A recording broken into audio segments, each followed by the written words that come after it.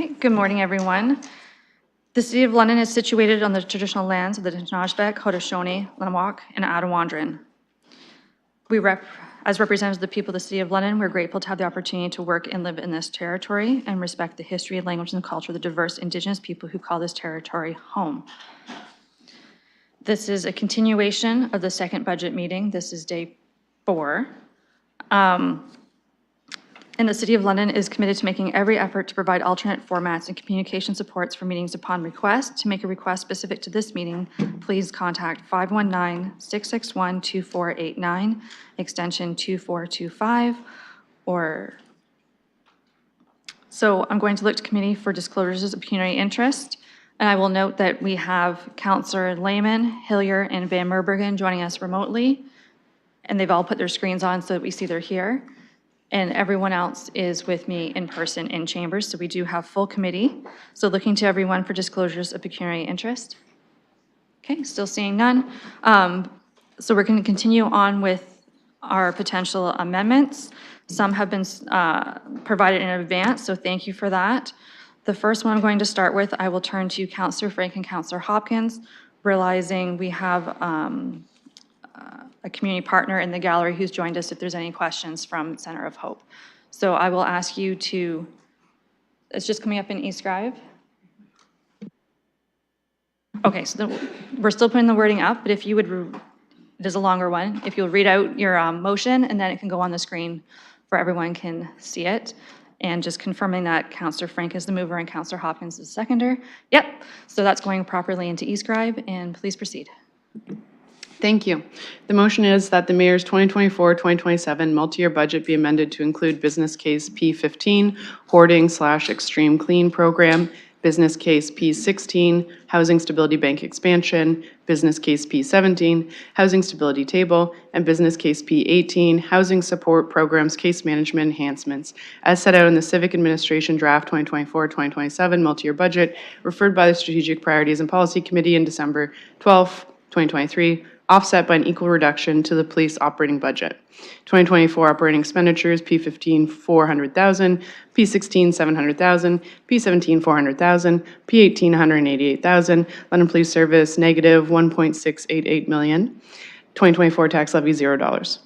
2025 operating expenditures, P15, 400,000, P16, 700,000, P17, 400,000, P18, 375,000. London Police Service, negative 1.875 million. 2025 tax levy, $0. 2026 operating expenditures, P15, 400,000, P16, 700,000, P17, 400,000, P18, 563,000. London Police Service, negative 2.063 million.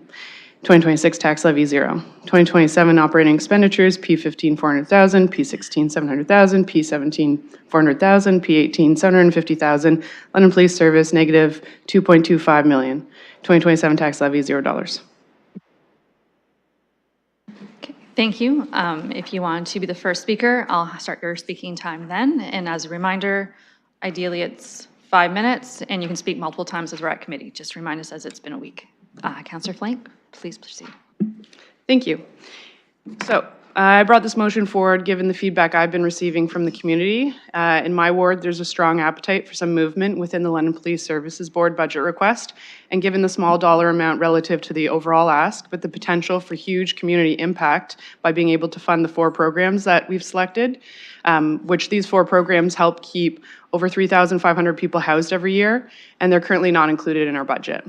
So P15, the hoarding one, supports approximately 150 people a year, keeping them housed because they are assisting them with hoarding issues as well as mental health issues.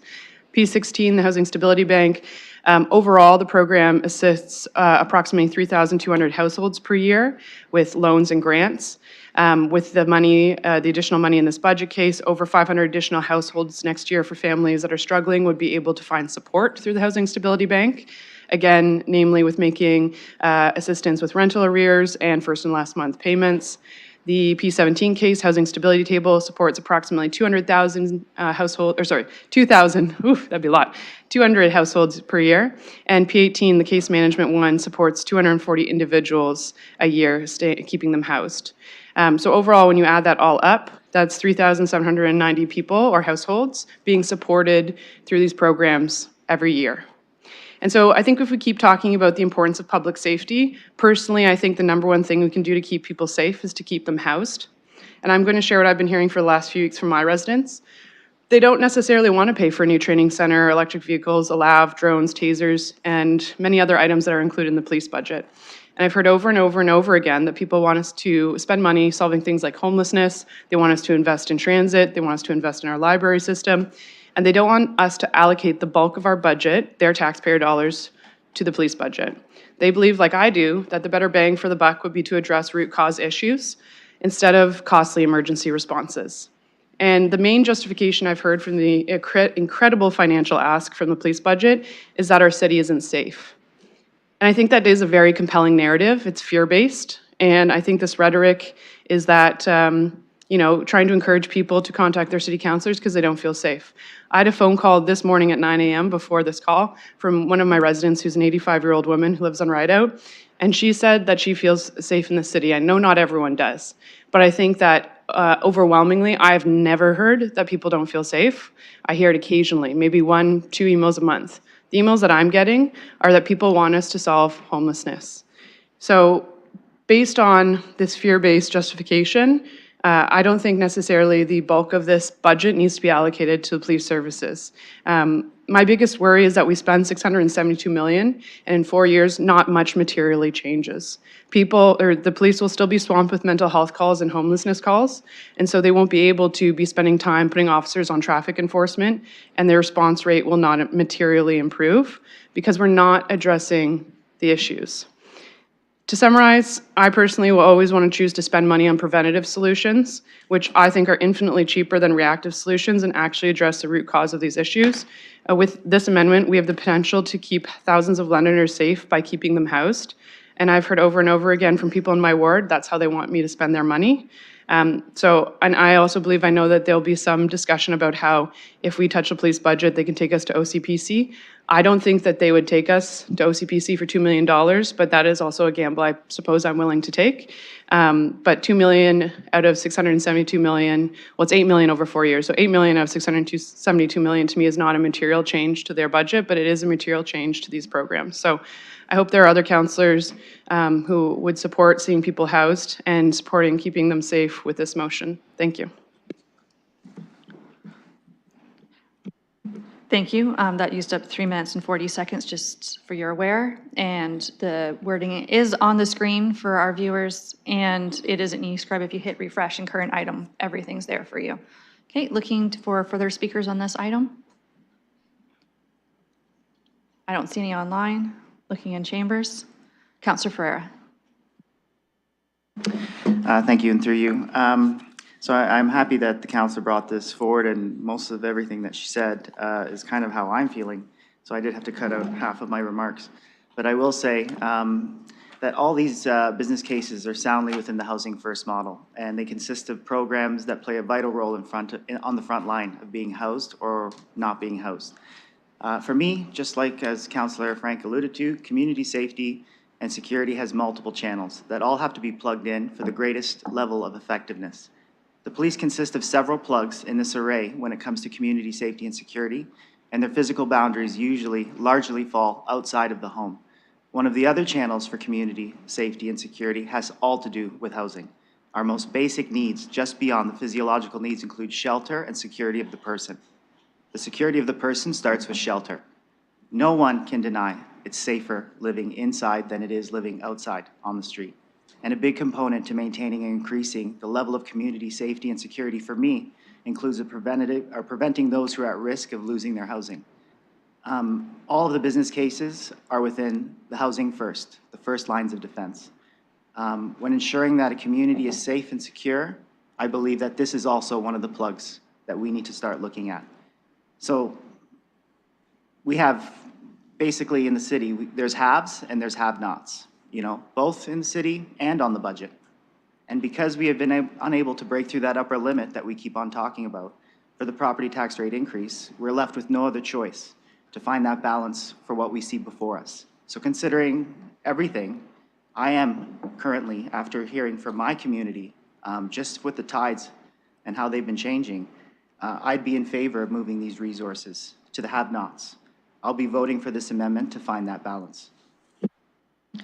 Thank you, Councillor Farr. That was 2 minutes of your speaking time. Next on my speakers list, I have Deputy Mayor Lewis. Thank you, Madam Chair. And through you, first, I have to say, personally, in my view, it's a false narrative to pit policing against housing. Budgets build on the work of the past. And in the past multi-year budget cycle, the previous council invested over $96 million in new housing initiatives on top of the money that was already being spent. That money continues to be invested into our community today. That includes a whole number of things, including the work that's being done on the roadmap to 3,000, the work that's happening at the Vision Soho revitalization of the South Street Hospital. What we did not fund in the last budget was policing. And it is time to recognize that we need both community safety and housing initiatives. And we have invested strategically and significantly, and none of that housing money considers any of the money that we've invested in the hubs. It doesn't take into account the $74 million housing accelerator funding we received from the federal government. It doesn't include the rapid housing initiative funding that we received from the federal government that has already resulted in 3 buildings being built, opened, and occupied in our city with over 136 units just in those 3 buildings. So to say that we are not investing enough in housing, frankly, I reject that, especially when in this budget, we see another $10 million just in the roadmap to 3,000 affordable units alone. Another $5 million into London housing, plus the capital into London housing for the Reimagine Southdale project, phase 2. We are putting a tremendous amount of money into housing and homelessness programs in this city, but we cannot ignore community safety needs too. And I hear from my constituents all the time that community safety is an issue. It was not that long ago when we were debating a security grant for the Argyle and Hamilton Road BIAs, because security is an issue for our businesses too. And we approved 2 years funding there as a stopgap until we could get police on the road. And when I hear that we need to focus on things like mental health, there's $400,000 a year average almost in the police budget for mental health crisis workers. So that police are spending less time on mental health calls and having mental health crisis workers dedicated to helping them with those calls. We can't ignore that that is in the police budget. We can't ignore that the training center is actually going to be a co-build that's going to benefit London Fire as well. And their training center has already been decommissioned. They need a training center too. This will be a regional training center. This will not just be for London Police. When we talk about the hoarding program, I go back to the principles of core municipal budgeting that we heard at the start of this budget process. The importance of not being ready to jump in and backfill provincial and federal funding. And it's right in the business case that this was funded from one-time federal and provincial funding that has not been renewed. We should not be backstopping the federal and provincial government every time they underfund something.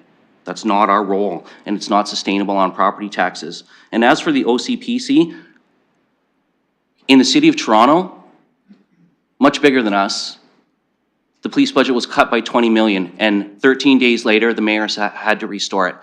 The police chief in Toronto made it very clear they were going to OCPC over that cut. And I think it is really gambling to think that our police aren't going to go to OCPC over $8 million, about half of what was cut in Toronto, a city much larger than us, more than twice our size. So the orders of magnitude are substantially different. So I absolutely will not be supporting this. I will not be supporting taking any money from the police budget. We need to balance our spending. And we spent on housing in the previous budget. This budget, it is time to help catch up on community safety. Okay, thank you. That's 4 minutes. Councillor Hopkins and then Councillor Stevenson.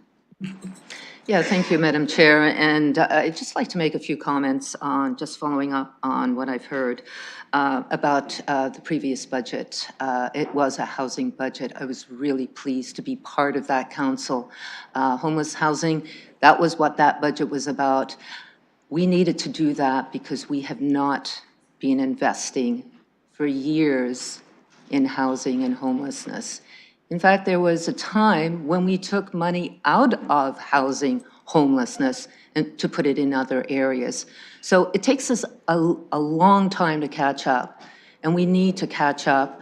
I also do think that policing was supported in the last budget as well. So I just want to make a few comments about what I'm hearing from my community.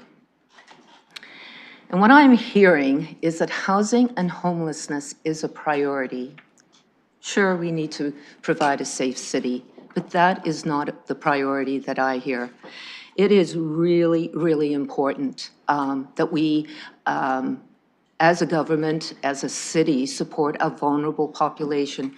Councillor Frank gave you the numbers. With this amendment, I am hoping that my colleagues please look at the thousands of people that we can be supporting here with this amendment. I do think, I'm a little disappointed that we did have to take it out of the police services, but I am 100% convinced that we need to take it from somewhere. Police business cases have not been touched at all. It seems like there is the elephant in the room that we don't even talk about the business cases that the police have provided us. In the past, we had the police here doing presentations, explaining to us the need and the reasons why these business cases need to be supported. So as disappointed as I am that we're not touching the tax levy, and that's what I'm hearing from my residents as well, that the increase is not sustainable. So how do we find ways to do it? I want to get back to housing and homelessness. One of the things I learned on a workshop that I did, there was a presentation from Finland, and they were able to really make a dent in their homeless and housing, and the importance of supports in the community, and the importance of governments and stakeholders and the community all working together. It takes money and it takes time, but I think as a city we can do it, and I would like your support for this amendment. Thank you. I had Councillor Stevenson next. Thank you. To say that we haven't had the opportunity to have our questions answered regarding those business cases, I don't know what to say to that. There's been so many opportunities and so many times they have explained the need for these business cases. Quite frankly, there's not a single one of us here that is qualified to say whether the reduction of the police budget would have an impact or not. And I'd like to know, I believe we have somebody from London Police Services available. There are all kinds, like this notion too that the police are getting everything that they want. This police budget was passed unanimously by the police board because it's required. This isn't a wish list. This isn't like their dream list. This is what is needed to create a safer city now. And that is something that we are required to provide to Londoners, is that level of safety. And so, like I said, to think that this is that this budget has a lot of fat in it or there's opportunity to cut, I'm wondering if there is somebody from London Police Service available to maybe explain some of the financial pressures that have already become apparent in the last little while. Okay, I'm going to pause your time there at 1 minute. There will be, they just need a chance to log on since they didn't know when we're getting to what cases when. So it would be the finance team and deputy chief like we had last time, so they are coming. So as they log on, we give them a few minutes to get here. I could either continue with my speakers list and then we can go back around with anyone who had specific questions for their finance team. Did you want to pause your time now? Okay, just give me 1 second. Councillor Rahman, did you want to wait or did you want to proceed? I can start. Okay, yep, please. Thank you, and through you. So I'm very appreciative of the opportunity to have a conversation today about the London Police budget, but also about these business cases. And I wanted to, if possible, take advantage of the fact that we have a representative from the Center of Hope with us today to talk about business case P16 and the Housing Stability Bank expansion. I think that this is a very compelling case. Not only is it a compelling case, but it is one where we've seen the value of the work, and we've supported at CAPS additional funding to be able to address shortfalls in this program. So I'm wondering if it's possible to hear from our friends from the Center of Hope what this program means, what the expansion can mean, because I'd really like to center around some of the business cases that are here and have a discussion about that. Yes, I had checked with the clerks beforehand. As this is a different process with the strong mayor's budget, and as Councillor Hopkins already said in the past, we had people come to us and present, which this process doesn't allow for.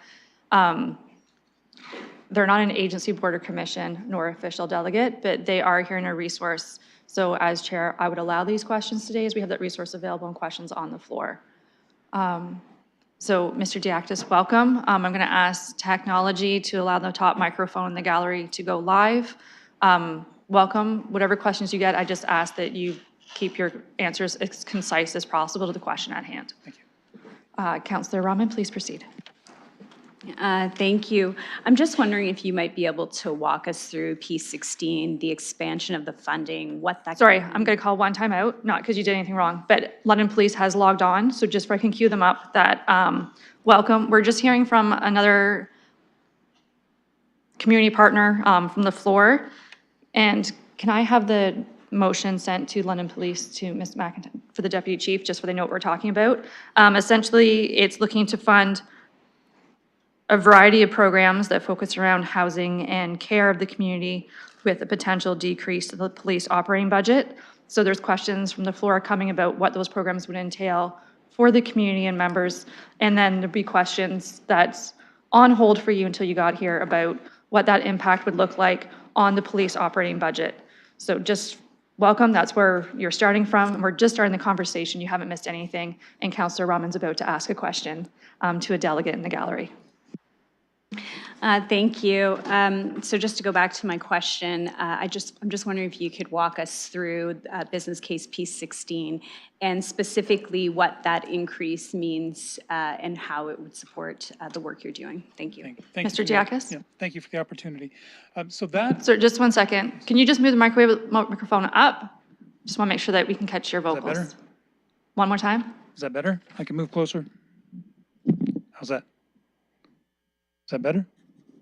Can Hello? technology just turn up the volume for him? Is that better? That's wonderful, thank Okay, you. thanks. So this $700,000 is, it fully goes to taking care of the clients. None of that is administrative costs. That's covered in our budget. This fully will take care of helping and support anywhere between 500 and 800 people, depending whether it's loans or grants. So that's additional too. And we've seen the numbers increase every year of what's needed to help support. Last year, you'll remember that we came back to council to ask for an extra 400,000 to continue on what we were doing, because at that point, we were going to run out of money at about 6 or 8 months, depending. It was depending on what we did. And that was able to get us through, but recognizing we still had to turn people away. We actually had to stop applications last year.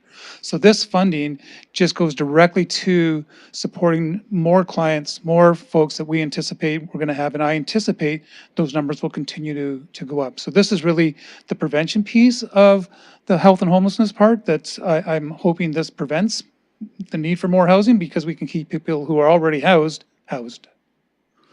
Councillor? Thank you. I appreciate that explanation, and yes, recall that vote and the conversation that happened at that time as well. I appreciate that you're here to provide us with information, and that was my only question for you. I do have some questions for the London Police as well. Okay. I will hold your questions for the police and go back to the first speaker who was on hold. So Councillor Stevenson, I'll recognize you first as you've been waiting, and then I'll go back to Councillor Rahman. Okay, thank you. Before I go to London Police Service, I wondered if city staff could comment on, would this $700,000 for this program actually meet the need? Are we confident that it's not an escalating need that that we're unable to meet? I'm not sure if staff could, I guess, pass projections. Mr. Dickens? Through you, Madam Chair, that is why the business case is before you, is through the consultation and the collaboration with the Salvation Army Center of Hope and identifying, as Mr. Diakis had just explained, there is a demand on this program. This $700,000 absolutely goes to meeting that demand. In all reality, you need a small shift in someone's social determinants of health or in the economics of our local community to far outpace that demand. But the demand is absolutely there for this $700,000. And as Mr. Diakis indicated, it goes directly to the people they're trying to support. Thank you. Counselor Stevenson? Yeah, thank you. So my only comment, like, if we were talking about housing, it's one thing. As the deputy mayor said, we're pitting one thing against another, and it's making it very challenging. But my question for London Police Service is, this notion that somehow $8 million from this police budget isn't going to have a big impact. I'm wondering if you have anything to provide there. Yes. Thank you. Yes, good morning. You know, when we speak to specifically $8 million, I'll just preface by just one comment, and then I'll navigate this question for you. So the police budget, as you know, is a little bit odd. Like, the Police Services Act weighs in here legislatively on what this means. And so the board's responsibility, and I know I'm repeating information that you know, but the board's responsibility is to table a budget to ensure adequate and effective policing services can be delivered in the city. There's that legislative piece. Adequacy, you know, and then on top of this, it was the mandate of make the city safer now. We're done with the current state. We have to drive this forward. Status quo cannot be accepted, and we need the change, and we need the community to feel the impact of the change as soon as we can. But then adequacy, just as an umbrella comment, isn't always about safety. Adequacy is driven out of legislation that says the police must have certain tools, meet certain threshold, have certain training, all of those things. That is, you know, really is separate in essence from the safety of the community. So it's a little bit complicated, to say the least, in that we're in a bit of a perfect storm. One, our staffing levels are nowhere near what they need to be. The 4-year budget before you has, you'll see 97 sworn positions tabled in it. But at the end of the 4 years, we're still well below the staffing for sworn members that we need to be, both below provincial and national averages. I don't say that to be alarmist, but I just say that we understood it was the perfect storm, and our board strongly understood that this was the perfect storm, yet we had to move the needle. So we didn't ask for things that were superfluous. It was literally, how do we make the city safer now? And how do we bring in the resources that we need to do that? Balancing, there's other priorities in the city. So when you kind of work off of the framework that it's, you know, the board has tabled a budget that they believe is what is required to produce adequate and effective police in the city, I can speak then just to the impact operationally of what that looks like and educate from a policing and an operational lens. So understanding that 96% roughly of our operating budget is personnel. So right away, 8 million is people, very clearly stated. We did not table, again, superfluous things. So any cut to the budget would compromise our ability to ensure adequate and effective policing services in the city. So we know that legislatively, one of our business cases was the active attacker. That came to us. That was not something we decided to embark on. We were told that this is what now the new rules were. And so we put 98,000 roughly in a business case for that. We know now that as the legislation is completed and the regulations are being drafted, that business case alone is understated, probably by about $400,000. We did not seek an amendment for those things, but we'll absorb that in our ask and shift things around if we can to make that happen, because we're told we need to do that.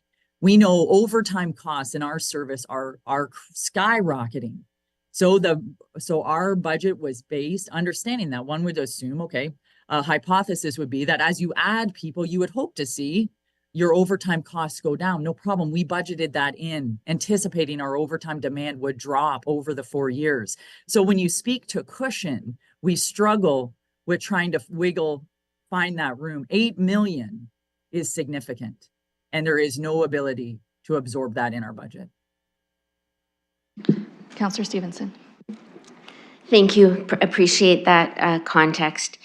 Each one of the councillors received this week an email from our chief of police stating that London is now the third most dangerous city among the largest 12 cities in Ontario.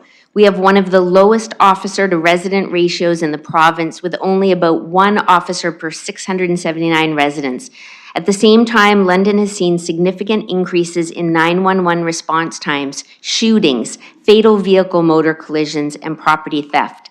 Public safety is a fundamental human right. Without safety, our community cannot thrive. Without safety, we cannot build the city Londoners expect and deserve. And that includes addressing important priorities like housing and transit. Public safety is foundational to those important goals. This budget is not a question of investing in one priority area over others. It is a comprehensive plan to create a safer city now. Informed by months of consultation with Londoners, it reflects what we have heard matters most to Londoners and what our own officers on the ground have told us that they need to do their jobs safely and efficiently. It ends with, councillors, the comprehensive set of initiatives will not be possible without your support. The cost of doing nothing is too high. If our city is not safe, businesses will close, jobs will leave, and people will lose hope. As we prepare for the final budget discussions, he wished to make clear that the London Police Service is calling for backup from this council.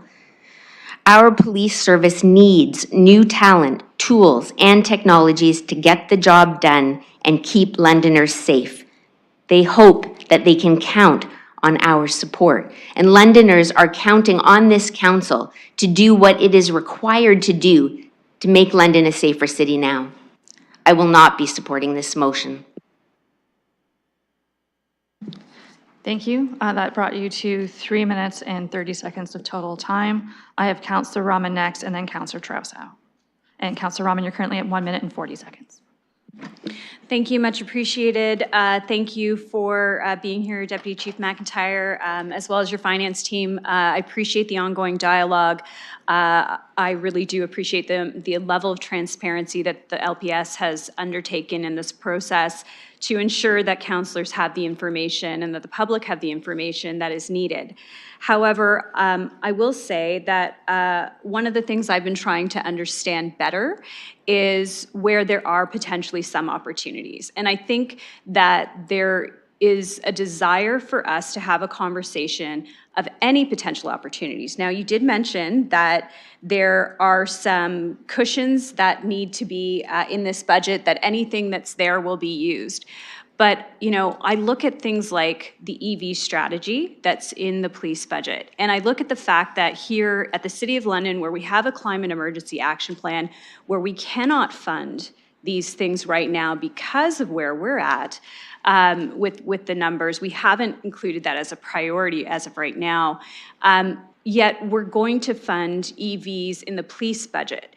And what I asked for was, could we get the comparator? Can we see what the difference is between funding regular vehicles versus EVs and that strategy, just so that we have some line items to compare and look at some of those choices. This is not taking away from public safety. This is not taking away from officer count. So what I asked last Friday in my meeting with the chief and with the board chair was, is there any opportunity to find any savings at all? When the police budget was first introduced, it was introduced and approved by the board. It was done before the mayor's budget was tabled. When the mayor's budget was tabled, now the community is having a conversation, and the conversation they are having is, what is that increase within the mayor's budget? And I think that there's an opportunity for organizations across the city, our ABCs, to go back and have those conversations with each other. Now that we've seen the mayor's budget, where can we all look? How do we work collaboratively to make sure that we can fund the priorities in the city right now? So I'm asking you, just based on the EV strategy, if you can comment on that and give us the exact difference between an EV vehicle and a regular fleet vehicle, the costing difference, if there's any room there that can be applied elsewhere. And then I have some other questions. Thank you.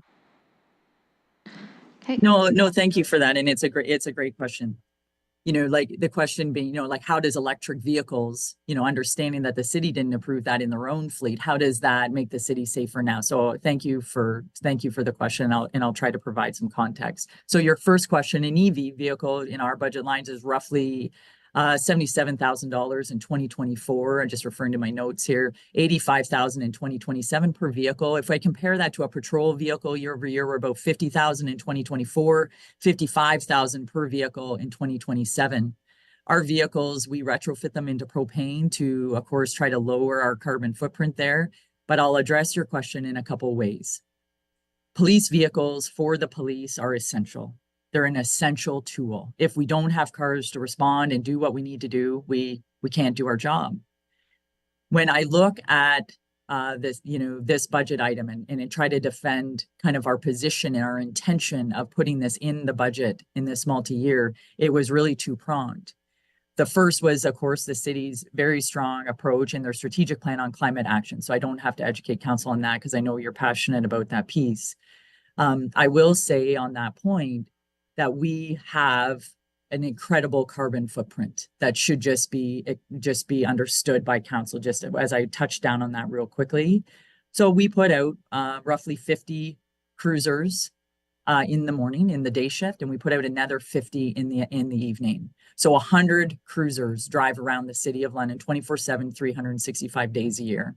You know, our cars idle. I recognize there is an idling bylaw, but when there's prisoners in the back, when it's hot and cold, that's kind of the office space, you know, for our members, and they have to be able to work in that space. And so their cars, unfortunately, do idle.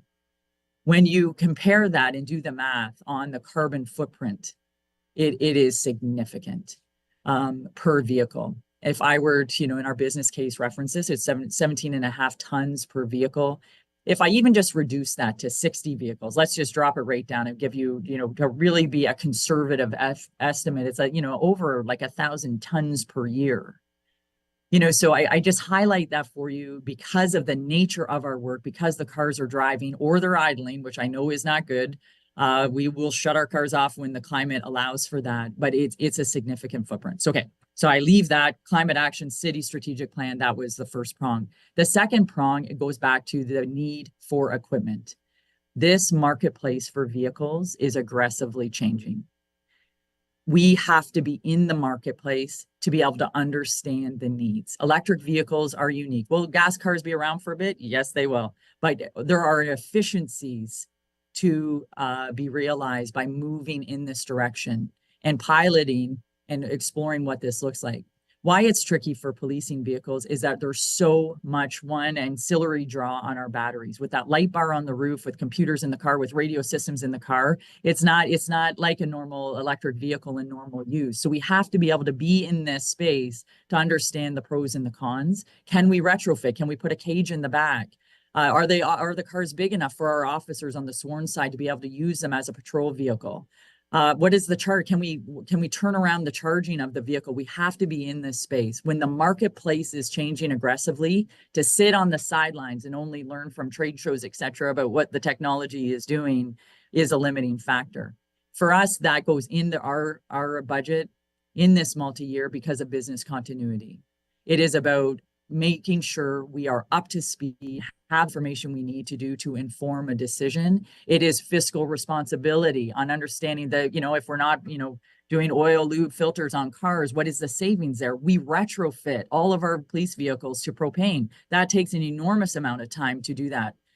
So what are the savings? What can really be realized? We know we can move this in our CID vehicles without much concern, but what does this look like for patrol?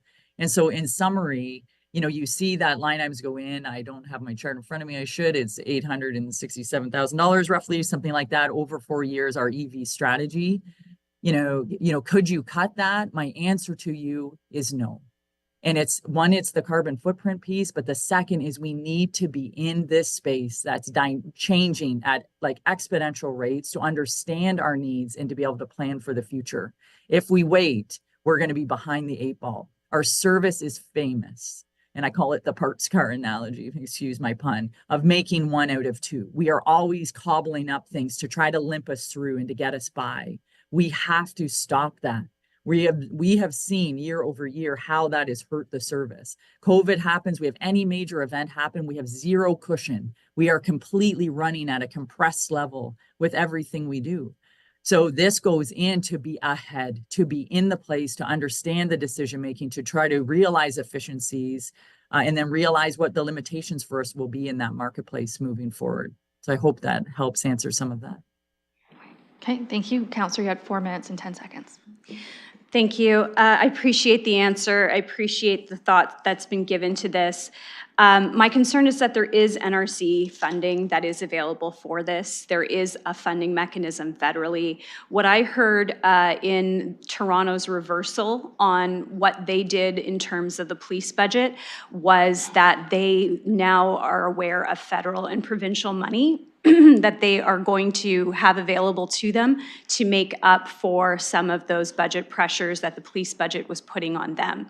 I think this is an opportunity for us to look at regular vehicles and look at the opportunity to go back for that funding and still meet your targets and still meet the needs of the police service in terms of being on the edge, cutting edge of understanding that technology.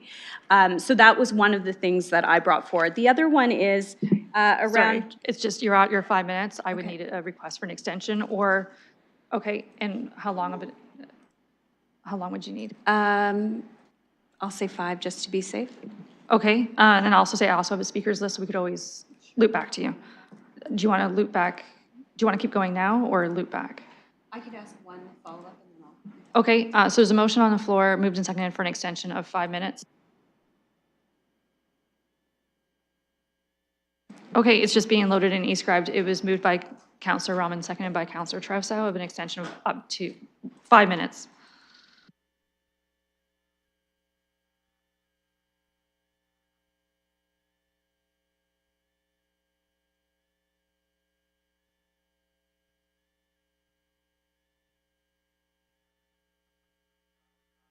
Okay, that vote is now.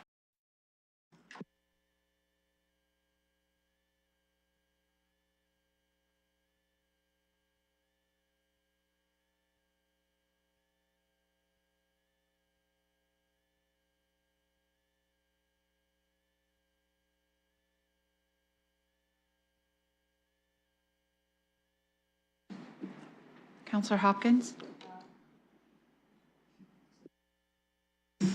I vote yes.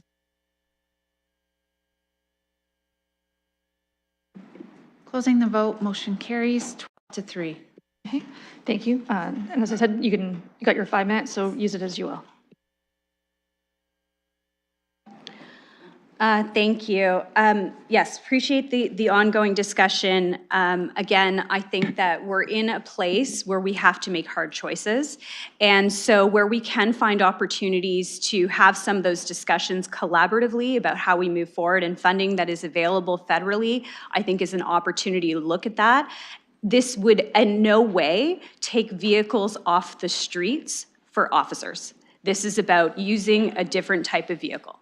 The other request I had was to find out more about the extensions for all frontline officers, which was listed as a potential item. And I'm just wondering, again, if you might be able to comment on that. Absolutely. Thanks very much. That it is kind of confusing reading it in the business case alone. So one of our plans is to issue smartphones to the front line. That has a couple different functions. So one mainly is evidence, digital evidence. So we can use phones to transfer evidence. It really speeds up our ability to collect evidence in the field and transfer it in-house. It allows interpretation modules to be embedded on the phone. It allows our engagement with community in times when we're struggling to say there's a communication barrier, et cetera. It allows, really the modernization of looking something up, streamlining the processes of what our officers are doing. We know right now our officers are using their own phones. That produces or creates rather several complexities as it relates to data disclosure and court disclosure and personal information going through. So we know the best way forward there is to have issued phones for the front line. It is very distinct and separate from the extensions in-house. So the extensions in-house was really a driver of customer service. So if a member of the public needed to reach one of our officers, what they would do is they'd call into headquarters and they would leave a message. Our staff at headquarters would then email the individual officer and say, hey, so-and-so from the community is looking to speak with you about XYZ. But that whole process, it fails. One, we don't have staffing there. I'm sure you have tried to ever call our non-emergency line, and I don't mean to laugh, but you can't get through on that line. It is a bit dysfunctional that we have members there, humans answering the phone and being able to do that when an option exists in technology to just allow the community member to reach an officer directly. The other thing was the decision tree of the new internal phone system. It was really clunky and it only gave really minimal options for people to reach different divisions or branches within the service. So that modernization has been implemented. It's nothing I can really claw back. It is, and it has, we're just tweaking the final pieces of that. It was a project, and this money here allows us to continue in that work that's largely been started. So they're very distinct purposes. The landline system was about customer service. It was about trying to free up FTEs in our building to do more important work, and just modernizing the service we're able to provide. The cell phones to the frontline mobile phones being rolled out was very much evidence collection and database. It's allowing our officers, one piece of the puzzle here is to keep our officers on the road longer and not bog them down with administrative tasks. So that functionality allows them to do that. So again, very just separate and distinct purposes. Counselor? Yeah, thank you. I appreciate that. And I will say, I completely agree that that would be an ideal solution and that has value from a customer service perspective. However, I think that value was also more when they didn't have cell phones. So I do think that there's an opportunity there as well. And again, this is about those choices. Are we able to pull some of those funds to support another business case? And I know we cannot direct the police as to where funds are removed from. I was really hopeful that the conversation with the police would have them coming back with some changes and some realizations of some savings. I understand that that isn't there. Again, I'll ask that, that conversation continue to happen, realizing that Londoners are under significant budget pressures here, realizing that a number of things can't be funded. I'll continue to ask London Police to continue to take a look at their budget and find some savings and opportunities, and where provincial or federal dollars are available, and I know there's about 10 million in the budget right now that's provincial or federal, where there is the opportunity to continue to look for offsets. I'm supportive of P16, some of the other business cases mentioned here, I do believe that they are duplications or us funding something that should be provincial or federally funded, and should be going back to that source funding. So I'm not supportive of the entirety of this, but if it was amended, I would be supportive. Okay, that is 2.5 minutes of your additional time. I have Councillor Trousseau next. Through the chair, first of all, thank you. I'm turning around so I can say thank you for coming and answering those questions. I think these are good questions that we need to have a discussion on, but I do not want the council's support for these items in the police budget to take away from the importance of 15, 16, 17, and 18. I want to have a discussion on 15, 16, 17, and 18, and I want to do that right now. And I think the best way to do that, and I hope the makers of this motion will go along with this, is I'd like to first of all separate this motion with the language offset by an equal reduction to the London Police Services operating budget be dealt with separately. But I do think that 15 deserves a discussion on its merits, and I would like to see that discussion happen. And I think 16 deserves a discussion on its merits, and I would like to see that discussion happen. And I could say the same thing for 17 and 18. Now, looking to the chair and the clerk, would this be an appropriate time to try to make an amendment to separate this out?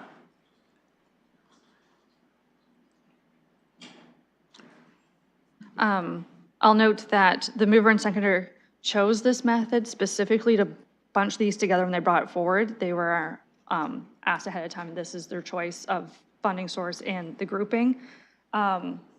You can try and do certain amendments.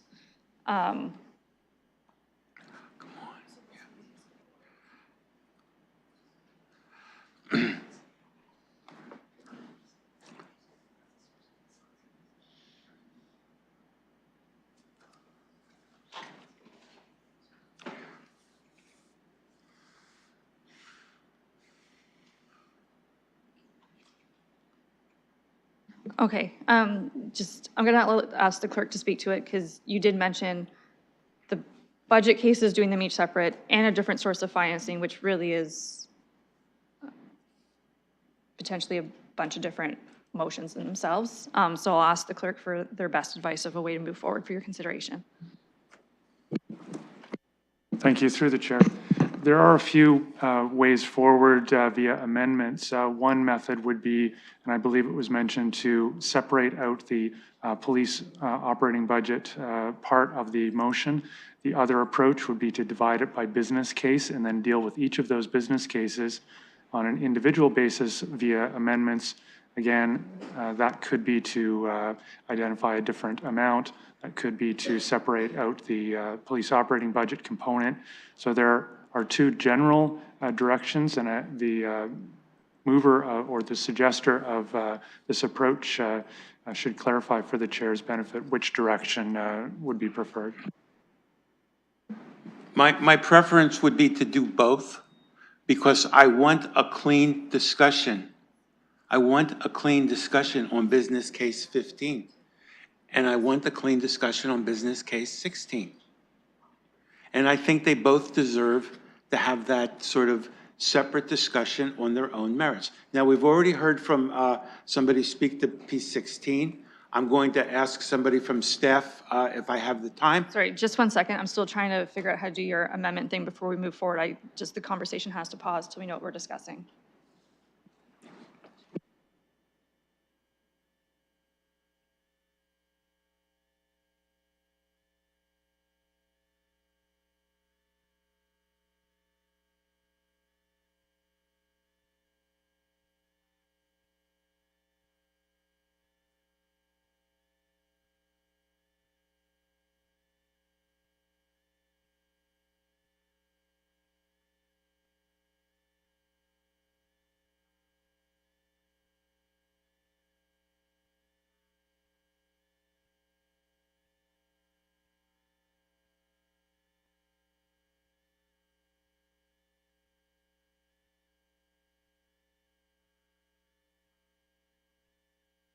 Madam Chair, can I call a point of order? I think I may have a comment that may assist. No, not right now. Well, yes, just 1 minute. We're in the middle of, one moment.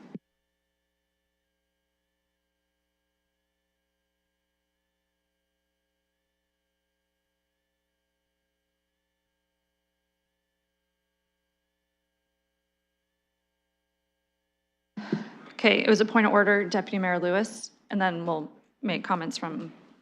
Thank you, Chair. And through you, I would suggest if colleagues want to discuss these individual business cases without them being tied to the police budget as a source of funding, then we should move to defeat this motion, and separate motions with those business cases can be put forward without the police budget tied to them. So we can dispense with this and then deal with the other. It would not be contrary. I think that's then, what we were doing, yeah. but you called a point of order, so I couldn't Yeah. say where we were at. So I'll deem that heard. So the clerk's information was, yes, that a person would need to procedurally, Councillor Trousseau, in case you want to make an amendment, this is for you, that it would be to dispose of this and then deal with each one separate, but the material difference would having been identifying or just leaving empty a different funding source. That's what would make it material different, that we could defeat this and bring them through separate versus just talking about them separate and still having the same identified funding source. That would be your key to doing this separate. Yes, I would prefer to do it that way. Okay, so procedurally, we will need to dispose of what's on the floor. We can continue with debate, or we could just call debate, like, done and defeat it, and then bring them through separate. So I'll leave that, I'm in your hands, because I have no motion on the floor besides the original motion. And I do have a speakers list, so.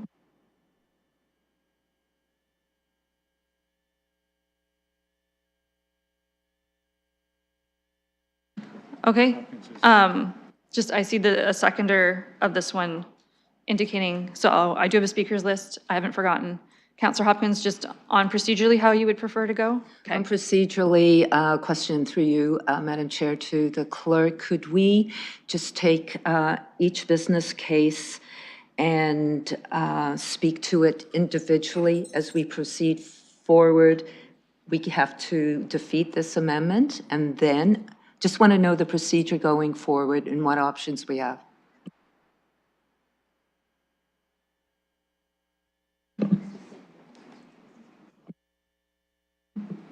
Through the chair, the difficulty is separating it out to have a discussion. So if it's simply discussed, the difficulty is voting on a combined motion like this. There are resulting challenges if there is to be reconsideration, if there is to be further amendments. When it's divided out, it becomes very complicated with a combined motion like this. So I would refer back to the comments of the chair earlier as to how to proceed most cleanly and efficiently according to our procedures. Okay, and I did see Counselor Frank as the mover. Procedurally, on questions only versus my speakers.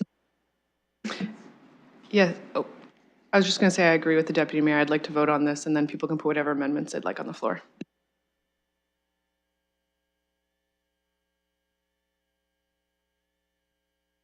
Okay, so there's another option forward that you can try to withdraw it, and then we can put it on individually as long as there's a motion and as long as committee consents. Okay, so mover says no, it stays on the floor. So if you would like an opportunity to, if you're ready to vote on it now, realizing the intention is to defeat it, as long as someone makes a motion to bring them forward individually, we can proceed that way.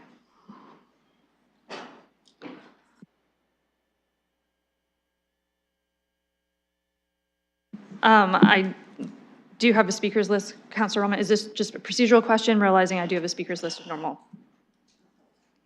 Was that procedure or? No, okay.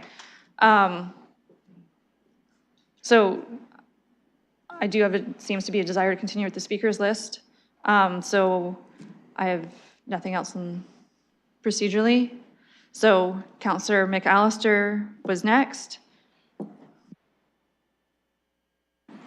Thank you, and through the chair. Yeah, this the way the conversation is going is how I kind of envisioned it going, because I'm supportive of half of these business cases. P15, P16, I want to see debated on their own merits. I'm fine to defeat this. I agree with all the comments that are made. Like, I don't like pitting these two against each other. I believe, and the mayor said that, you know, these were two of your top priorities when you presented this: public safety and housing. And so I do think that these are integral. I don't like pitting them against each other because they're both vitally important. I hear it all the time from my constituents. These are two top priorities, absolutely. I'm perfectly fine with both P15 and 16. If that hits the tax levy, so be it. And I already have them spooled up in my email, ready to go. I kind of anticipated this might be the way it would go. But I agree with what was said earlier in terms of, you know, these are vitally important. I don't want people to be put on the street. Like, if we can do everything in our power to prevent that, I'm absolutely in favor of it. But to what the police said and what people have said in terms of supporting the police budget, it is also something of vital importance, right? So for me, I have these spooled up, and so I'm happy to just dispense with this one and then debate this on the merits of the tax levy. So that's the direction I'll be going with that. Hey, Mayor Morgan. Thank you. I'm going to make a few comments about some comments that were made during the debate. First, the idea that the police budget hasn't been touched. I think we have to understand the legislative responsibility of where and how the police budget is discussed, debated, and built up. So yes, council has the ability to set a global amount, and the deputy chief outlined kind of clearly some of the provisions of the act, you know, the board actually is the one who digs into the budget. So I think for the board members here, this probably sounds very repetitive because we've heard, you know, these answers before as we asked questions about the police budget as we were building it up, getting those details. And I think it's really easy just to lob a bunch of listed items out from the police budget that you may or may not like without having any sort of context or information on the background of them. And I know it can be frustrating. I have a point of personal privilege. Sure. Councillor Rahman. Thank you, and through you, I did my homework. Yeah, I know what, and had asked questions about all of these items and had asked questions in public as well. So it's not just a random list of things, it's a list that I have looked into. Thank you. Mr. Mayor. Sure. I'll be clear. I'm not speaking to any specific individual councillor, but I'll say during the debate, there was just a list made, even in the presentation of the motion, saying these are things. And I want to give an example of what I'm talking about to be clear. The idea that a police training center, you know, is or isn't needed. It's not a police training center. It's an emergency services campus. It is a partnership with London Fire. And it doesn't seem like anybody wants to actually talk about the fire component of this. People want to say, hey, Aylmer's nearby. People can be trained there. They're ignoring that in 2001, the province announced the closure of the fire college. And if the business case details are actually examined, there's a substantive piece here about the partnership and the need for a modernization of the training of our fire services and the opportunity for revenue generation potentially as being a new regional training center. You know, I think there are lots of conversations that can be had about these things. And I will say, I think, and I agree, I think some councillors, hopefully all, have done their due diligence on all of these items, and I'm not refuting that. So I appreciate the point of personal privilege. But I will say, I want you to know that the board has had multiple discussions about this. In fact, and I have permission to share this today, the board continues to try to drive tax avoidance for the citizens of London. The police finished their fiscal year in a deficit position last year of about 3.8 million. The original motion was going to come forward to say, okay, we'll go to the city in the surplus process and ask for 3.8 million from London taxpayers. The board had a discussion, and instead of doing that, they decided to draw on the Police Services Reserve Fund, bringing that reserve fund down to a balance of about 1.1 to 1.5 million of unallocated balance. The target balance in that is 6.5 million, so we will operate throughout the course of this year well under the target balance for stabilization of police services costs in a very tight budget circumstance, and we will work through the year to try to drive any efficiencies we can to rebuild that without going to London taxpayers for it. That's just one example of another 3.8 million that is, you know, the board has decided we're going to try to find a way to do this. So as colleagues want to dig into specific parts of the budget, and as the deputy chief said, they're running very tight. The board is also squeezing the budget on their end to say we cannot go to taxpayers for more money when we have to try to find a way. Will we find a way? I don't know, but the board's going to work very hard this year to try to find ways to replenish those reserves, to get us back up closer to the target balance without coming to taxpayers, and take a year to try to do that. So that's just one example of the way that we're trying to build it in. I want to say generally, budgets are about balance. And so, like, there's lots of business cases that I didn't put in the budget that I like. Like, I quite like. I think there's value in them. I think part of the comments about the program that Mr. Diaktis talked about, you know, that you could probably spend 1.5 million on that program and help a bunch of people, maybe 2. There's a huge need here. It ignores the conversation about the need to raise social assistance rates in this community and try to take the pressure off of people who are in the margins, or the way that interest rates or groceries are impacting them. There are a lot of places in this budget where we could spend a lot more for enhancing or expanding services and programs.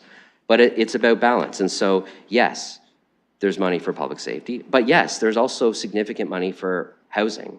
And it may not be everything that you liked, but there are significant dollars there. There's also significant dollars in the transportation. And again, I know some colleagues not happy with exactly everything that was funded, but there are significant new dollars for in that space as well. 30 seconds. 30 seconds.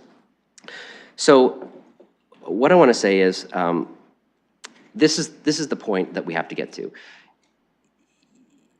you can find many merits in many of the things that we didn't fund. And there are other places that council can make choices. So, you know, we have a couple of reserve funds that we could look at. I think that they should stay, but the climate emergency reserve fund that we're establishing has an unallocated balance. I put more money into the economic development reserve fund as well to try to make sure that we have the capacity to fund the economic plan when we have it.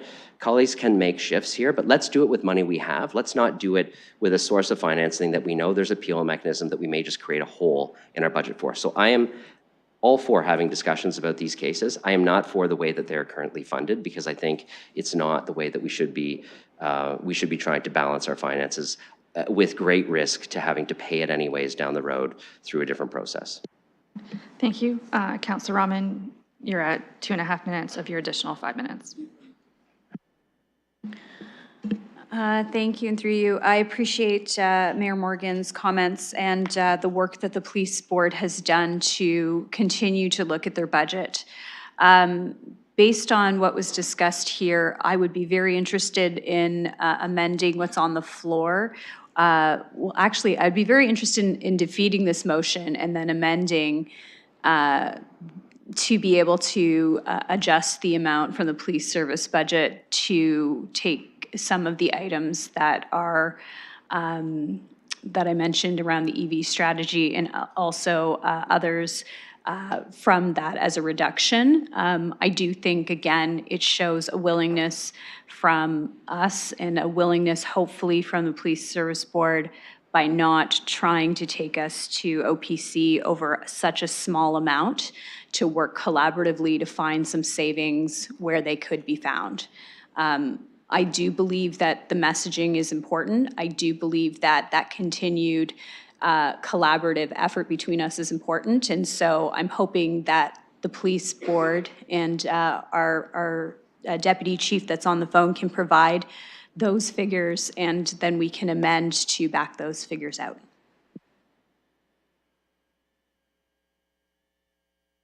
The Deputy Chief McIntyre. My apologies. I was looking up other things. Just you would like me to do a cost calculation on a certain list of items to know what that would total. So that would be your position to amend our police budget by that amount. Is that the question? Sorry. Yeah, thank you, through you. So I'm looking to back out the EV strategy and the addition of the phone lines, for instance. I'm not sure if other councillors have other items. I know that we can't, again, specify items, but I think that where we can see that those are costed, it would help. Okay. Thank you. Deputy Chief. No, thank you, Chair, through you. We're more than happy if you provide me with the list. I can pull those numbers from our budget and do a cost calc. I will say the phone system is tricky because our internal phone system is half implemented.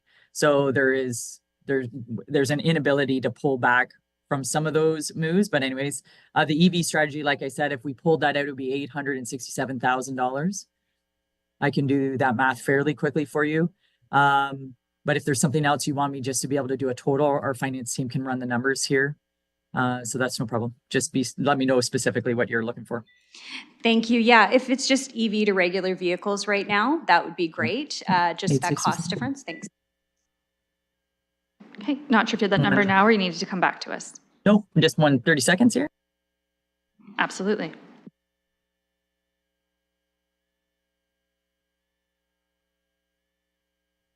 I rounded up through you, Chair.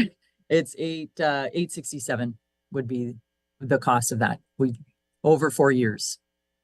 I can give you the dollar breakdown per year if you like, just for the EV strategy. Councillor Rahman.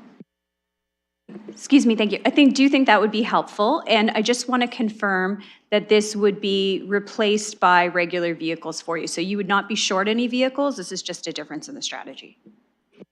Deputy Yes, that's correct.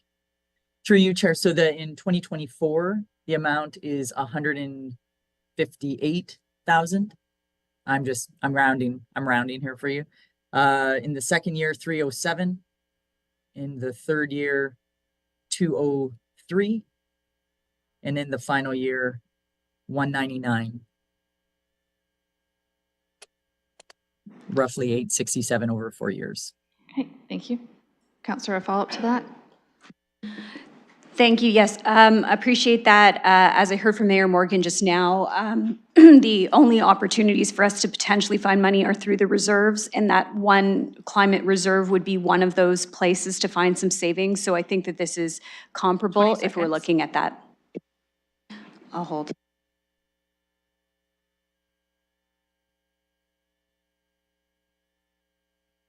Okay, the counselor had 20 seconds remaining.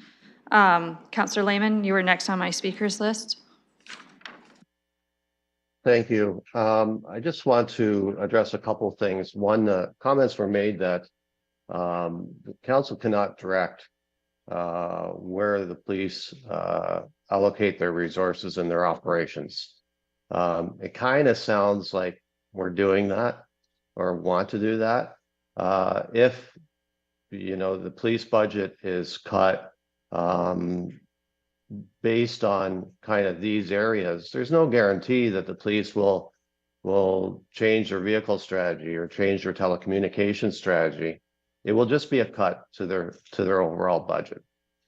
So I just wanted to make that point. The other area I want to address was questions were raised regarding accessing funding through grants and federal or provincial government programs. So I'd like to ask Deputy Chief McIntyre, what do the police do? What's our current strategy on accessing those funds? What have we done to date?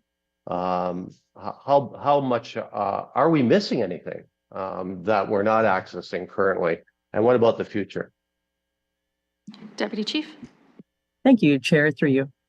Whenever there's a grant opportunity, we paper that back. To date, I can say that for every grant we've written to recently, we have received full funding in. Whenever there's an opportunity to explore that, minus the EV one, that was the only one we didn't get. Whenever there's an opportunity to explore grant funding, of course, we prioritize that and seek full funding for those grants. So it's not that we wait and let those opportunities pass us by. We've aggressively relied on grant funding to assist us because we've run so lean forever. And again, I speak back to that compressed state. If we didn't leverage those opportunities, I'm not quite sure where we would be. In a budget sense, they do produce a liability for us though. So just a bit of a buffer or a yin yang to them because they're not absolute and they're not guaranteed. I know that the council had suggested, EV, for example, well, let's just remove this, and let the police explore that through different funding opportunities. And I would say we're all in there, except for that's not guaranteed.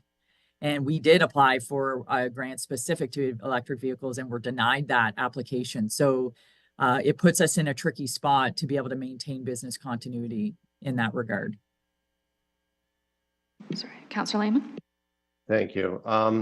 Yeah, just on that, there's a danger of pinning your hopes on future funding. I want to point out Toronto is doing exactly that.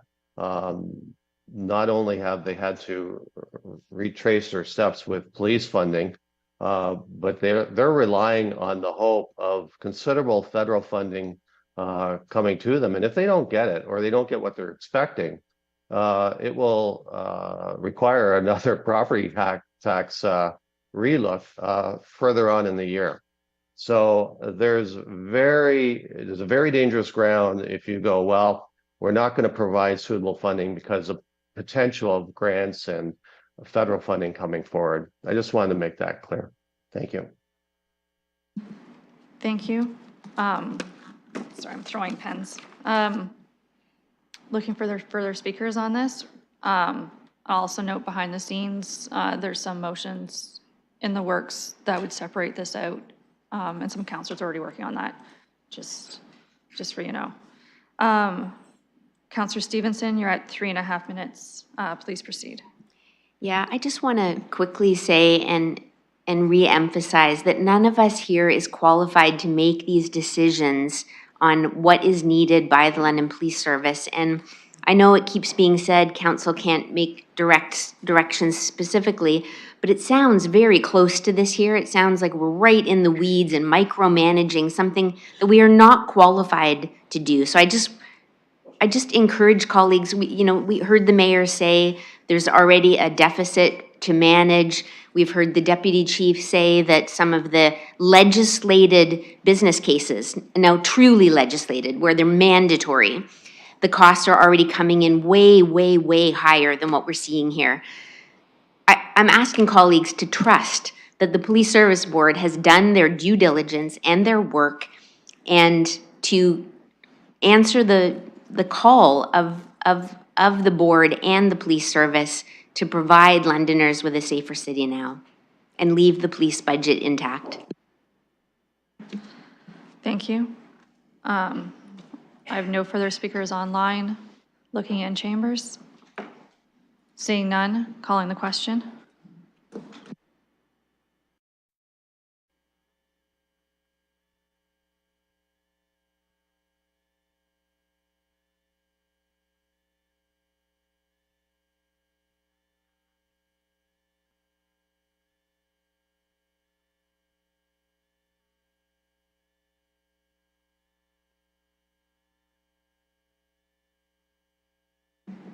Closing the vote, the motion fails 3-12.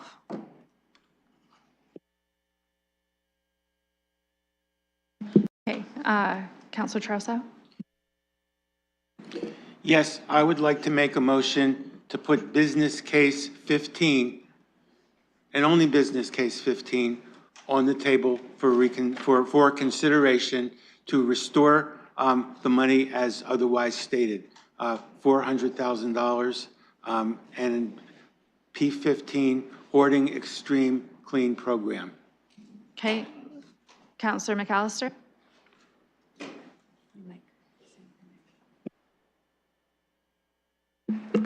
I did already forward motions for P15 and P16 to the clerk. Okay, so you're seconding it? Or you could just use the motion I sent if, yeah. Yeah, so essentially this is what's happening. I recognize whoever has their hand up on the floor, they've moved something. I know people behind the scenes have other stuff going on, and some of it really hasn't been circulated to council. So do you want him to circulate what he has? And he has a seconder. Oh. So Councilor McAllister, I'll let you put yours on the floor, and I know you have a seconder and the clerks have the wording. Yes, thank you. Sorry, I was just going back and forth with the clerk as we were having discussion. So I do have P15 in there for an amendment, and then there's also P16 as well, but I would like to deal with those individually. Okay, so I have it. Councillor Ferrer, you're the seconder. Councillor Ferrer has asked yes. Just for clarification, you are not tying this to the police funding. Okay, that's a no. Deputy Chief, thank you for joining us this morning. The motions coming before us deal with the business cases not tied to the police operating budget. So I thank you for your time, and should something else come up today, we will certainly reach out before we proceed with the conversation. So thank you for your time, and at this time, enjoy your time back. So, Madam Chair, point of order. Deputy Mayor Lewis, a point of order.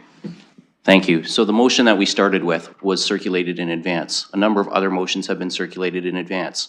I understand the councillors want to have these business cases considered as well, but in terms of process, should we not be dealing with the cases that were circulated in advance before adding new items to the agenda?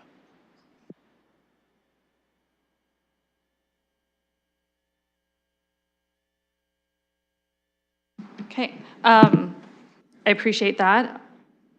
As chair, I was going to proceed with the ones that we'd already partly discussed before the afternoon comes and then we start potentially all over again. I'll also note that Mr. Diakis is in chambers today. Then he has some commitments, and then he will be available later again in the day by phone. So I was just trying to coordinate guests that were trying to come along. Just 1 second.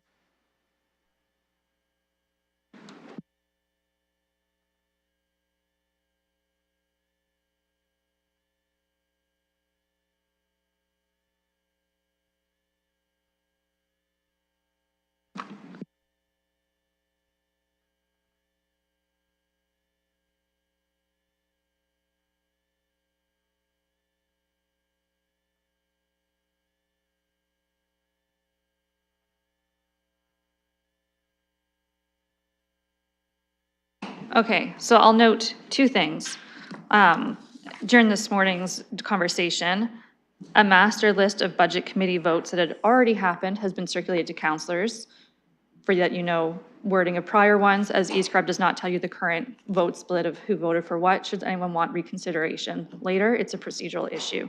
The other item that was sent out was the master amendment list as of this morning for things to be considered, which Deputy Mayor Lewis would have been referring to. And at any point, it doesn't mean someone's going to move that or exactly that, but that was people's intentions when the day started. At this point, Councillor McAllister, absolutely. My intention was to continue on, since we were already in the proverbial weeds on this one. And for the clerks, in order to get anything prepared, I would need you to read it out to make sure that your wording, as you're intending to move now, is in alignment with the wording you had sent. Yes, and I'm happy to read these out. So Just one at a time. So if you're just doing 15, don't talk about two at once, please. okay, I'm just going to do the first one. That the mayor's 2024 to 2027 multi-year budget be amended to include case P15, hoarding extreme clean program. The 2024 operating expenditure would be $400,000, and that would hit the tax levy at $400,000, and that would repeat from 2024 through to 2027.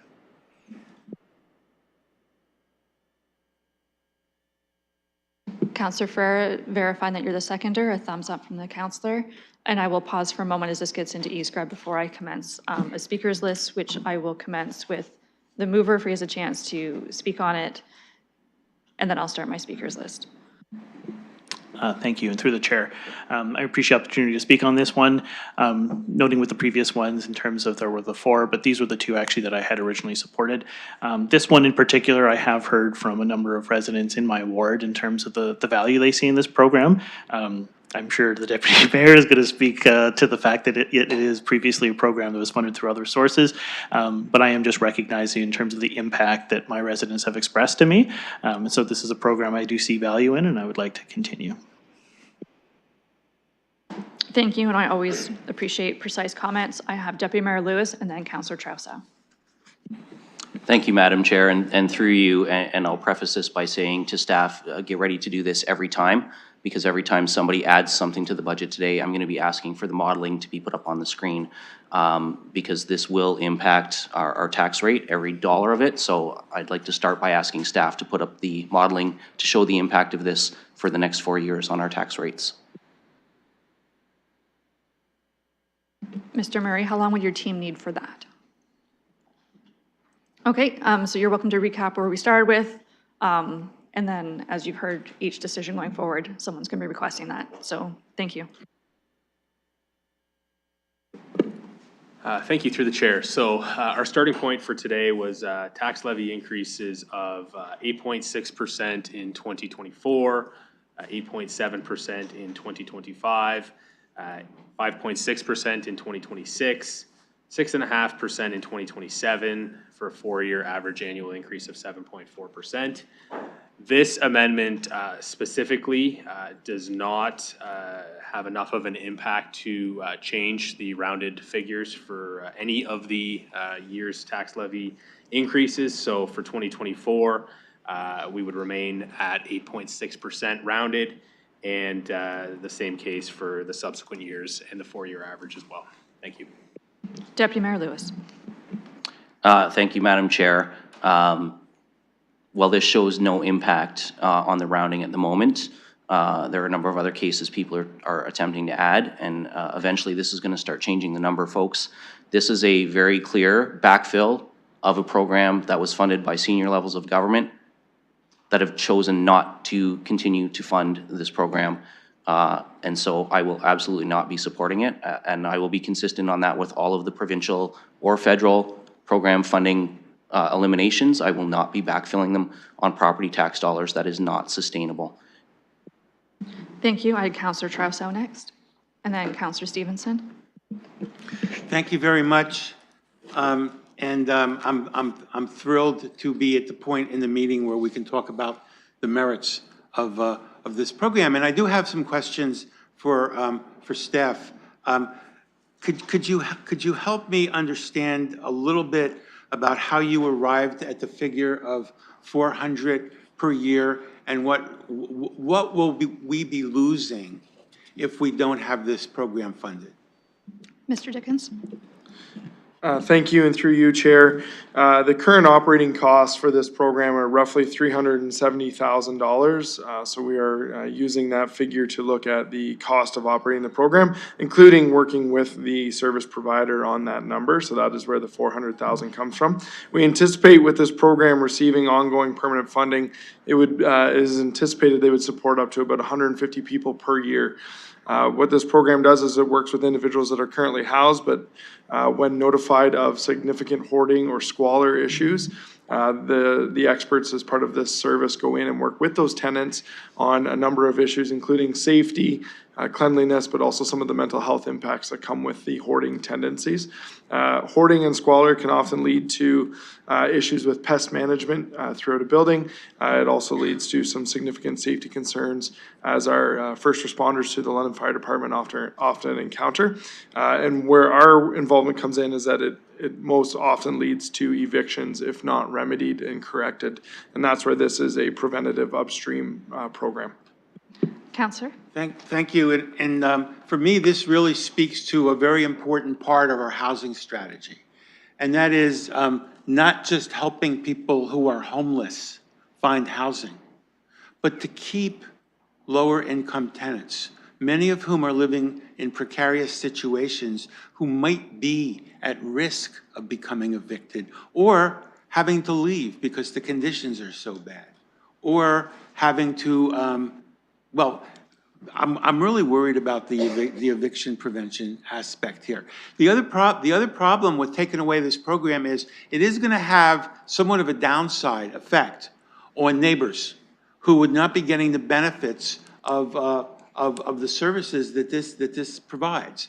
Now, in terms of whether or not this was previously supported by some other level of government, I don't think that detracts from the ability of this municipality to independently support this program under the authority that we have under Section 10, Subdivision 2 of the Municipal Act, which very broadly includes as a head health and safety. So I think this is an appropriate subject matter for the city to be undertaking. I think there will be deleterious downsides if we lose this program, and I think this program adds something to our overall housing stability and tenant protection regime. So I'm going to be supporting this, and I'd really like to, now that we've cleared up all the other issues, I'd really like to encourage other people on this council to support the Hoarding Extreme Clean program.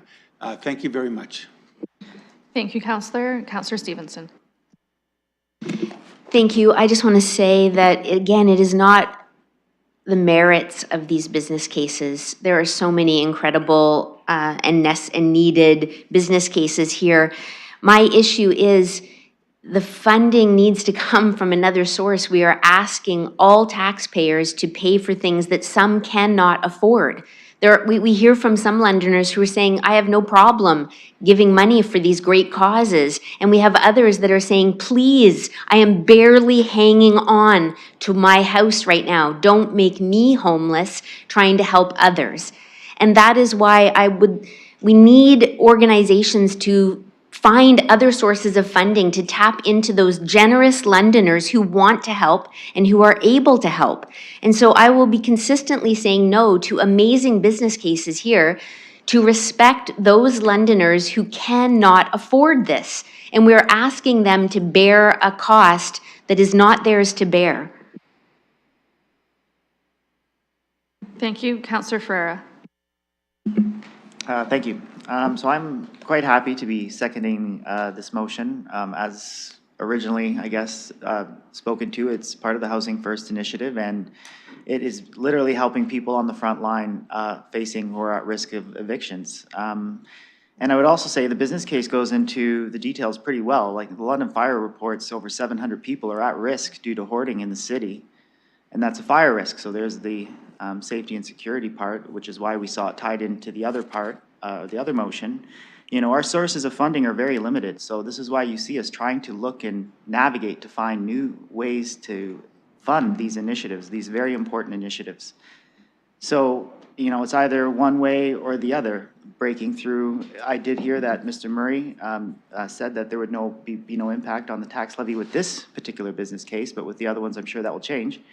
But this is what we're trying to do. We're trying to get these initiatives in here so we can have some balance, so we can provide the services that our strategic plan has, the services that we all campaigned on. We need to do this.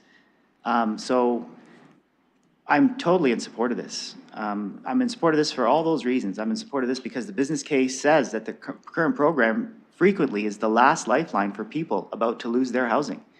This is what it's all about right here. So I'm for this 100%. I'm for this because it is that last lifeline. I'm for this because it is there and it has shown to prevent fire and safety concerns, and it has prevented the potential loss of life. So I'm in full support, and I would ask you to do the same. Thank you. I would like to have me on the speakers list, but Councillor Hopkins is also on my speakers list. Would you time me and then I time you? Okay, perfect. So I'll hand the chair over to Councillor Hopkins. I have the chair and I have you on my list. Thank you, Ms. Presiding Officer. This was one of the business cases I was on the fence about.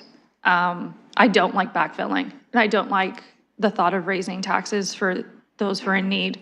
But a story from my ward is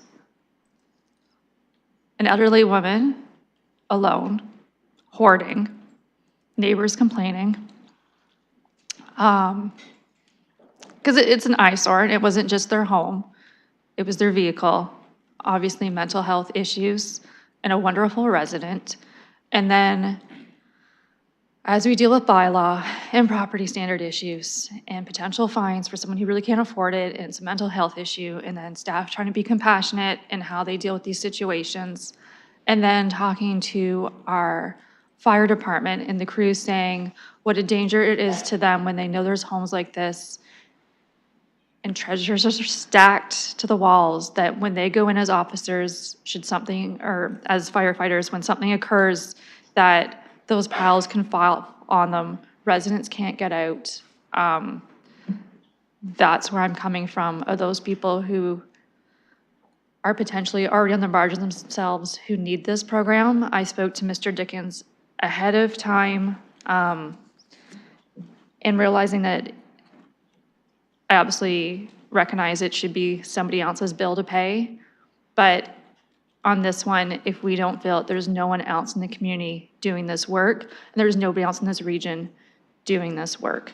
That's where I come with the concern. Already having dealt with some residents who have struggles, and that it brings those concerns to the neighborhood as well, in sometimes a very visible manner. As the community, and then residents ask, well, can't somebody do something to help them? We could. So for me, reluctantly, I'm a yes on this one, just realizing currently there's nowhere else to step up to do this program. I would ask staff, as always, to continue looking for those fundings, and as we advocate and community partners that could fill this space as nonprofits, I'm seeing head nods from Mr. Dickens that this one I am willing to step up on, just because I know the impact that it's had in some residents trying to stay housed within my ward as well. Madam Presiding Officer. I return the chair back to you. I am on the list and I have no one else. Okay, I'm going to recognize Councillor Hopkins, and then I believe I saw an indication from Councillor Frank. Thank you, Madam Chair. And just to follow up on your words, I appreciate the comments around other levels of government being responsible and stepping up to the plate. Unfortunately, they do have the power and the money, but as a city, we have the problem and we do have to deal with it. This is an opportunity. This demand is growing, but it's also an opportunity to support tenants to remain in their affordable housing and not be homeless. So this is something that I really would encourage all of us to support. Thank you, Councillor Frank. Thank you. I'll be supporting this amendment, although I would have preferred a different source of funding. But I will be supporting this for all the reasons already echoed. And to me, this is actually probably cheap. When you look at, it's going to prevent people from being displaced who are then going to become homeless, who are then going to potentially be using our services like police, like ambulance, like bylaw. We pay for all those things anyway. So I see this actually, what is it, the pound of prevention an ounce of prevention is worth a pound of the cure. I'm terrible at those. Sorry, everyone. But I see this as being a cost savings. It's an investment. It's going to keep 100 to 150 people housed every year. That is much cheaper than trying to find housing after somebody has already become, homeless or is trying to seek another affordable unit. So I'll be supportive of this. Thank you. Looking online to see if there's any councillors wishing to speak. Looking in chambers. Seeing none in both locations, calling the question.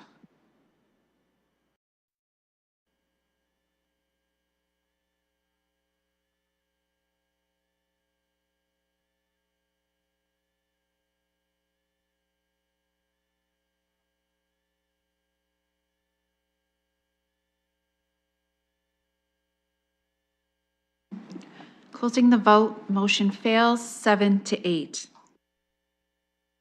Thank you. Councillor McAllister, you mentioned business case P16. Are you looking to move that at this time? I see a nod. Councillor Ferrer, you're looking to be the second? I'd be happy to second it, but I think there might be some other councilors who would also want to second it. Okay, so it's nice that we share. I will second it, thanks. Okay. So Councillor McAllister, just as we get the item ready, I will need you to read it out to make sure we have the correct writing in the system. Thank you, and through the chair. I did actually have Councillor Frank as the seconder on the motion. Anyways, I will read out the motion. That the Mayor's 2024-2027 multi-year budget be amended to include business case P16, the Housing Stability Bank expansion.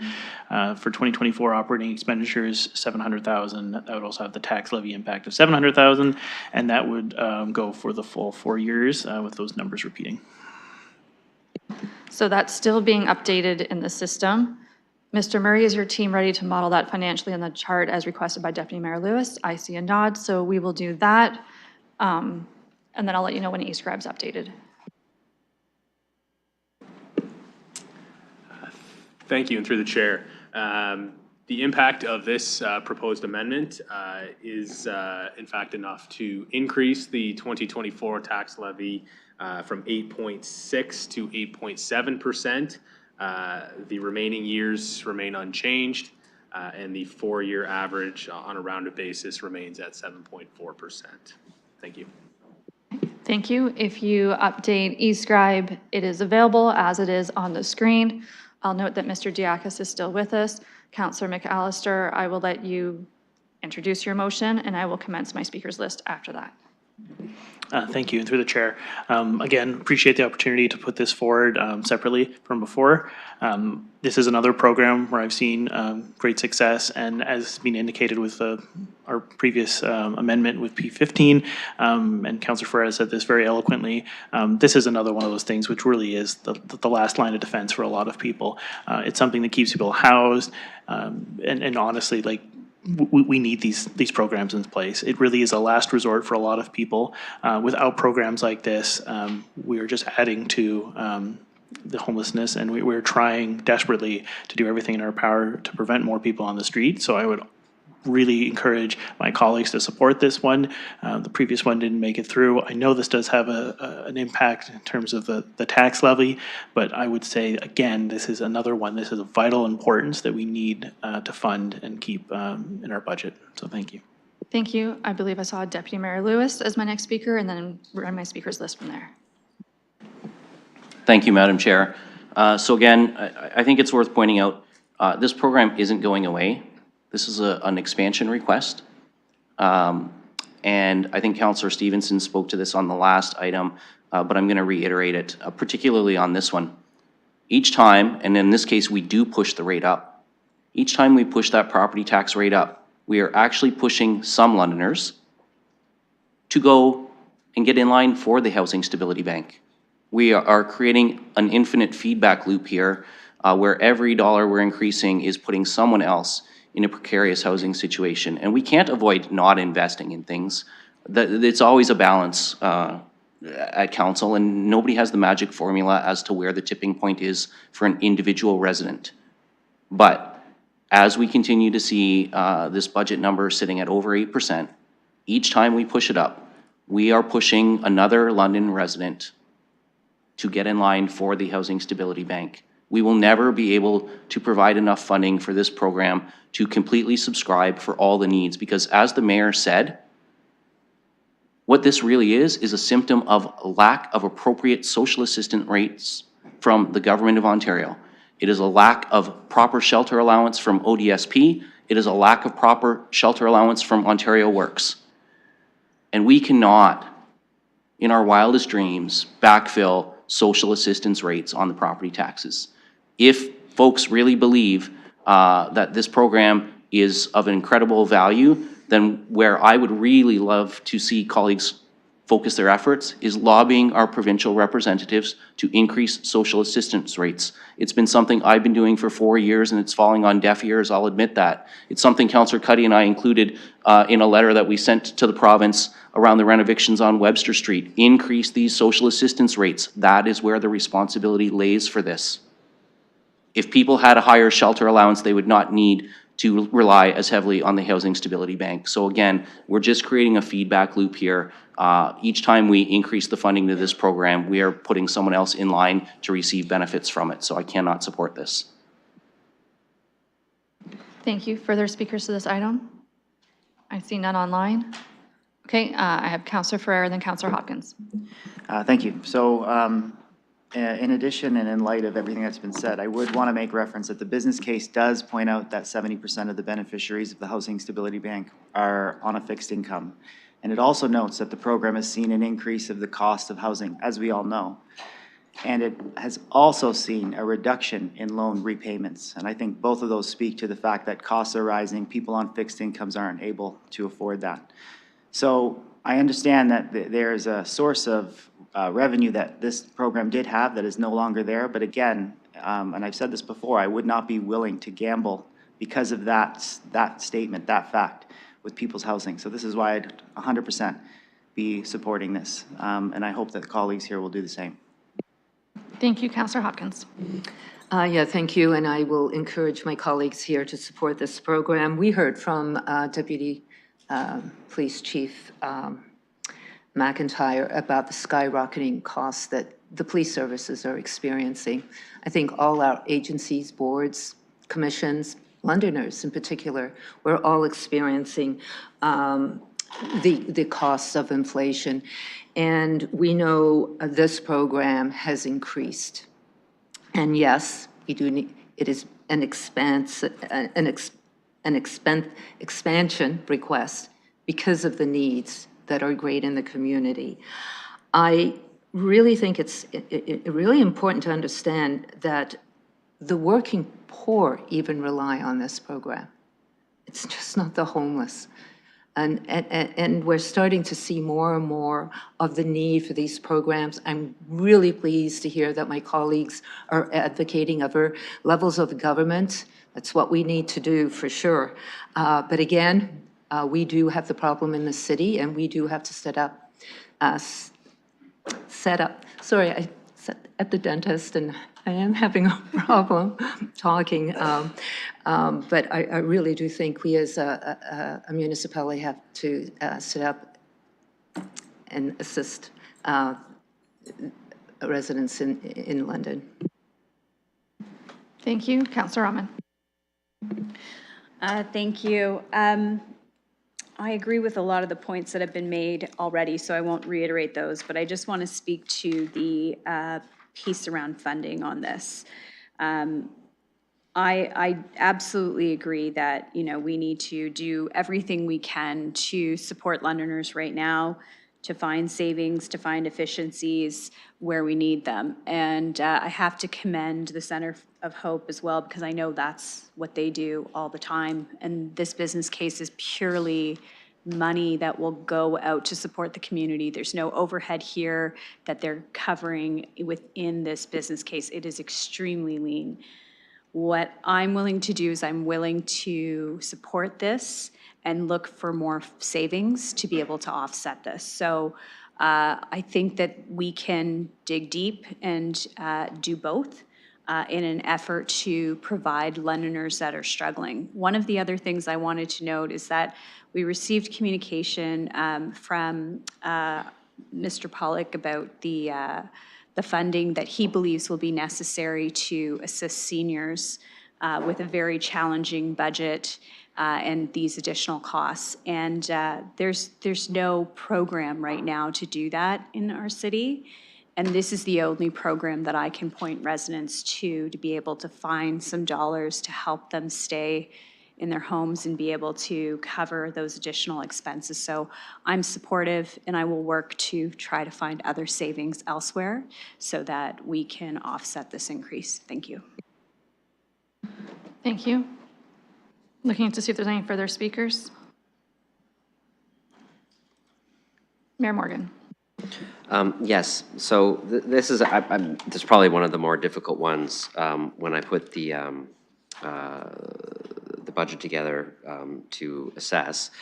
And one of the challenges I have with this is like this is for sure something that the province should be doing better on. Like the way that we funded this in the past when we moved to some granting programs through the COVID pandemic was through social services relief funding that the province put forward.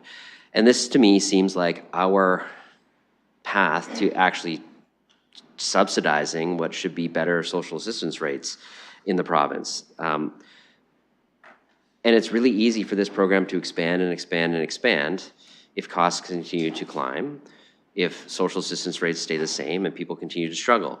And as you can see what's happening over time, a program that was meant to be interest-free loans starts to shift towards grants because people aren't able to pay. It's essentially becoming the social assistance program for the province of Ontario plus this.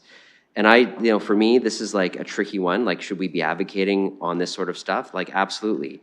Do we put 1.3 million annually into this? Like, yes, we do. That's a significant amount for us to be stepping into this space and saying this is important. But I just see the expansion of this program, despite the fact that it will help very specific individuals in our community, as us just continuing to take a bigger piece of a pie that is the province's problem to fix. And so this one I left out because it's a difficult space on where to draw the line. You know, should it be 1.3 million? Should we raise it to 2? Next year, should we raise it to 2.5 or 3? Because, you know, until things get better from a cost perspective, or until the province actually gives people enough money to live and sustain themselves, you know, this could be like an endless place where we continue to drive money in until, you know, we become part of the general social assistance program in our city with Province Plus City of London benefits. And so for me, like, I think every councillor will want to draw the line a different place in this. For me, I drew it at, we spend 1.3 million now. Yes, there's a need. Yes, there'll probably be another growing need and another growing need.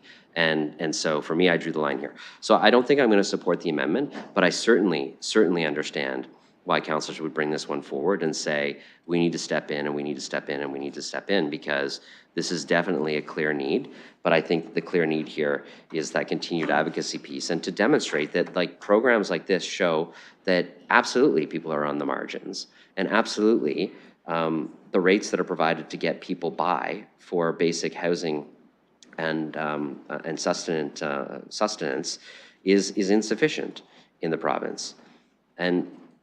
And it's a problem that is not going to go away until it's solved by the province. It will just continue to grow. Unless there's some magical thing that will happen where food, fuel, and cost of living will all go down in the future. And we know that that is not, tends to be the case unless there's a significant recession or something like that. So for me, again, I respect that colleagues will draw the line in different spaces on this. I think this debate is one that I kind of expected us to have, but I don't think I'm going to support the amendment. I think 1.3 million is something we should continue to do, but we should not in any way let this stop our advocacy on expressing the dire situation that continues to grow for people on the margins of being able to keep housing, being able to feed their families. And again, this treads right into our health and homelessness work about people who've fallen on the other side of that line and the work we're doing there. So this is part of that larger whole of government approach, I think, that we need to take. We're doing a part here. We can't do all of it, unfortunately. Counselor Pribble. Thank you, and I would like to thank and hats off to John Diakis and his team for everything they are doing for our community, because they are doing a great job, no doubt, and we need them. Having said that, this fund, and I agree with some of my colleagues, I do truly believe that this is part of our lobbying efforts and our success with higher levels of government. I will not be supporting this, and I just want to also add, I did receive quite a few calls regarding this case from citizens, and a lot of them, they thought that the 1.3 was, we took it down to 0, and this is the 700 ask, and we are not even approving that. So I just want to clear that no, that's not the case. This was in addition to the individuals that potentially thought that we were taking it down to 0. Thank you. Thank you. Thank you. Looking online for further. And then in chambers. Okay, currently my speakers list would conclude with Councillor Rahman. Thank you, and through you, I'm just wondering if the Center for Hope were to be in this similar situation they were faced this past year, where they ran out of funding at a certain point, what would be the mechanism for them to make us aware that they are out of funding? And is there an opportunity, like there was in the past, for them to come to CAPS to provide us with that information? And I guess a question operationally for them, would that mean that they would again have to put on pause for a number of weeks programming in order to be able to find resources again? Mr. Dickens or Mr. Cooper? Thank you, Chair. So the Housing Stability Services team meets on a monthly basis with the service providers or with the Housing Stability Bank. So as part of those monthly check-ins, we would start to get our notification of where the pressures were coming from and the demand and the uptake. There's a lot of monitoring that goes into this. So we would be notified as service manager through the service provider where there were issues, and then we, as we always do, we ask for continued forecasting throughout the year. So we were able to project where that demand will surpass the resources, and then work with the service provider on what that looks like. In previous years, they have met this financial pressure as well. They've faced it. We had some residual COVID funding available to be able to step in to support in different ways in that one-time funding. And as we always do, should provincial funding be made available, we always look to expense it first and hold back on the municipal contributions in all of our programs. Going to the province on this particular case, rent stability banks are an eligible cost under the homeless prevention program, so that we would likely see that reverted back to the municipal service manager to fund. We would just have to look at service reductions elsewhere if it were to be accommodated under HPP. Councillor? Thank you, I appreciate that. And so just to be clear, we were able to fund it previously because we had those additional dollars, but we don't now.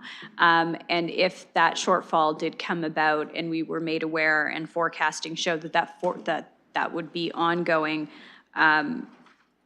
we would be notified of the pressure, but we wouldn't have any residual funds. It would be directed back to our current funding to be able to to be able to help. Mr. Dickens? Through the chair, so that is correct. We have the base funding, the 1.3 million as base funding through our budget. In previous years, when the demand had outpaced the resources, be it due to the pandemic, we had one-time dollars to draw on to assist in meeting that demand. As the demand will surpass the resources this go around, we would not have a source of funding. This program would not be able to meet the demands, and as Mr. Diakis indicated earlier, you would see their program have to cease accepting applications probably mid-year. Councillor? Thank you. Being that that's potentially mid-year, I think that also is a really important thing to consider. I will continue to support this and look for savings elsewhere. Thank you. Looking for further speakers? None online? None in chambers? Calling the question?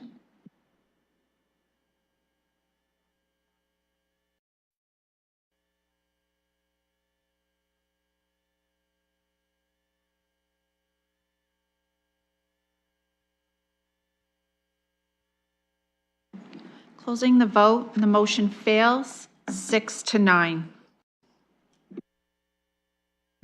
Thank you. That concludes that item. It is my intention to go back to the circulated amendments, which would be P36. This was a Councillor Rahman, seconded by Councillor Frank, Safe London and anti-racism related one. Councillor Rahman, would you be really ready to proceed with that one? Okay, I have a nod from Councillor Rahman. Councillor Frank has nodded and indicated their second. That it's already in eScribe, so if you refresh, and it's up on the screen already. So Councillor, if you want to introduce it, and then I will go to you as the first speaker if you wish. Thank you. The motion reads that the mayor's 2024 to 2027 multi-year budget be amended by reducing funding for business case number P36, Safe London and Anti-Racism, Anti-Oppression Action Plan to $125,000 annually. This would be a reduction in 2024 through 2027 of $58,000 operating expenditure and on the tax levy. Thank you. Thank you. I'll start my speakers list with you. Thank you, and through you. So first I want to start by saying I believe that there's some excellent work that's being done through city staff in our ARAO division. This is, in my opinion, a way for us to look at doing this work differently. And what prompted me to look into this a little bit further was conversations with a number of groups in the community that said that they felt that there was a good relationship amongst organizations to work wholly and collectively to find ways forward on the action plans that are proposed specifically, and I had initially wrote this amendment to read that ARO staff will be directed to work with community partners to ensure the community safety and well-being plan, Declaration of Intimate Partner Violence, and UN Safe Cities initiatives achieve action-oriented and impactful outcomes by co-creating programming and initiatives together using funding through a permanent operating fund. So the goal here is to use this money differently and to use the $125,000 to be able to co-create how they work together to create that impact so that it is action-oriented and it meets the objectives of the plan. And I think when you have willing partners that are saying, we're in this space, we do this work, it's a way to move forward without having permanent staff associated with the potential role and to still achieve those outcomes. So I appreciate the conversation with partners and the letter of support that was provided for the amendment from ANOVA, London Abused Women's Center, Changing Ways, Muslim Resource Center for Social Support and Integration, and Women's Rural Resource Center. These organizations do incredible work in our community.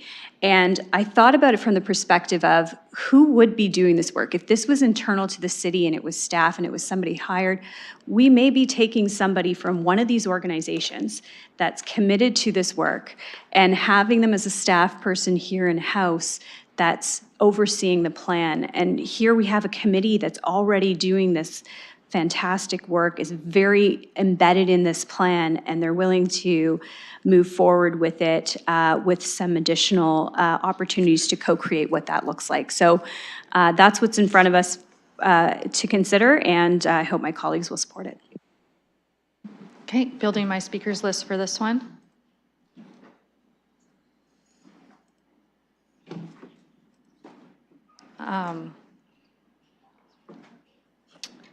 Okay, as chair then, I'm going to ask, and the councillor did read out their intention versus the motion that's on the floor. Just to staff operationally, how would you operationalize or prioritize items with this potential reduction that's before us? I think this is Ms. Livingston. Through you, Madam Chair, dealing with the reduction is one thing. that we can manage. If the direction is that we actually not have a staff person allocated to this work, then that has other implications. So that's not how I read the amendment. I read the amendment as it was a reduction to the allocation to support the work, but I'm hearing something different on the floor. To be clear, staff currently, through unfunded positions, play the backbone role to the Safe Cities work. They do the coordinating work in the community around the development of a gender equity and inclusion plan. So it is a staff function. They also do the work around implementing bystander training for city staff, which is done with a community partner. So managing the reduction is one thing, but if the direction is to not have a city staff person doing this work, that would mean we would cease to do those functions. We would work with community agencies, and if I understand the direction correctly, they would then take on those functions. I just want to be clear that there is no city staff resource to do that. I'll just go to the mover if they would like to make any comment. Thank you, and through you. I think that where again, the motion is written as it's written, but I think where there's opportunity and where I think it would have been helpful to have more dialogue is with the organizations that are in this space that are interested in working in collaboration to come up with whatever that strategy looks like. So again, I know we can't be operational on this, so it is a budget amendment so that we can look at different ways to do things, but how that then plays out with city staff and how they operationalize that, I know is in their hands. But again, I think it's the willingness from the partner agencies that are in this space to work collectively. These are programs that they have, that they work with the city on, that they've been involved with, that they've been co-chairs of. And I think that there's opportunity to continue that dialogue and move this forward. Thank you. Further speakers to this item? Looking online, seeing none. Looking in chambers, seeing none. Calling the question.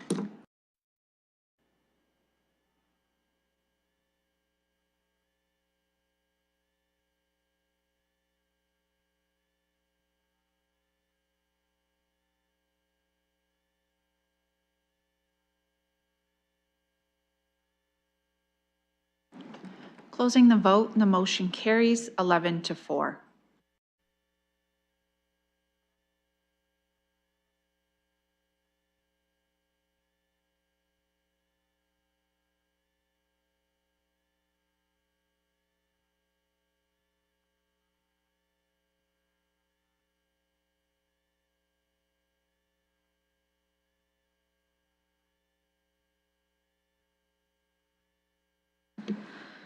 Okay, thank you. My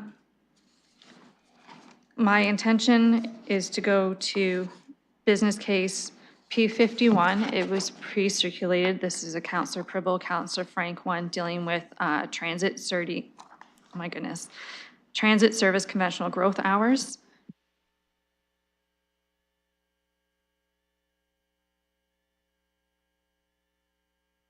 Okay, they are not currently online with us.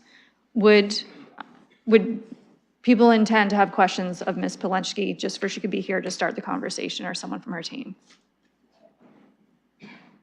Okay, I will also note procedurally that business case P51 was already discussed. The prior vote was for around $1.6 million. It failed on a vote of 7-8. Both the mover and seconder of this motion were on the side that did not win that vote. But as a chair, since now the numbers are up to 7.9 million, I'm viewing it to be materially different enough that we can proceed on this item. So looking to the mover and seconder, are you prepared to put this on the floor? Yes. Okay, so that's a yes from Councillor Pribble. Councillor Frank is nodding that she is indeed the seconder and willing to proceed at this time. Okay, it's just being copied and pasted into e-scribe at the moment. Counselor, I'm going to ask you to read out your motion, and then I will start my speakers list and recognize you if you wish to be the first one.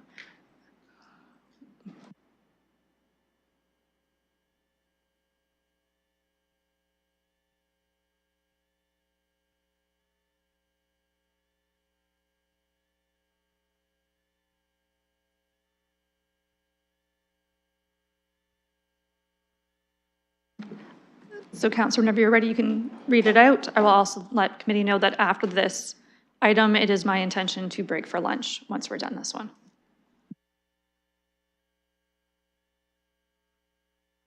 Okay, and Ms. Polensky is into the meeting now. So welcome, Ms. Polensky. Just let you know, Counselor Pribble and Counselor Frank have a motion. They're just about to read it out. We have not started discussion yet. So you are here for the very commencement of this item. Counselor Pribble. Somehow I don't have in the e-scribe, but I hope it's the same as I have on my laptop. That the mayor's 2024-27 multi-year budget be amended to include the revised conventional service hours for business case number P51, transit service conventional growth hours as approved by the London Transit Commission on January 31st, 2024 to provide for 18,000 hours of growth in each year by increasing funding as follows. 2024 operating expenditures, 1,646,600. 2024 tax levy, the same amount, 1,646,600. 2025 operating expenditures and 2025 tax levy, the same, 3,495,400. 2026 operating expenditures and tax levy, the same amount, 5,563,400. 2027 operating expenditures and tax levy, 7,913,600. Okay, thank you. I'll pause it there as there was the general request of Mr. Murray. Is your team ready to model this one before I start my speakers list with Counselor Pribble? Okay, please proceed.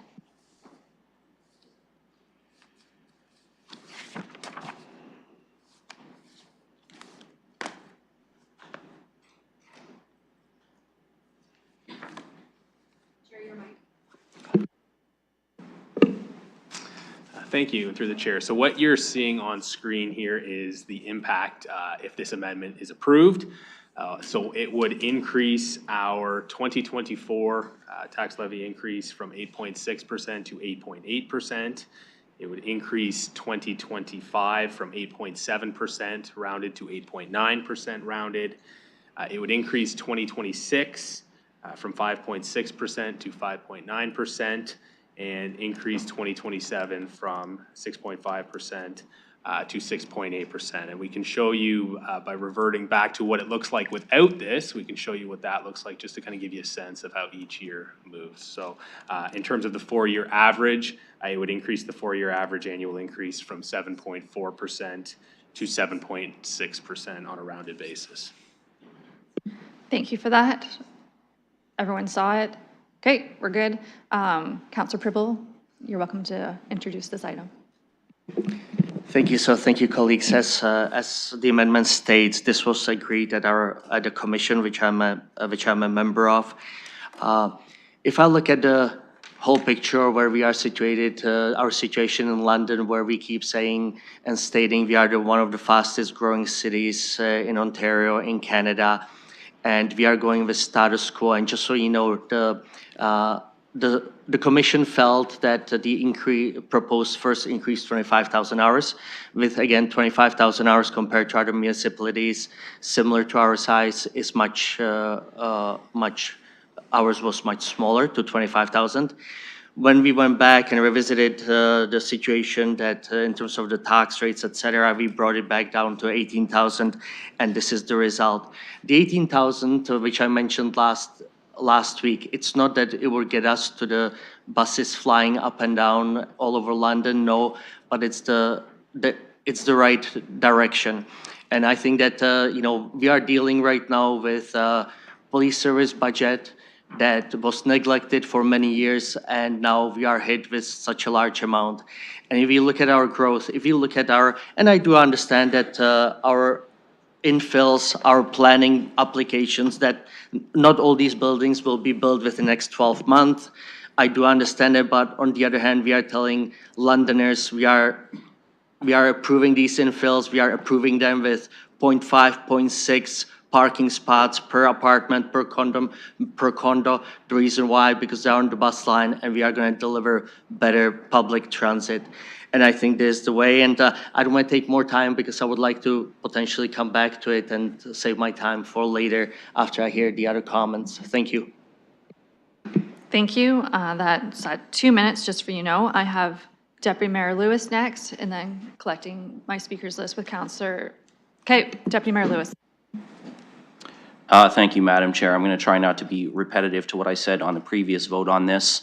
This is absolutely no. And yes, other municipalities have increased their hours greater because other municipalities' transit commissions have gotten funding through assessment growth.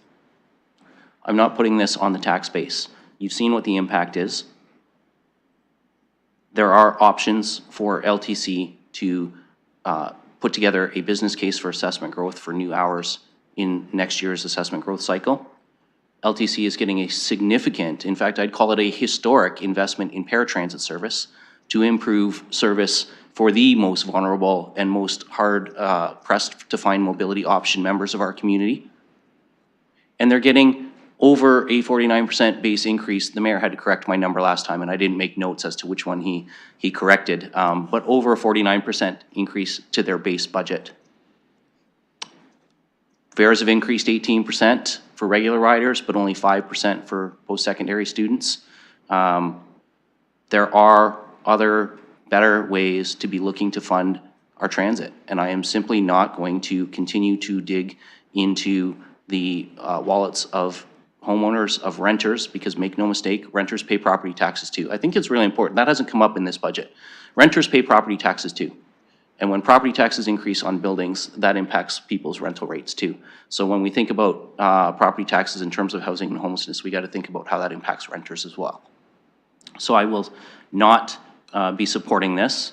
You know, the previous motion that was a slightly lower number and only one addition, I still opposed, although I was close to being maybe willing to consider something there from an alternate source of funding, but that didn't come up. So here we are with the full ask back on the floor, and this is an absolute no. Thank you. I like your precision with perhaps considering maybe. And yes, absolutely. A point that hasn't come up for Londoners watching, that regardless if you own or rent, you do pay property tax. Even if you are a student in housing, there's still property tax built into your rent. So it does affect everyone who is currently housed. I have Councillor Ferreira and then Councillor Frank. Thank you, and I'll be very, very brief. I'm very happy to see the two councillors bring this to the floor. I've said my piece again and again on this, but I would just point out that, you know, Londoners have definitely been standing up and speaking up on this one, this particular item. And I know that we've all heard it. So this is, we should give Londoners what they want on this one. So I would really urge everyone here to support this. This is a big need for the city, and I'd be very appreciative if you did support that. For bringing other ways for funding, I would invite that at any chance that I can get. If the councillor has an idea of how to support transit without dipping into the property tax base, please bring that to the table. I would love to collaborate and work with you on that. So as it stands now, because we don't have any other alternatives, I do believe that this is an essential need that we need right now. And as I said, Londoners have stood up and spoken on it. So we should give them this. Thank you, Councillor Frank. Thank you. I want to start off with a question through the chair to staff. I'm just hoping maybe staff could outline how much they think will be in the assessment growth bucket for this year and next year, and if we think the LTC will be able to access that funding, given that likely the police services and ambulance will also be dipping into that bucket, and if we think that there's going to be money available for LTC. Okay, just one moment. Ms. Barbone or Mr. Murray? Yeah, they just need a moment.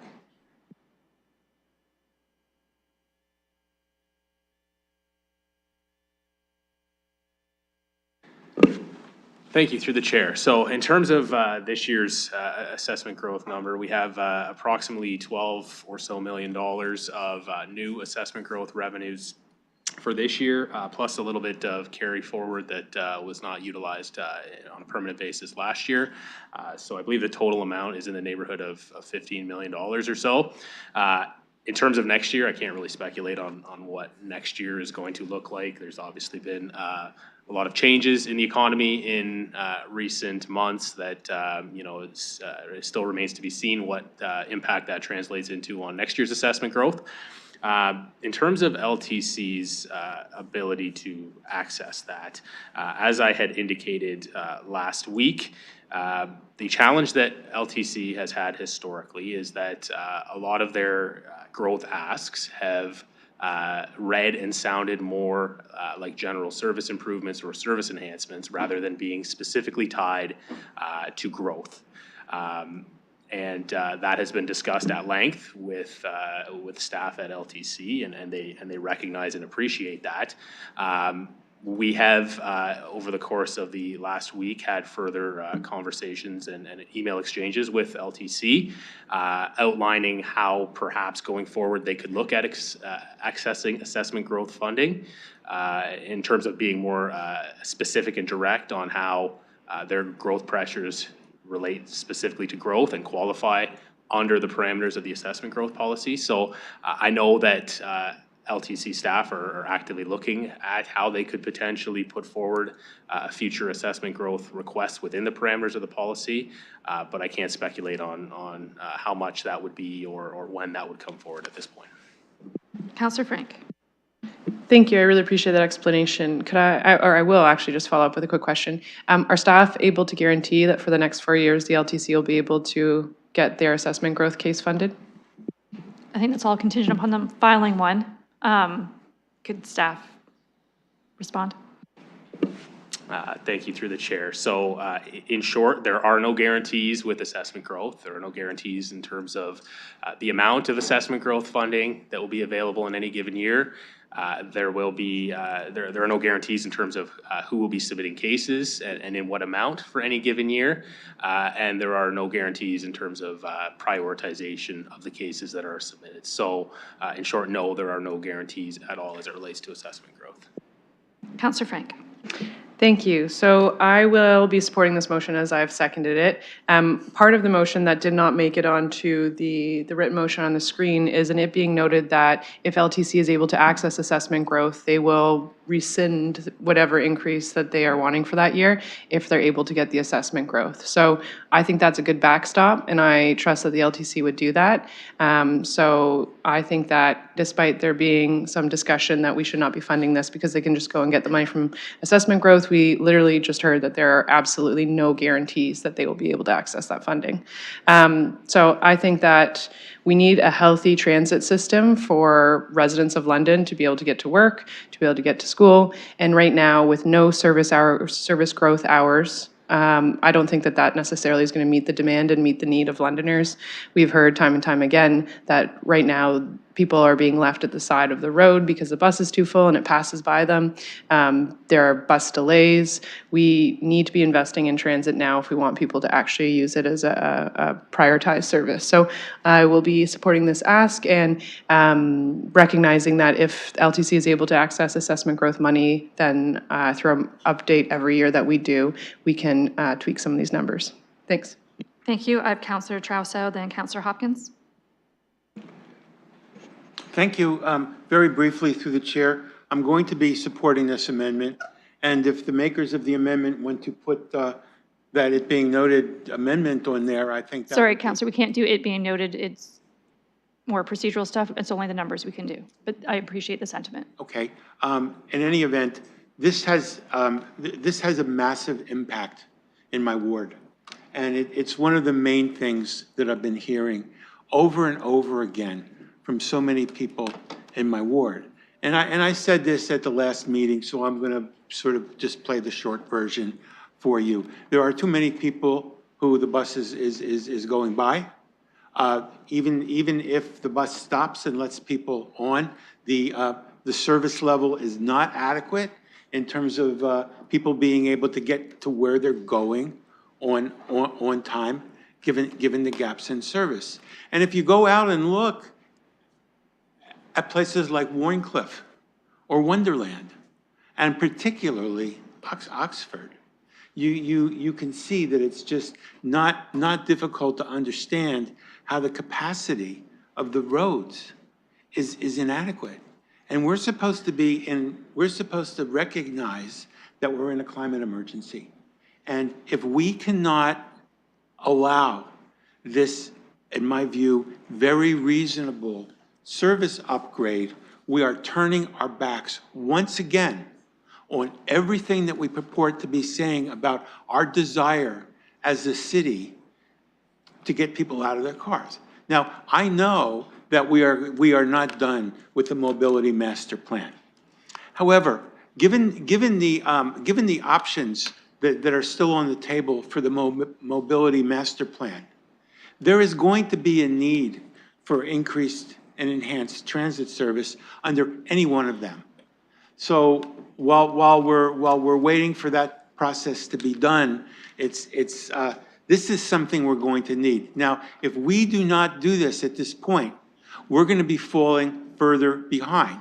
And if we continue to fall further behind, this is not just a question of people being inconvenienced. This is not just a question of people missing appointments or having to wait longer for a bus. It's going to be a question of people saying, you know, this is not reliable. And when I go to work late, my employer is not interested in hearing about the bus, or if I'm late for a class, or if I'm late for a lab. The teacher or the instructor or my supervisor is not interested in hearing my excuses. I'm supposed to understand as an employee and as a student and as a patient going to the hospital that I need to take this into account when I plan my day. We need to make this system more reliable, or it is going to continue to deteriorate and more people will be pushed into automobiles. And I hope that some of the people who give up on transit get pushed into walking or get pushed into cycling. But my worry is that that's not what's going to happen. So please, yes, I am speaking on behalf of my ward, but I'm also speaking on behalf of the entire city. I don't think my ward is the only place in London where transit riders or former transit riders or potential transit riders are saying, I just cannot risk. I can't risk being late. So please, please, please vote in favor of these amendments, and I certainly hope that we're able to reduce this later. And that's it. Thank you. Thank you. I have Councillor Hopkins and then Mayor Morgan. Yeah, thank you, Madam Chair. And I do have a couple questions, just following up on the assessment growth. And we heard from staff that there are no guarantees for LTC to take advantage of the growth. I'm kind of curious, who is able to use the assessment growth, just generally speaking, through you? Mr. Murray? Thank you, and through the chair. So any civic service areas or agencies, boards, and commissions that can make a growth case and a suitable growth case in alignment with the parameters of the policy are eligible to submit an assessment growth ask in any given year. Councillor Hopkins. Yeah, and I know we had a conversation about the police services. I would assume they would be part of that. Mr. Murray? That is correct, and police does annually submit assessment growth cases. Councillor Hopkins. Thank you for that. And I supported the amendment last time. I still think this amendment is quite reasonable. I represent Ward 9. It is all about growth and the challenges and opportunities that we need are great. We need other ways of moving around. I know through the pandemic, many new residents to London have moved into Ward 9 from the GTA area, Ontario, across Canada, even internationally, and they cannot believe our transit and how inadequate it is to move around. So I am going to be supporting this again. I think it's really, really important. If we don't have these services that are needed, we will be going backwards as a city. Thank you. I have Mayor Morgan, and then Councillor Van Merbergen, and then Councillor Roman. Yes, I have a question for our staff. Mr. Murray's looking down, but he's probably going to need to look up. I'm just trying to understand the numbers in this case. So when I look at the original conventional expansion case, which was getting 25,000 more hours per year, between 2024 and 2025, those hours got $27,600 more expensive, then $42,000 more expensive, then $72,000 more expensive to add them. When I look at this, it looks like 18,000 hours gets $202,000 more expensive, $219,000 more expensive, and $282,000 more expensive. So it seems to me like the numbers don't line up with the originals. I don't know if they scale differently, but this also, like, I don't understand why the 18,000 hours, when you add them in the second, third, and fourth year, are so much more, to a magnitude of, 8 or 9 times as much for 18,000 hours than for 25,000 hours when they went up year over year. I don't know if you understand what I'm asking, Mr. Murray, but I don't know if you have any additional information, or are these just numbers from the Transit Commission? And just for reference, what page number of the original budget document are you previewing? I'm looking at 649 in the original conventional case, where each year you're adding 25,000 hours, and I'm looking at the conventional line. And then I'm looking at the numbers on the screen here, and I just did the differences between them, right? So the first year, 18,000 hours is 1.64 million. The second year, it's 1.84 million, because you just do the math to subtract. So I don't know, I'm just trying to figure out what the difference is between the original case and this case. Thank you. Just the page number for reference for staff and those following along who have their copies. Mr. Murray or Ms. Barbone. Thank you, through the chair. So I will just say that the figures on page 649 that you're referring to are incremental costs, so they're not cumulative costs, just to be clear. In terms of the numbers that are specifically in this amendment, I would defer to perhaps Ms. Polechny. Those numbers, as I understand it, are direct from the Transit Commission, so they would probably be best able to comment on how they were derived. Thank you. Okay, Ms. Polechny, you're just coming on screen now. We can see you. If you want the question repeated, happy to do so. If you're prepared to answer, please go ahead. Thank you, Madam Chair.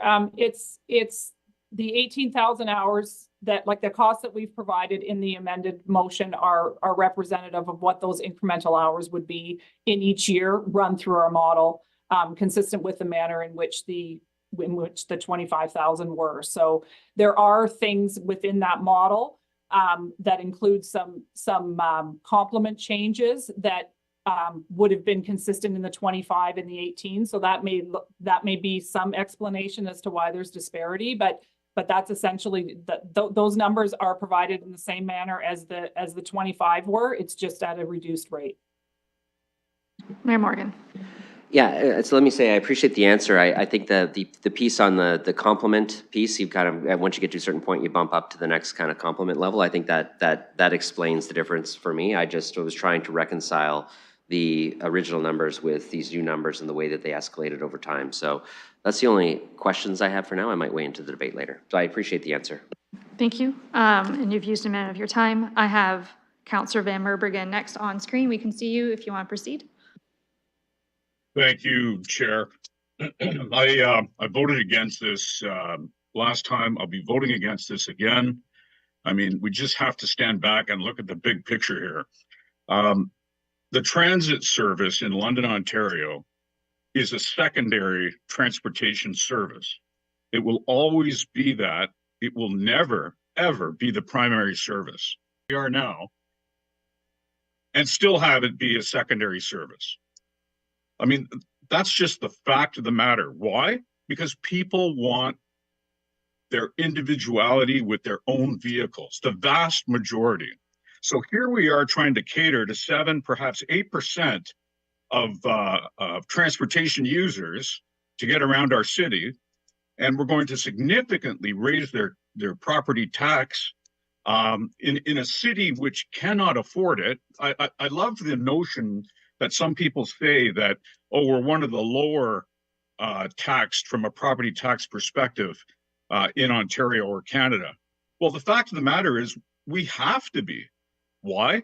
Because our median family income in London, Ontario is in the bottom third for all of Canada. We are not, by Canadian standards, a wealthy city. So there's an inability to pay. So if we truly want to be compassionate to the most number of Londoners as possible, we have to keep, wherever we can, the property tax down. Now, this has been truly difficult because we have had a big increase with the police, but we need that. We can't get around it.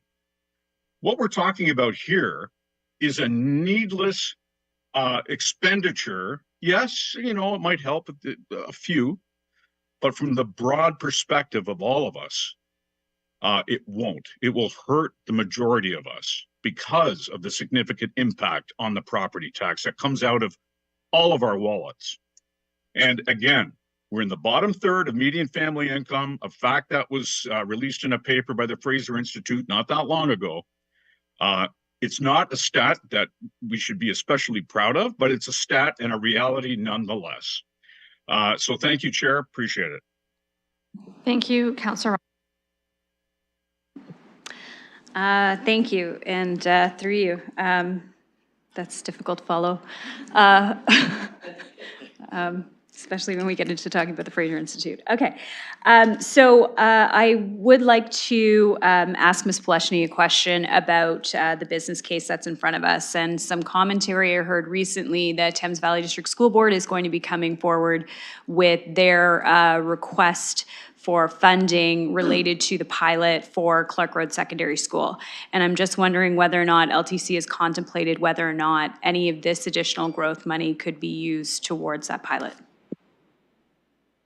Ms. Pleshny? Through the chair, this question certainly hasn't been posed formally to the commission. So speaking on behalf of the commission, they haven't formally considered. I can tell you that the hours that we're looking for are, as has been the discussion all morning, the hours we're looking for are to improve service levels on routes that are operating at excess capacity, specific to the ask that's coming from the school board, which is with respect to a pilot program at Clark Road. I can tell you that the routes serving the Clark Road High School between 6 a.m. and essentially 7 p.m. are operating in most cases at between 100 and 200% capacity. So initiating a program of that nature, essentially adding additional riders to services that are already operating. And when we say 200% capacity, what we mean is in addition to the 37 people sitting on the bus, there's another 40 that are standing. That's a bus that can't stop and pick up more people. So implementing a program to encourage more riders and put them on a service where we know there's a very good chance that buses will drive by them and not be able to pick them up is not, it's not good for the pilot program. So that would certainly be the discussion that I would be sharing with the commission when they were debating this. But traditionally, the commission does not underwrite fares for anyone. As council is aware, there are a number of subsidy programs that are in place that the city provides subsidy for. High school students is one right now that is a subsidized program, and the city provides the offset for that. So it's not something that traditionally the commission has got involved in terms of offsetting fares. But again, I can't speak formally on the commission's position at this time. Councillor Rahman. Thank you. I appreciate that. So my next question was with respect to, well, I will start by saying I'm appreciative that this was approved by the LTC commission, by the commission itself, and that's what's being put on the floor today by Councillors Purble and Councillor Frank. I did hear that there is a desire to come to council later on at some point around assessment growth. And there was some discussion as to whether or not the commission would then pull back on some of these numbers through an annual budget adjustment. I'm just wondering if you can confirm that that is truly, if the assessment growth was realized through those mechanisms later on, if this would then be adjusted. So is that question directed to me? Just Yes. Sorry, okay, please proceed. sorry about that. So, I mean, again, I can't speak formally on behalf of the commission with respect to future asks. What I can say is at the end of the day, I don't think the commission is really concerned with how the needs of the transit system are funded. It's just with respect to our ability to respond to the demand that we're seeing on the road today. I can say in the last 2 multi-year budget cycles, all of the transit growth was funded through assessment growth. So the commission's very familiar with that process. As Mr. Murray has spoken about, the guidelines around the use of assessment growth have been tightened up, and as a result of that, it's difficult for us to make a business case that meets all of that criteria. But that's not to say that we're certainly open to submitting business cases going forward. And if you know, if dollars can be reallocated, I'm sure the commission would be on side with that. Thank you, Councillor Rahman. Thank you. I appreciate that answer. You mentioned that the assessment growth process was tightened up and that perhaps too restrictive for applications earlier on. I'm just wondering, I know there's been some back and forth and some discussion on that. So I hope that that will be the case going forward, that LTC can apply for that. I generally want to support the growth of these hours, and I'm trying to find a path to do so that doesn't increase tax levy as much as we possibly can.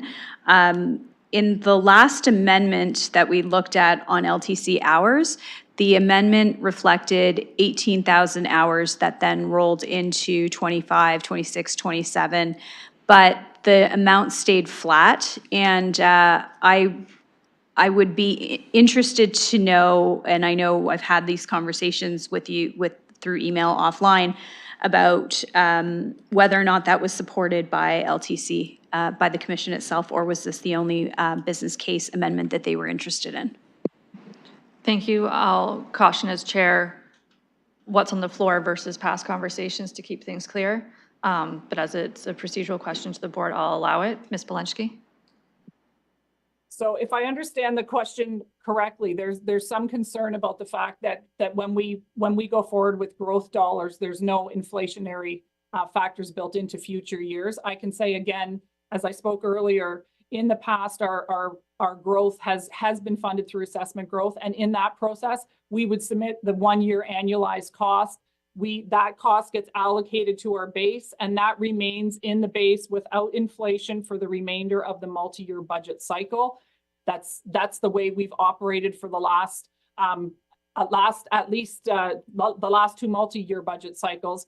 And there is no reduction in hours associated with that. Again, when we're looking at 18,000 hours on about the 700,000 that we've got in place right now, it's an incremental change, and the adjusted, inflationary factors that would impact that would be dealt with as part of our annual budget process. And in the past, as the commission has demonstrated, when we recost our budget each year with respect to inflationary factors, we've always been able to find any to be able to fund any shortfalls that would result from inflationary factors that aren't incorporated in that base budget allocation within our own means, and not having a need to come back to council.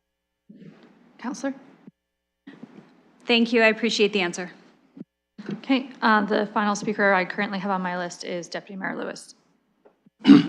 Thank you, Madam Chair. Mindful of the fact that I've already spoken on this once, I have a question for Ms. Pelechny, which relates to the capacity numbers that you're citing to us. And I'd like to understand how you are counting those numbers, and whether this is a capacity, when you talk about the routes that serve Clark Road, for example, and talking between 100 and 200, where exactly is that measurement coming from? Is that an average over the course of the entire route? Is that a point-in-time measurement at, say, Argyle Mall, or where's that number coming from? Because I honestly have to say, at 7:30 a.m. this morning, as I was having my coffee, the number 7 on Wavell was not even close to full, which would serve Clark Road secondary students on their way to class in the morning.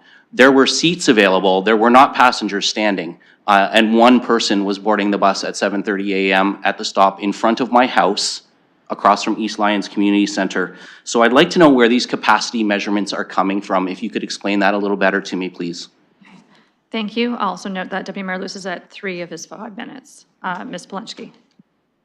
So through the chair, each of our buses is equipped with with automatic passenger counters, which essentially count people getting on the bus at the front door and people getting off the bus at the back door. That gives us average loads. We average those out by the hour, so it's not by, we have the data by stop, but when I was talking about is the average by hour.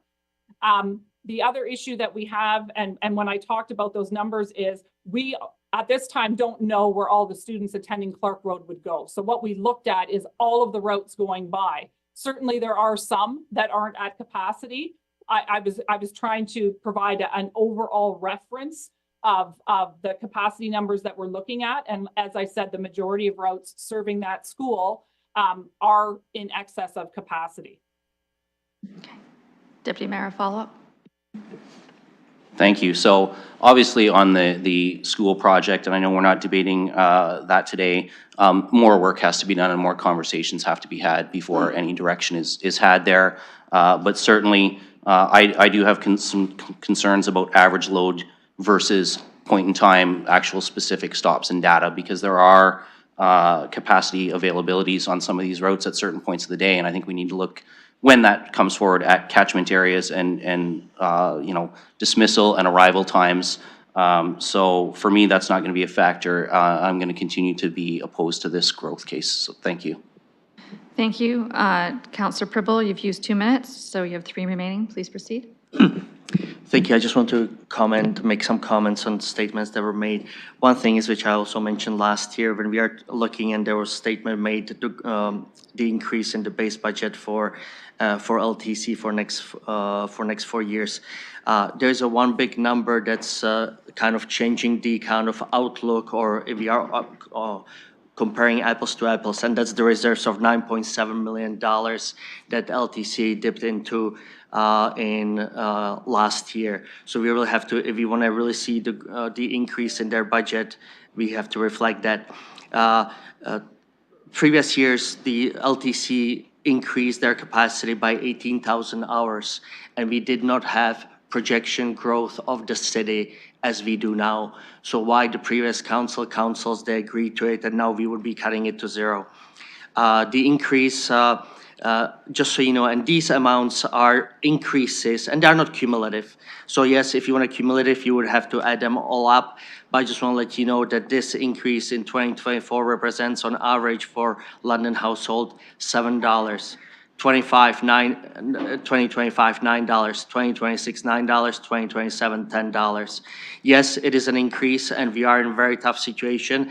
And I'm going to tell you, I wish we had, or potentially, if we do come up with different source of funding, great. But on the other hand, I do want to have a certain security that we provide these services to the Londoners.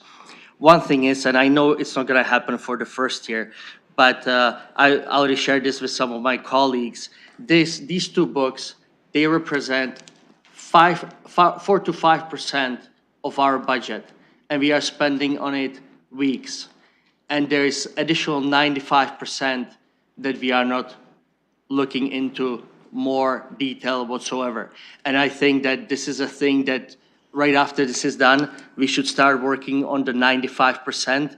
And looking at certain things that were done status quo for last years, and really truly revisit this. And I really certainly hope, I don't think we will be able to do that much for year 1, but I certainly think that if we go into the detail of the 95%, we can do. Okay, sorry, I'm just pausing it there. I have a parental privilege.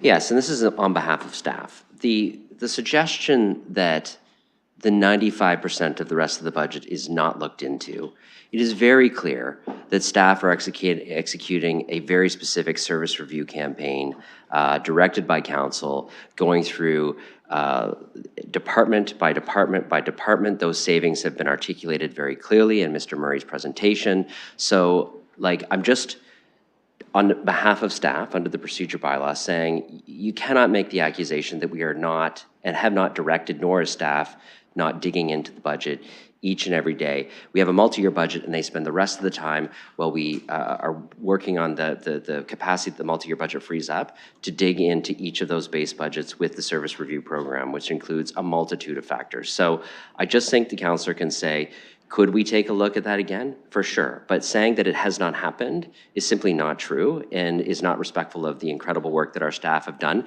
to find over $10 million of permanent savings per year in this multi-year budget. Thank you. Okay. Completely agree with the mayor's comment. The only thing is, I did say by us, my colleagues, and I addressed it to my colleagues. And no doubt that the staff does look into it, no doubt. Okay. And they presented it even last year. But going back to it, yes, it was addressed to my colleagues, not to the staff, as I clearly stated. Okay, then a potential different point of personal privilege that I'll raise of just, a lot of us have been digging into this as well and look forward to the multi-year updates. I'll leave it there and deemed it resolved, and you do have 40 seconds remaining of your speaking time.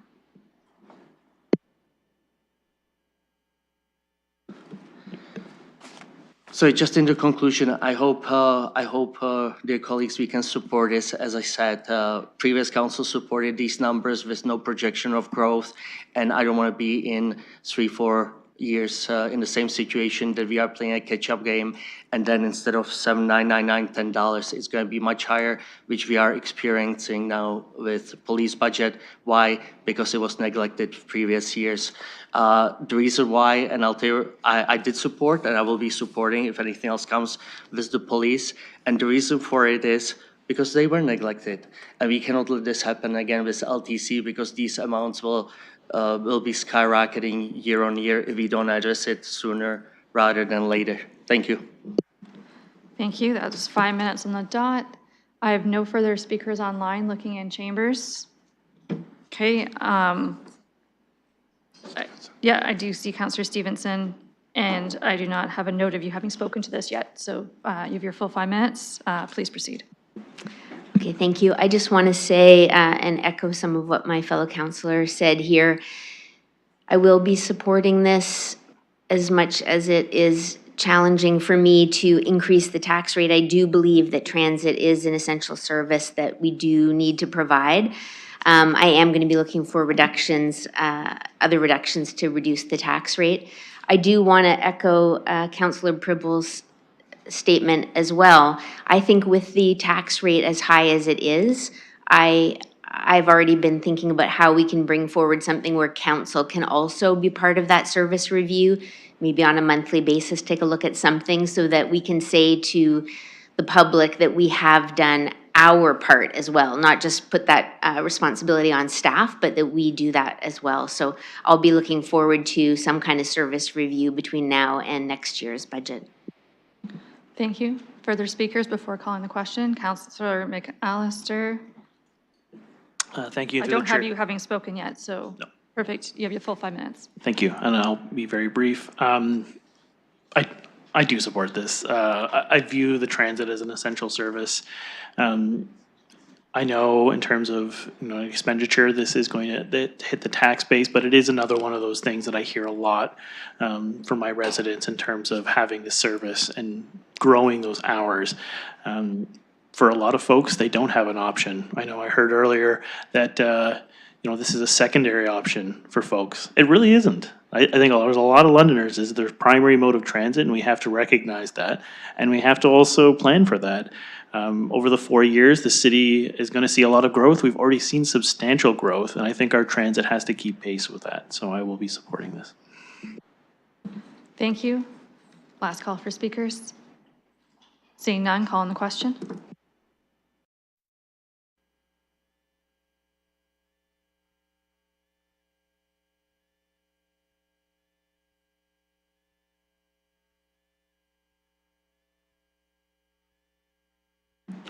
Closing the vote, and the motion carries 8-7.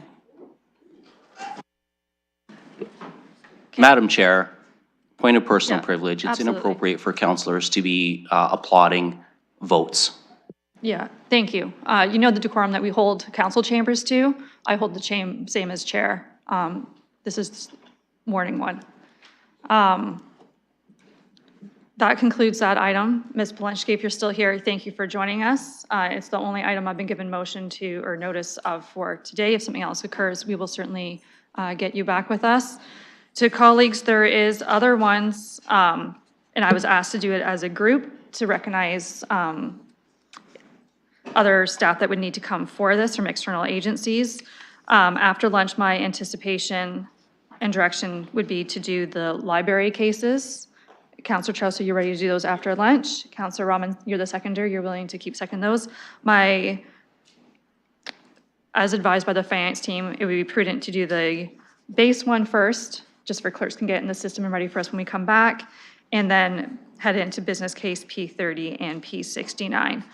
I assume you would like Mr. Ciccone to be available with us via Zoom or his means of, okay? So we'll queue him up, just to make sure that partners can be at the table. I did promise lunch. I would need a motion to recess for lunch in the duration in which you would like to recess for. Councillor Stevenson? Thank you. All motion we take a 30-minute lunch. Okay, I would need a seconder for that. Seconded by Deputy Mayor Lewis.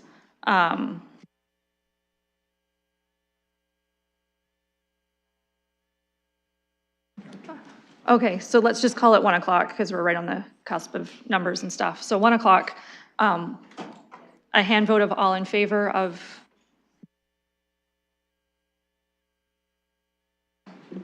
Motion carries. Okay, I will see you back in chambers for 1 o'clock. Thank you.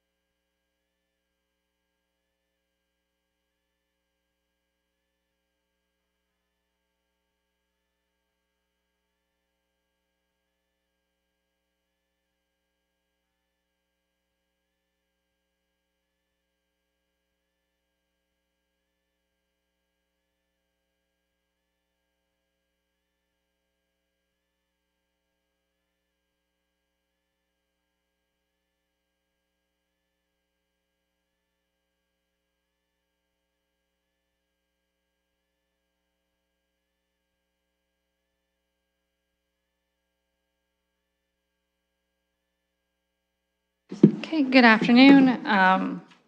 If colleagues online could just turn their screens on, so we can verify that you're here.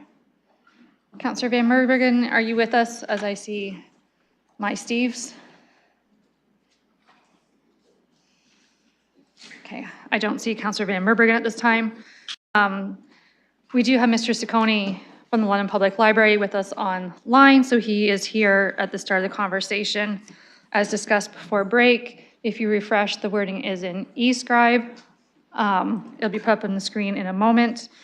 This is a case for a potential amendment for the London Library's base budget. I have a mover, Councillor Trousseau and Rahman. So I will turn it over to the councillor to read the motion out for everyone's information, and then I will start my speakers list. And if you would like to do the first one, just let me know.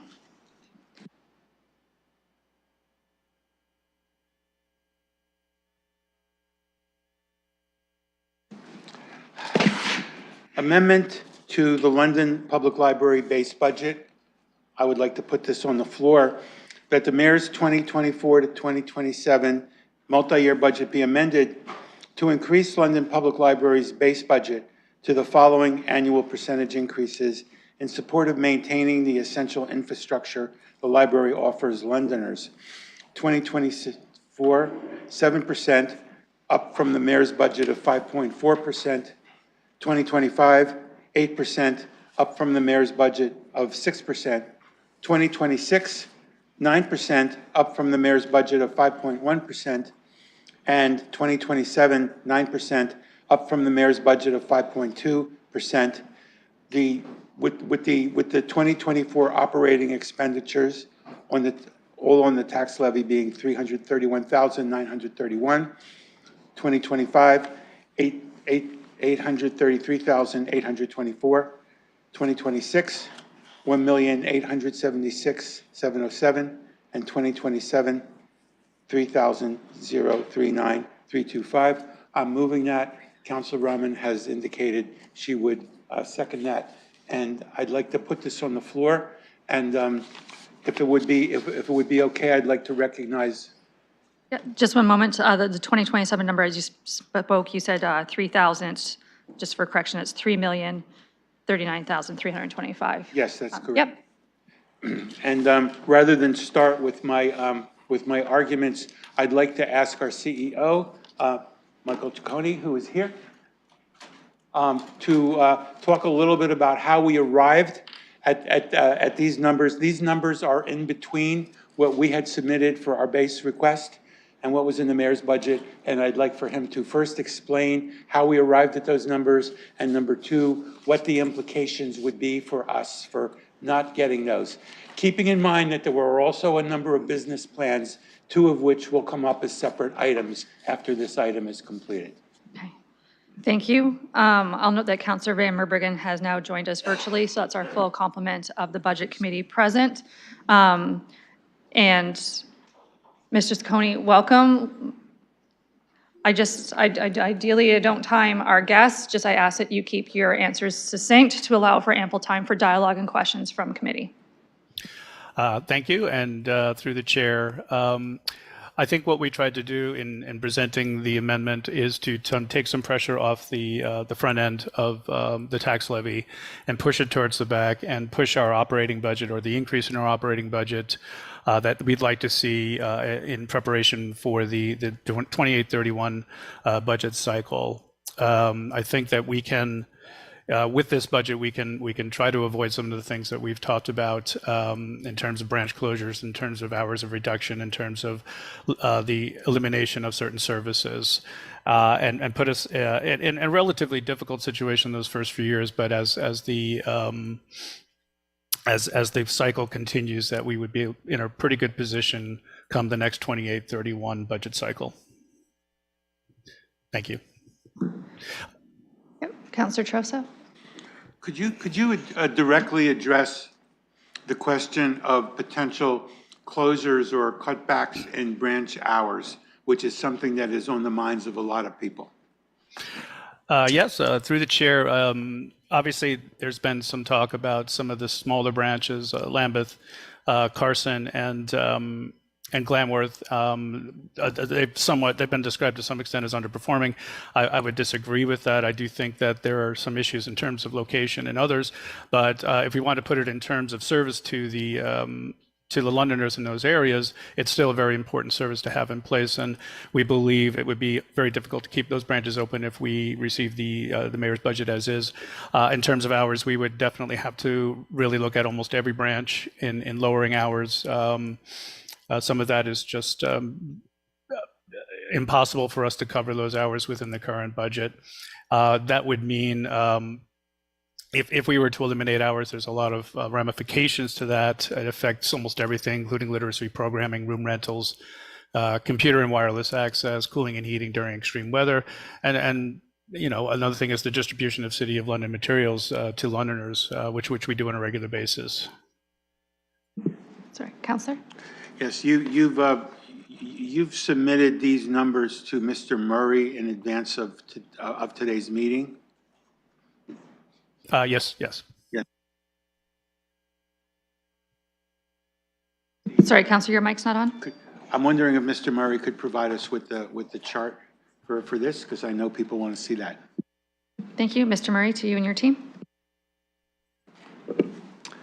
Thank you, through the chair. So in terms of the impact of this amendment to the library's base budget, the impact would be not enough in 2024 to change the 8.8%, at least on a rounded basis. So when I say there's no impact, just to clarify that it's not enough to move it on a rounded basis. So it remains at 8.8% to one decimal place. In 2025, the increase shifts from 8.9% up to 9%. In 2026, the tax levy increase goes from 5.9% to 6%. And in 2027, the tax levy increase goes from 6.8% to 6.9%. On a 4-year average basis, it does increase the 4-year average from 7.6% to 7.7%. Thank you. Councillor? The other question that I would have for the CEO is, could you briefly address the relationship between the base budget increase and what is going on with our capital expenditures? Because that previously was a business plan which we did not resubmit, and there might be some clarity that you could provide us in terms of what is going to happen with our capital program. Sorry, through the chair, I'll try to answer the question as best I can. Obviously, the difference between the two is well known. Our capital budget, the city was generous in giving us the first year, and the next 3 years would be pending our asset management plan. But in terms of the facilities themselves and the maintenance of the facilities and everything that goes into keeping the facilities looking good and clean and just presentable falls on our operating base, on our operating budget, and that is another area that we're going to struggle with without the operating base being increased. Thank you. For now, unless you have something else you'd like to add, I'd like to yield to hear comments and questions from my colleagues, and I'll reserve the rest of my time. Thank you. I don't generally recognize if there's something else you want to add. Just a point of question. So as the councillors ask their questions, if there's something else that you feel is pertinent in the end, we can certainly come back to you, as you did have ample time left. So this is moved and seconded. It's on the floor. My speakers list is looking to see who would like to be next. Okay, I see Councillor Ferreira. Thank you, Chair. And through you, if you just allow me, I do want to issue an apology before I... Sorry, I can't right now. No? Okay. Well, I'll hopefully be able to do that at some point. So my remarks for this one, obviously I'm happy that the councillors brought this to the table. I feel it's a reasonable request considering the urgent needs that the public library faces. We've seen it in a lot of news reports, and we have heard rumors leading up to this. And the last two items that kind of popped up aren't the only ones. But we've seen significant disruptions at our branches. We've seen the closure of the Beacock branch with the leaky roof having mold. We've seen similar issues with the Central branch, more leaks, staff having to bring garbage bins to catch the water and move books. And I feel that voting for this amendment on the budget would translate into our material support as council for the library institution. This is one of our most sacred institutions, and I bet the library has a story with everybody in this city. And I would also bet that I know that we all have stories with the public libraries ourselves. So basically, this highlights what our library system and the infrastructure that make it is what it is. They are locations of community gathering, and they are equal access, and they provide equal access for all. So I believe that libraries and our support for it, we are supporting basically these institutions that will provide strong and sustainable communities, and they enhance economic and business development, and they provide cultural diversity and inclusivity. And that facilitates civic pride and local identity. So because of that, I do think that this ask is very reasonable, and I'm hoping that we get support for that. And I do see that this is a big reduction on the first year alone. I believe it was 19% for the base budget in 2024 over 2023. So this is coming in at a reasonable ask just because we do need to get this financing for the library. So I hope that council approves that. Thank you. Just pausing your time. Deputy Mayor Lewis. Thank you, Madam Chair, and I'm going to be brief here. We've seen the impact. Tax rates hitting 9%. Tax rates overall going up. In 3 of the 4 years, we are seeing increases anywhere between 0.5% and 0.3%. So the answer for me is no. It's just that simple. Just as neighborhoods change over time and school boards, and I know there's a couple councillors who've served on a school board, and they know what a tough decision it is when an ARC recommends a school closure. But sometimes it has to happen. And the same is true with our London Public Libraries. Frankly, in my opinion, Glenworth should have been closed in 2010. It's time we review and determine whether some of these, and everybody has a story about a place. The same is true of public schools that were closed. People had stories to those spaces. People create new stories in new spaces too. Stony Brook didn't exist at one time. Bostwick Library didn't exist at one time. There are new libraries where new stories are being created. If that means some of the older branches have to close, then that is the tough decision that sometimes has to be made. We can't preserve everything forever. Thank you. Councillor Rahman. Thank you, and through you. I'm of the opinion that starving funding isn't the way to deal with or address issues around closures. I think if there's a policy decision that needs to be made, if there are closure considerations that need to be made, those are best had by the very capable people that we've put to serve on the library board. I just want to ask, if it's okay, a question of Mr. Ciccone. My question is, was this new proposal that's in front of us, was this vetted by the board? Did they review this proposal and were they supportive of what's in front of us today? Mr. Ciccone. Thank you for the question, and through the chair, the answer to all of your questions are yes. Okay, for clarity then, was it unanimous support or? Yes, it was. Okay, Councillor? To those that were at the meeting, I should say. Okay, and then just could you let us know what percentage of the board was at that meeting?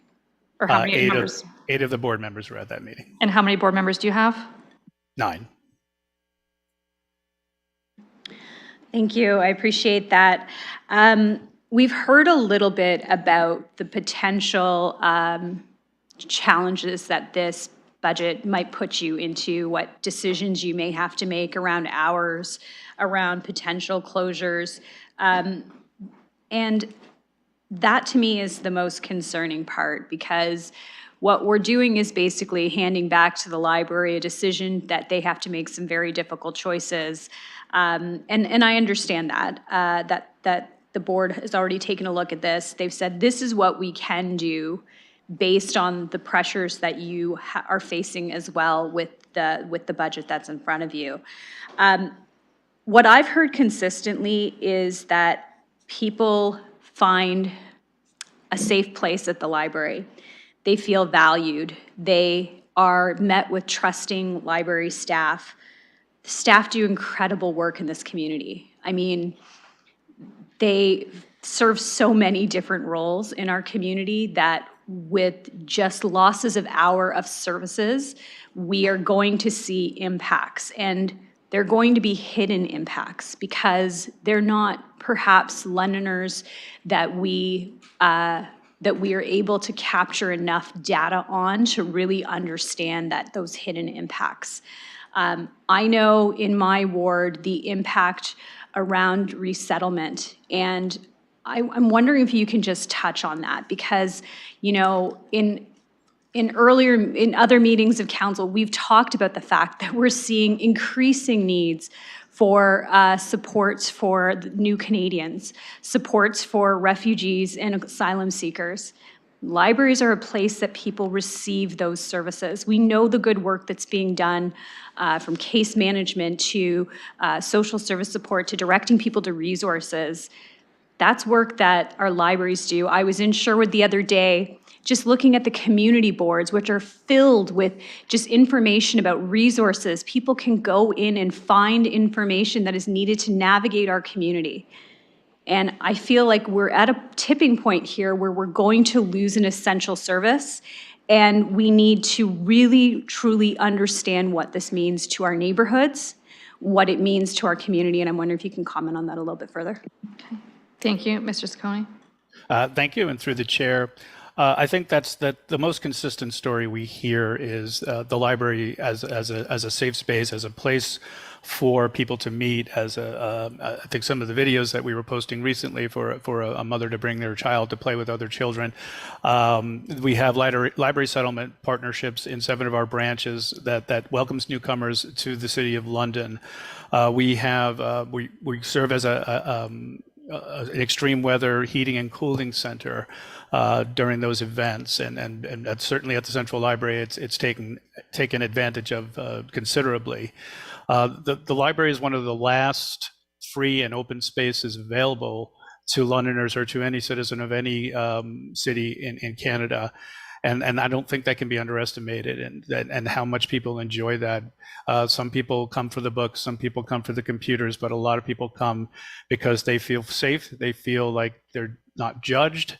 These are all things that have been consistent across libraries in the country, and it's no different in London. If by removing hours and closing branches, you're removing that part of the community, and that it's so important to a community. It's hard to measure. It's hard to, other than showing a video of somebody, a testimonial, but of course that doesn't ever compete with hard data.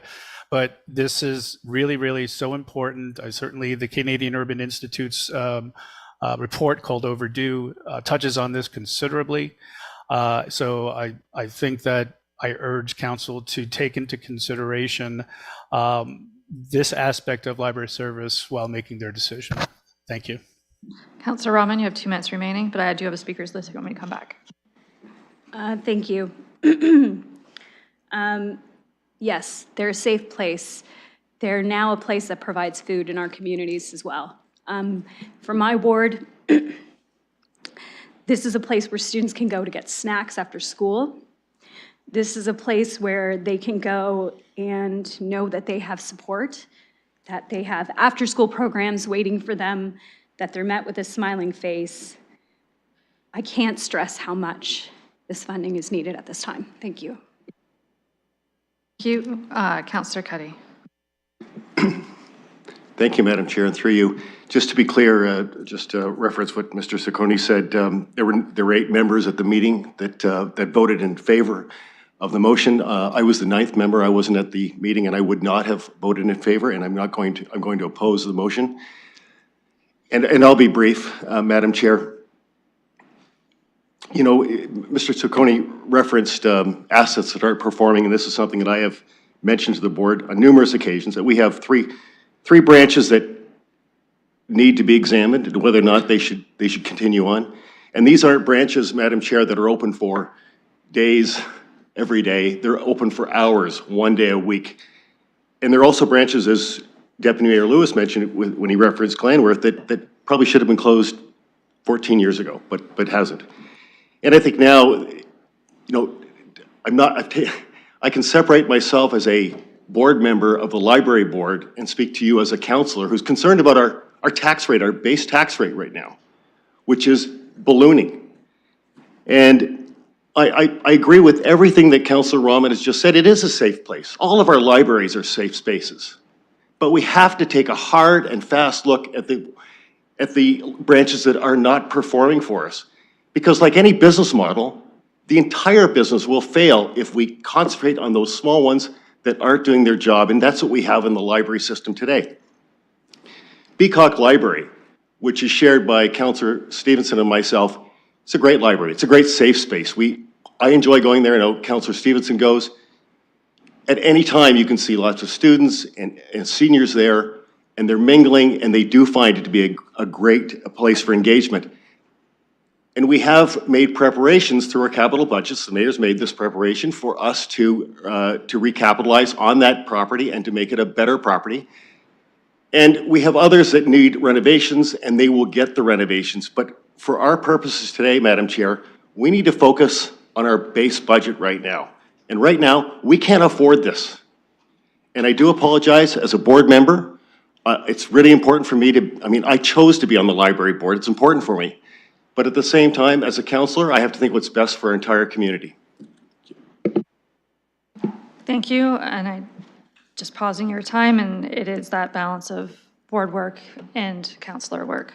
Next on my speakers list, I do have Councillor Hopkins, and if anyone else would like on, just let me know. Yeah, thank you, Madam Chair. And, I appreciate the comments that we can't afford that. We're all trying to find ways of reducing this tax burden. I find myself here, I feel like I've got a hat and I'm looking for some crumbs to be put into it, to have supports for homelessness housing, to have support for LTC, and now we are looking at libraries. I just find this very unfair, but I am going to do my best. And I'm going to start with asking a question through you, Madam Chair, to Mr. Ciccone about underperforming branches and exactly how is a library determined underperforming? I know the three that tend to be in question here are small branches. I know the one in my ward, Lambeth, is well used. I would never think it was underperforming. The way the community holds that library very dear to them and is well used. So I want to have a better understanding how the board and the possibilities, if this amendment is not supported, they will be on the chopping block. And so I need to have a better understanding, not just myself, but I need to be able to explain this to the community. Thank you. Mr. Ciccone? Thank you, through the chair. I think to Councillor Cuddy's point in terms of approaching it from a business standpoint, it's a simple case of return on investment of the usage, collections, people visiting the libraries, wireless use, computer use, and so on and so forth, the statistics that are easier to gather. What is not as easy to gather is what you're speaking to, Councillor Hopkins, and that's the use of the library in other ways, and the importance of it to the community that it serves.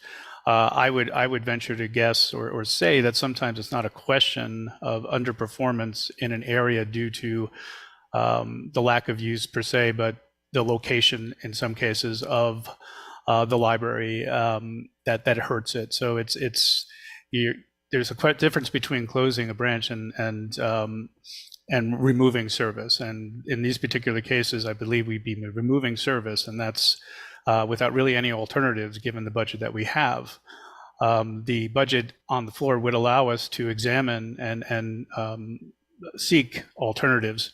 if indeed the decision was made to close the actual buildings themselves. So without this budget, we don't have many choices at all.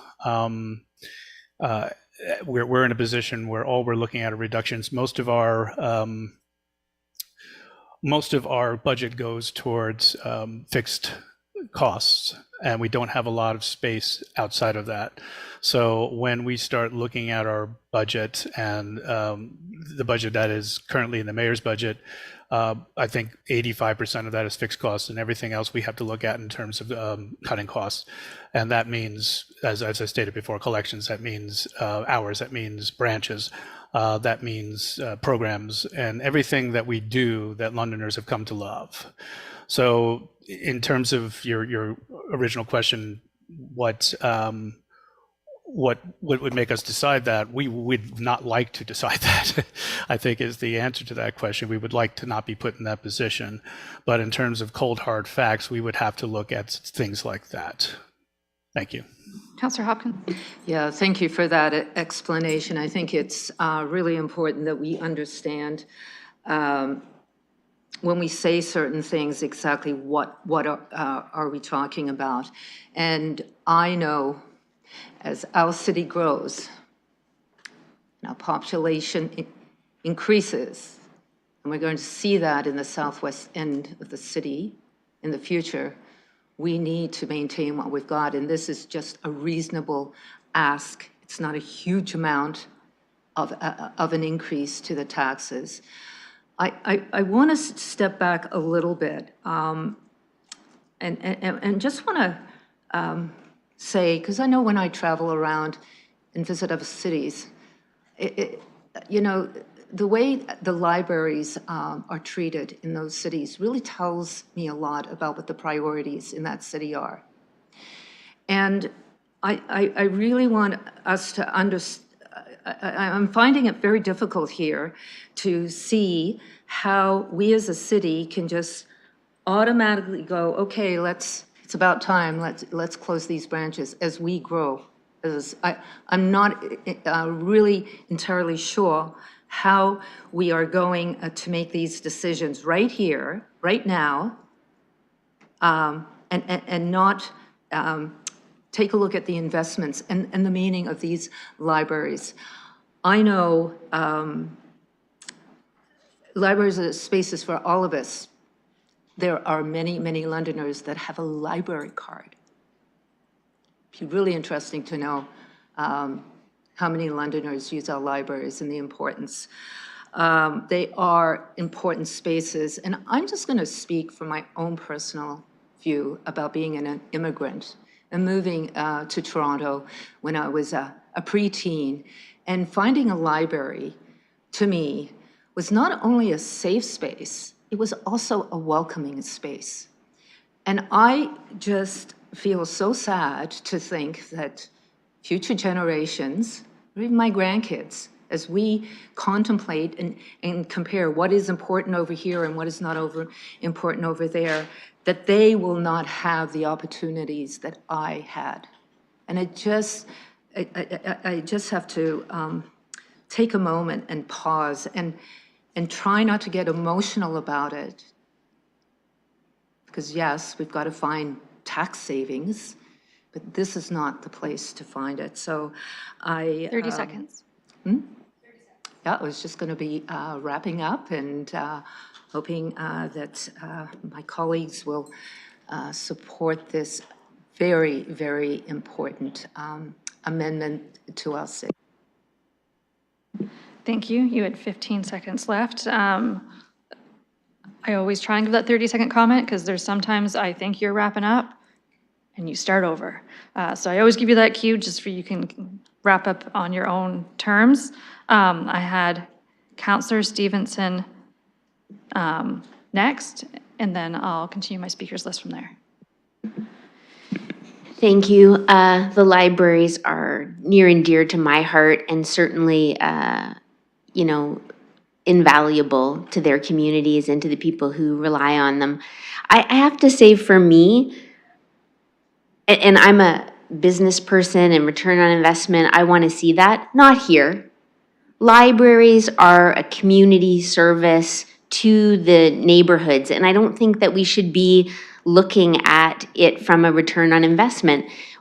These neighborhoods all deserve to have a place to go, and the fact, I must admit, I really, really dislike the talk of potentially closing the Carson Library, rather than the entire system bear the burden of the cuts. Why one particular area or a few, I can't speak to, they're different situations.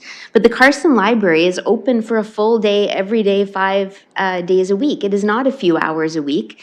It is a neighborhood that has been borne more than its fair share of the social services based on city council policies. And it's not a safe neighborhood to be walking around in. Hopefully the police budget is going to fix that or alleviate that along with our whole of community response. But I really dislike, and I will be fighting with everything I have to ensure that the Carson Library stays open for a neighborhood that has borne more than its fair share of BRT, construction, social service policies, and a variety of other things. So as much as I really, really support the library, I dislike the threat of closing branches based on return on investment calculations. And yeah, I wish there was more money for the libraries, and I will be seeking to find it. But at the moment, again, we got a tax rate that is really, really concerning to people. So it puts us in a difficult time. And I really request that the board, when they make their decisions, look at an equitable kind of sharing of the financial issues and not burden a neighborhood that has a lot of low income, is going to have more and more newcomers with CLCCs building. My heart, I ask you to please consider the neighborhoods and the incredible service that you provide, and not just, not just the finances on this. Thank you. Further speakers online or in chambers?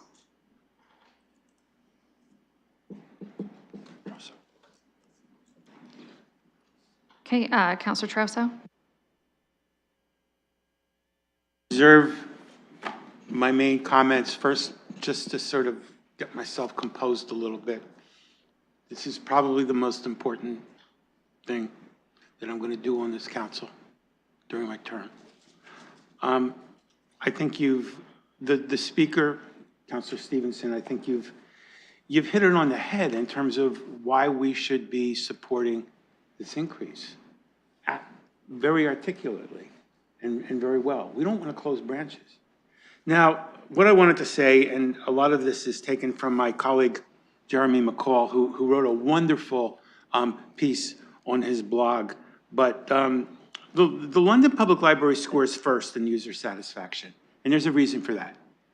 There's a reason for that. This is where people want to be, and it cuts across education level, it cuts across nationality, it cuts across everything. It cuts across neighborhood. Consistently, this is what people say they want to be spending their money for. And if we're going to be asking residents to increase their taxes, which we are, we need to be giving them something that they really, really like, and that's their libraries. Now, the most marginal members, I want to address the equity point here. The most marginal members of our community stand to lose the most if we do not get this money. This is an equity issue. This is a conciliation issue. It's an equity, conciliation, diversity issue, not because that's how libraries were drawn back in the 19th century, but in terms of how libraries have evolved into today's modern urban setting. Equity is a deserved pillar of our city. We've all agreed to that. And equity will be much harder to deliver on the ground to people, not through City Hall, but people walking around in their neighborhood or downtown and being able to go into this place where they're not expected to pay. They're not expected to buy things. They're just expected to go in there and be themselves and find their community. If the library budget is not increased at the level that we're asking for here, we will have to make some difficult decisions. And yes, I'm sorry to say that is going to involve things that we all want to avoid.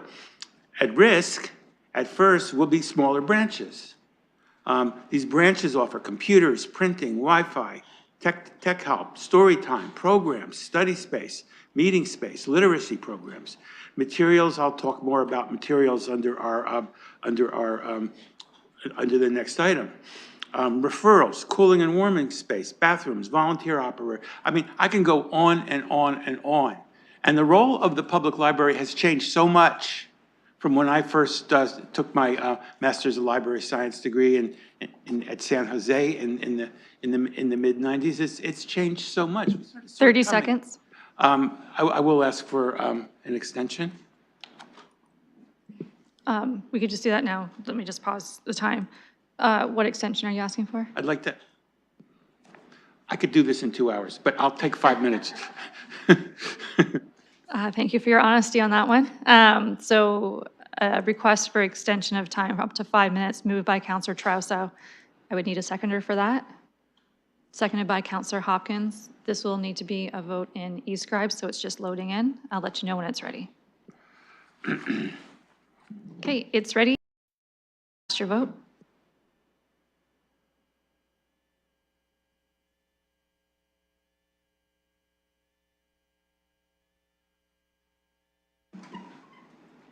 Closing the vote, the motion carries 10-5. Okay, so your 5 minutes commences now. Thank you.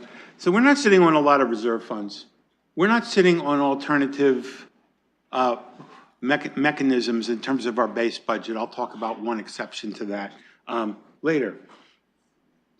We have to protect our staff. Our staff is our greatest treasure, our staff and our patrons.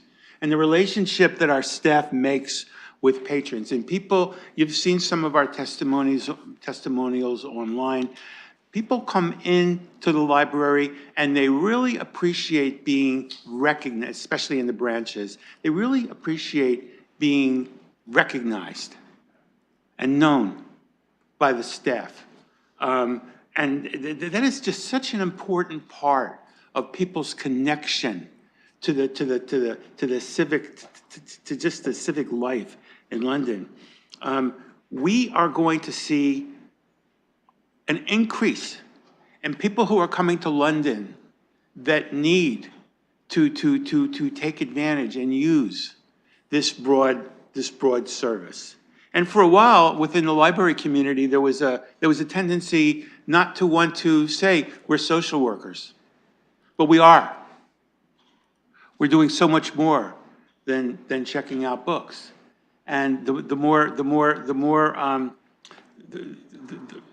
more a community is equity seeking, the more that's the case in the library. So our budget reflects a quality of service that we provide to our patrons. I use the word interchangeably because I spent many years working as a librarian.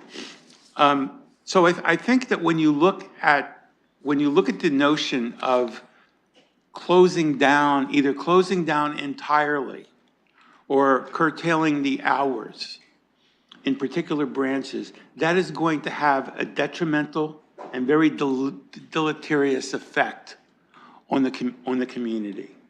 And I think most of you understand that. You're balancing that against our concern to find cost savings, but this is not the place to do it. This is not the place to save a percentage or two. If you value what the library currently offers,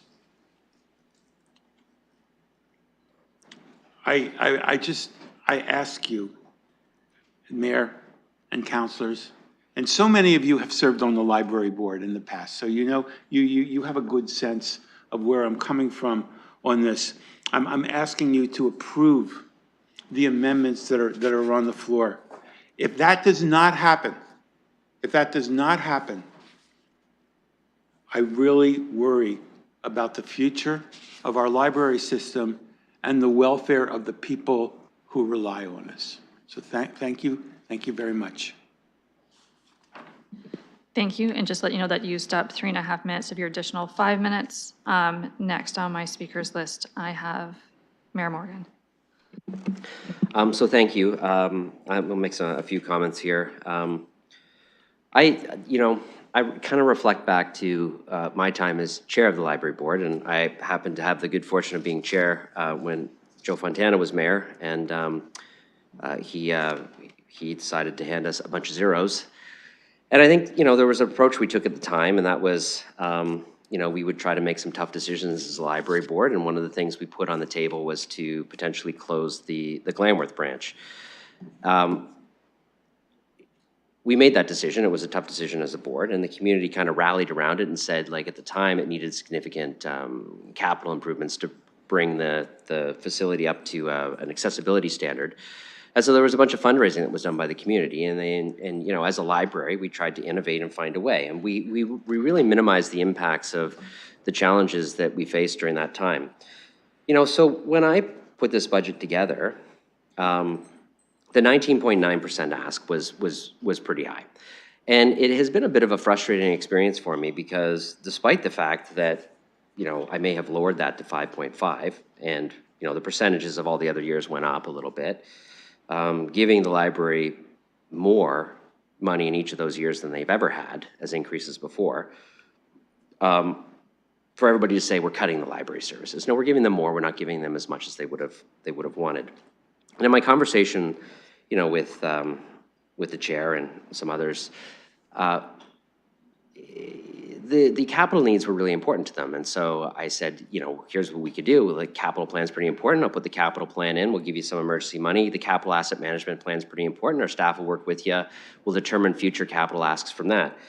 But the operating ask is really difficult. So I put it where I put it because, I tried to prioritize the investments there. So, it comes as, and one of the things that the chair said to me was, well, that's fine, we'll figure it out, right? And I say, hey, I was in that situation. I had to figure it out too. You guys will figure it out. Do what you can, try to find a path and a way. So it comes as a bit of a surprise to me when the next thing I hear is there's 3 branches, either potentially closing or significant service reductions. The comments that were just made by the councillor about the horrific impacts to the library system. So, this all seems to me like a little bit over the top, right? The London Public Library is not going to cease to exist if we don't give them exactly every single piece that they ask for in their budget. Now, what I have heard today is a backtracking from a position of branches are going to have to close immediately to, instead of the 5.5% we gave them in 2024, that if you go up another 1.5% to 7 or another 331,000, that there might be a way to start to look at things and find a way. So to me, it's nice to actually start to see some movement on thinking differently on this than perhaps has been put in form letters or on websites or web pages. And I honestly want to be a good partner with the library because I believe in the services. I mean, I served on the board for 8 years, and I know the great value there. I went to Books for Babies with pretty much all of my kids.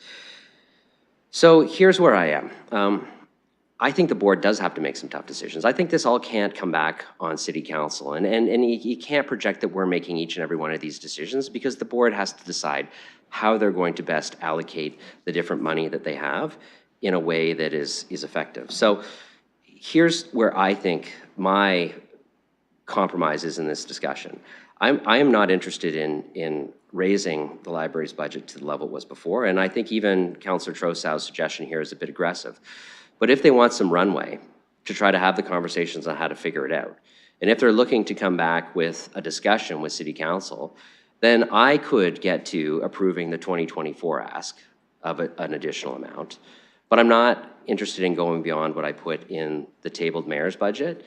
But I would entertain a conversation with the library in the subsequent year to see what their asks look like moving forward and where they have critical needs. But, so I know that's not the motion before us, but if the councillor was interested in dividing out just the 2024 piece, I'm probably supportive of that to give runway for the conversation. I'm not supportive of going immediately to the higher amounts in the other later half of the budget without knowing much more clearly how the board is going to try to be a little more creative. And I appreciate that they're now having those conversations because that was not what was indicated to me early on in this process.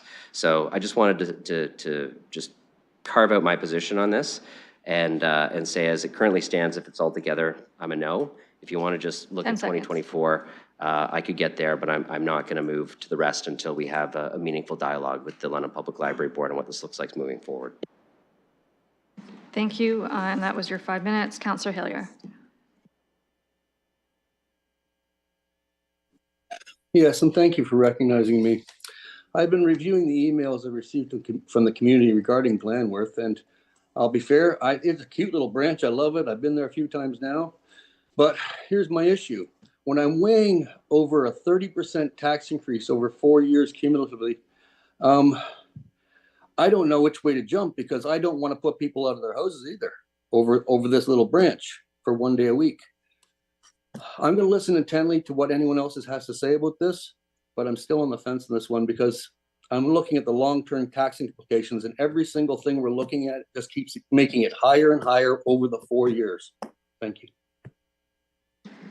Thank you. Sorry, just pausing the time there. So procedurally behind the scenes, we're working on some procedural type questions. Councillor Hopkins, can I ask you to take the chair just where I can make comment, and then I'll. Okay, and then I could look for further speakers because I had no one on my list at the moment, so I slid myself on. I've got the chair, and I have you, Madam Chair. Thank you. I am timing myself. So just chiming in on this one. Also, as a past library board member, a mom of three who've used the library for various needs, including borrowing driver's ed books, so just fair warning to Londoners as my kids are working on all that as well. And I do have the Jalna Library, which has many newcomer settlement services in the South London Community Center. Definitely a safe place. I will say publicly, in line with the mayor's comments, I too had conversations with staff and the board. In past years, council did go back to the boards and say, can you bring forward opportunities for savings? I would say that conversation took time away from decision-making, prolonged decision-making. And since we asked them to do it, not every agency board or commission did that. So it did not have the entire desired effect that council wished. We went this way. I was told that if we make our decisions, the board behind the scenes will do the work of a board, make the hard decisions, look at their books, prioritize things. And that's their operational things to do with the governance that they have. They have many branches. I know there's the asset management plan that's before all the agency boards and commissions that everyone's going through. That's why we saw some different elevator asks and things this year. I have concerns about the assets of the London Public Library, how things are being maintained. I question leaky roofs and books. As a museum conservator, these two things do not go hand in hand, and they close the doors to the public, and it is a public space that is well needed.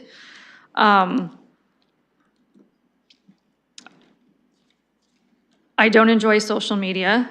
I tend to take it in versus creating content. And I have been following the posts of library board members. Sometimes I find half-truths in it, which doesn't please me as we're trying to have community conversations, especially as we talk about being a safe space. And I find those worrisome. Sometimes the members of the community write saying you need to support and increase the library funding. The mayor's already done that in the budget he did. The mayor's budget is the largest increase they potentially have ever seen in all the multi-year budgets.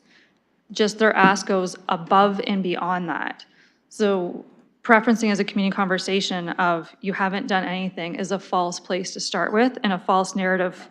So this isn't an ask above what was already in the mayor's budget. So those tend to be my comments of just a concern of what we're seeing in the community feedback as we get it, of misinformation, concerns over what I'm seeing from some library board members putting out in the public realm, and some of the things publicly being said, which was not in line with conversations behind the scenes. So I would not be doing my job if I didn't call those concerns out publicly as a counselor and as the budget chair. Thank you. That's 3.5 minutes of my speaking time, and I return my speaking time to the Councillor Hopkins. I'll return the chair back to you, and I have Councillor Rahman next. Or maybe not. I have no one on the speakers list then. Okay, that's okay. I have no one online at the moment, looking in chambers to see if anyone else would like on the speakers list, and indeed it is Councillor Rahman. Thank you, through you. I just wanted to ask a procedural question, if it's possible to split it, 2024 through the rest. Yep. Okay, the clerk can just speak to that. It is possible, just it's some number stuff behind the scenes. Thank you. Through the chair, we are trying to work on that as quickly as possible. The concern is the interrelationship between the various years. I don't know if Ms. Corman has had a chance to send that email. We are working as fast as we can behind the scenes. Okay, Councillor Rahman, are you satisfied with that for the moment, procedurally? Procedurally, yes, but I guess it'd be up to the mover if he wants to split.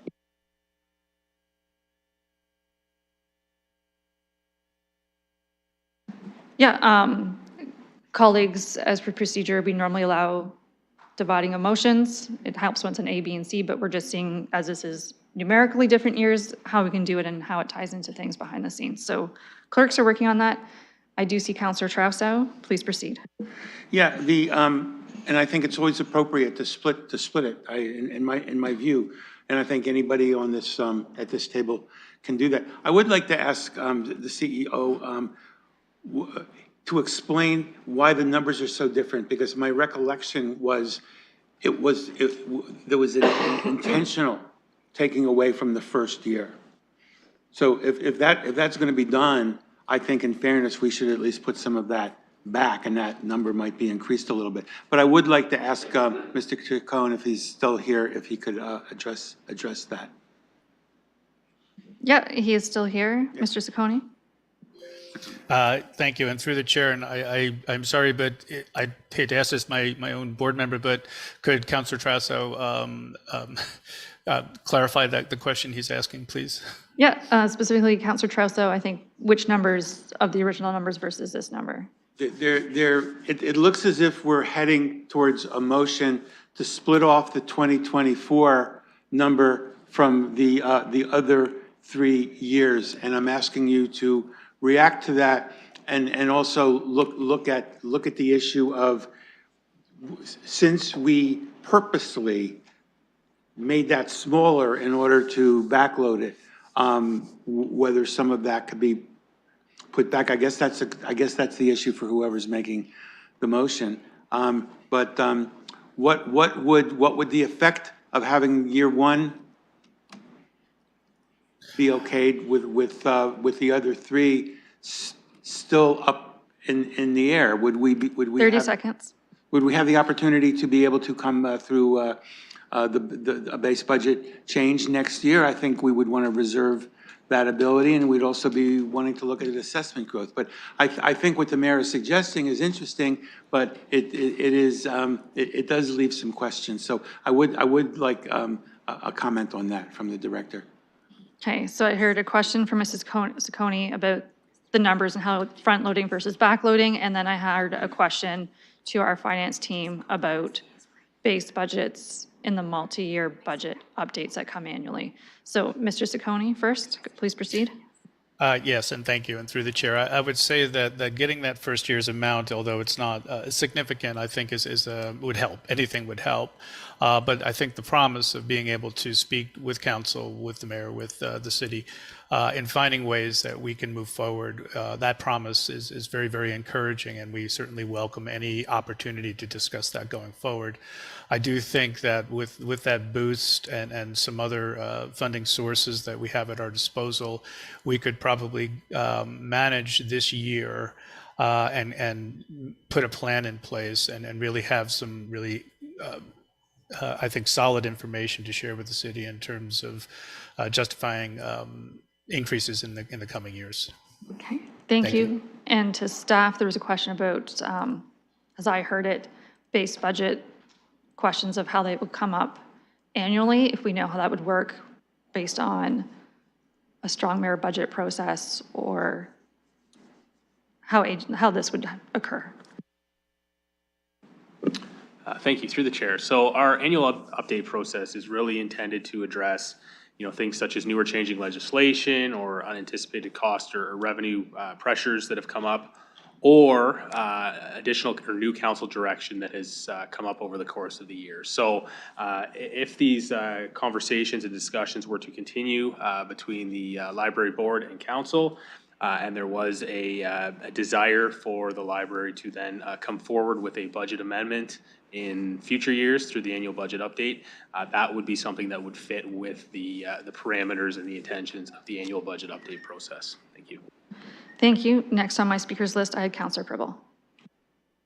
Oh, thank you, sir, the chair, to the staff, and I know we went through it with LTC, but my question was, again, as London is growing and libraries, and I'm just going to maybe repeat a couple of things that were stated here. It is really not just what it used to be. Sometimes borrowing books, they really do a lot of resources offer in terms of newcomers to Canada and other valued services.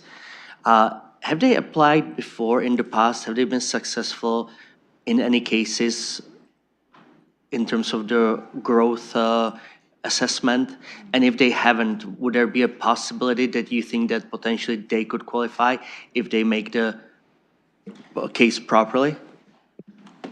Mr. Murray? Thank you, through the chair. So I will give a very similar answer to the answer I gave related to transit, in that there have been cases that the library has submitted in the past for potential assessment growth funding. And similar to the challenge that the Transit Commission has faced, the library has submitted cases that have often read more as service improvements or service enhancements than actual growth needs. Consistent with my answer to the transit question as well, is that if the library were to want to submit a future assessment growth request and it was in alignment with the parameters and the eligibility criteria in the policy, absolutely we would be willing to look at that and assess it against the policy and bring it forward if it in fact meets the definition of the policy. Thank you. Councillor Pribble. Thank you. No more questions. Councillor Cuddy, you currently use 2 minutes and 20 seconds, so please proceed. Thank you, Chair, and through you. I think that's the most I've ever spoken, 2 minutes and something. So, very quickly, I'd just like to reference back to Mayor Morgan's point that when he was Library Board Chair, 2010, you discussed about closing Glenworth 14 years ago. So not something new that's just on the agenda today. The only other thing I wanted to point out was that, I've heard councillors say this isn't a business model, we can't look at this as a business, but these are all business plans. They all are. And that's what we have to look at. And while we can't, I've heard people say we've got to look at it, the sensibilities of it all. We have to look at the practicality of it as well. We're almost at 9%, the highest we've ever been at in our tax base. And we have to look at saving everywhere we can. And if we close a branch, that doesn't mean down the road we won't open a new one. It just means we'll open, as Mr. Kirkoni said, we'll open a new one in a different location when we have the funding or the resources to do that. But right now, what we have to do, Madam Chair, is look after the buildings that we do have. We have to look after Beacock and some of the other ones that need work. And I'm advocating for that. And again, I will not be supporting this. Thank you. Thank you. That brings you to 340, and potentially, yes, the most that you've ever spoken to a motion, and That is the last person I have on my speakers list at the moment, so just looking online in chambers. Seeing none, calling the question. Oh, sorry, that is an excellent question of what am I doing? So.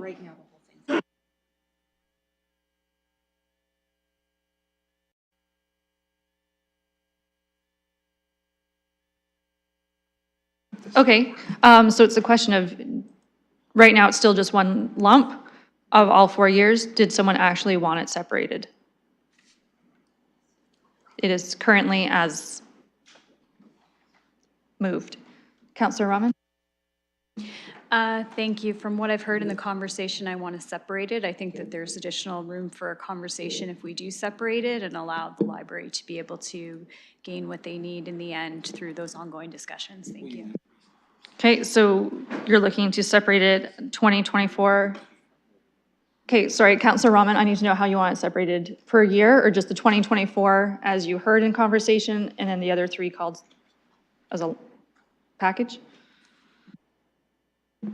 I'm open to either, but if anyone else has direction they'd like to provide, I think it's just consistent with pulling out 2024, and then if others want to pull out the other years separately, fine, but I can package them either way. Okay, so right now I have 2024 coming separate and the other 3 coming as a package.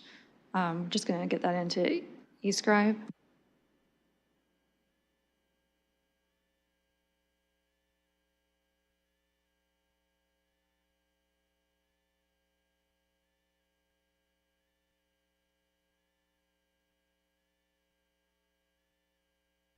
Okay, and Councillor Trousseau and Rahman, you're okay to be the same mover and seconder, as we call it? Okay, so. Not without more. I mean, I have questions about that amendment, and I think that would start the clock, but I am interested in wondering if we could do it for the first 2 years, because the first year has been exceptionally downloaded to later years. So that first year. Okay, sorry, so just procedurally, since the councillor doesn't want to move this, there's no vote on it, it would just go back to being 1. I would need to.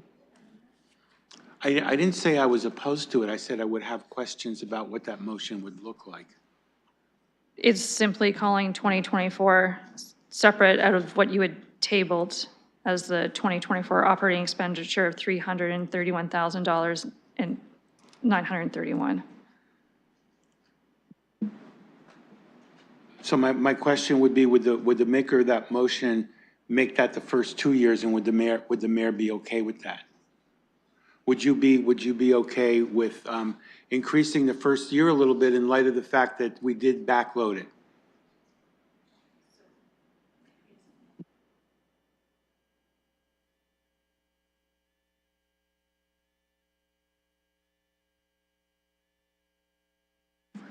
Okay, so as per section 34.3, it's a request to divide the motion to be voted on separately, which is the right of a member of committee, which has been done.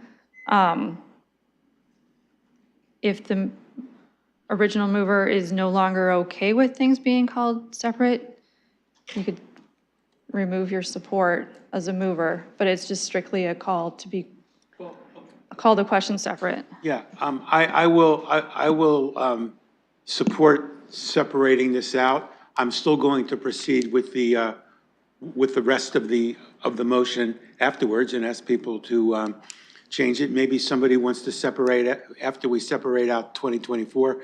Maybe somebody else wants to separate out 2025, which would be fine with me. So yeah, okay, yeah, I'll support that. Okay, so procedurally, we're at the point of voting. There's been a request to call them separate. As we do that, since we're in the middle of voting, you cannot go back and start doing amendments to change the other numbers of other years, since we're just calling the vote separate as my speakers list is exhausted. I'm taking procedural questions only at this time. Yes, and Councillor Trousseau. in that case, could I also put on a motion to separate out the 2025 so we could vote on that one separately too? Sure. Counselor Ferreira, procedural question only. This is a question to, I guess, the procedure. If it's not, just stop me. But the way this motion is crafted, if we were to pull out 2025, that 8% increase is based on the 2024 increase. So if we, it might do it. I just wanted to go to staff maybe and Yeah, clarify. to Mr. Murray.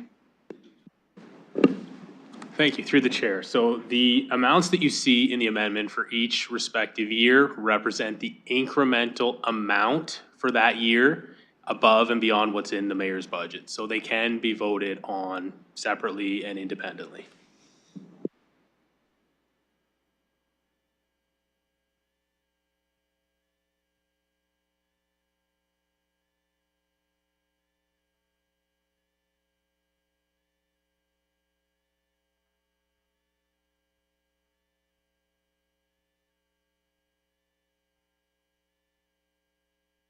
Procedural question only, Counselor Pribble.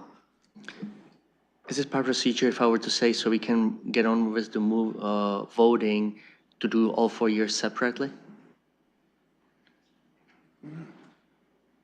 If you want to vote on all 4 separate, I don't care. Okay, So if that's what you want. let's do that so we Okay, can go move. Yes, so let's do that. conversation's done. We'll do each year separate. Okay, opening the question on 2024.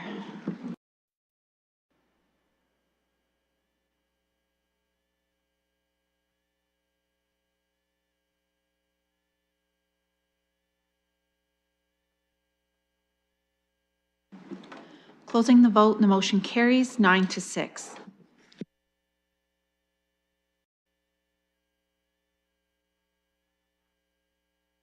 Okay, the vote is about to open on 2025.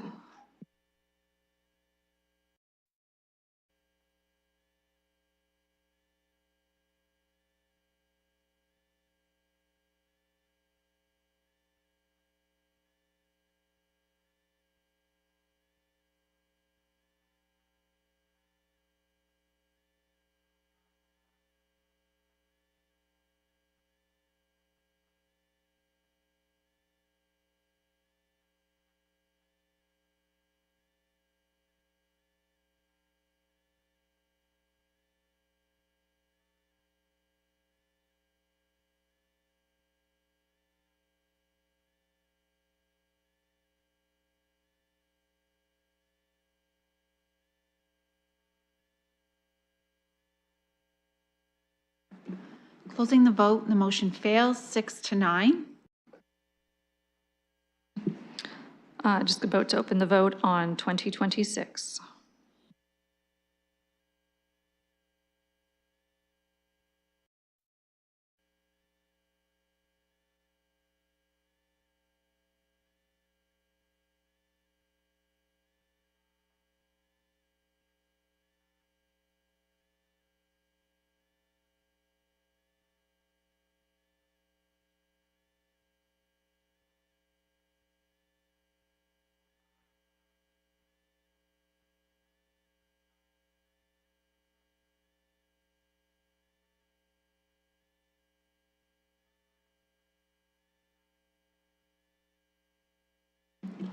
Closing the vote, the motion fails 6-9.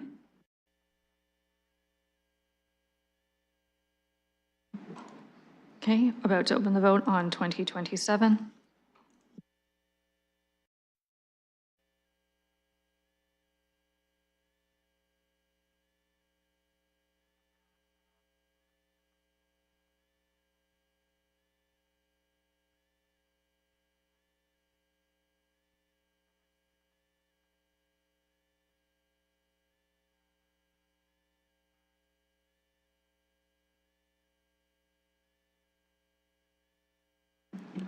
Closing the vote, and the motion fails 5-10.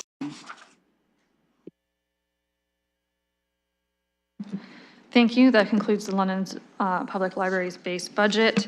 Mr. Scone, please stay with us. I packaged any motions to do with the library back to back, just to capitalize on your time with us today. So next would be business case P30, which is the Enhancing Digital Divide Support Services for London Public Library.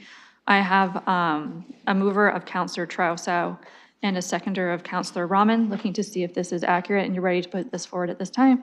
Seeing a nod from both. Counselor Trousseau, I would ask that you read it out, and then if you would like to be the first speaker, happy to go to you for that. Thank you very much. I did ask the clerk if we could separate the vote out on the $100,000 Community Investment Reserve Fund piece of it from the rest of it. Yeah, and it will be divided into an A and B once it's loaded into eScribe. Okay, so basically, what we're finding in the library. Sorry, Counselor, I need you to read out the motion, and then I can take your comments to introduce it to everyone, please.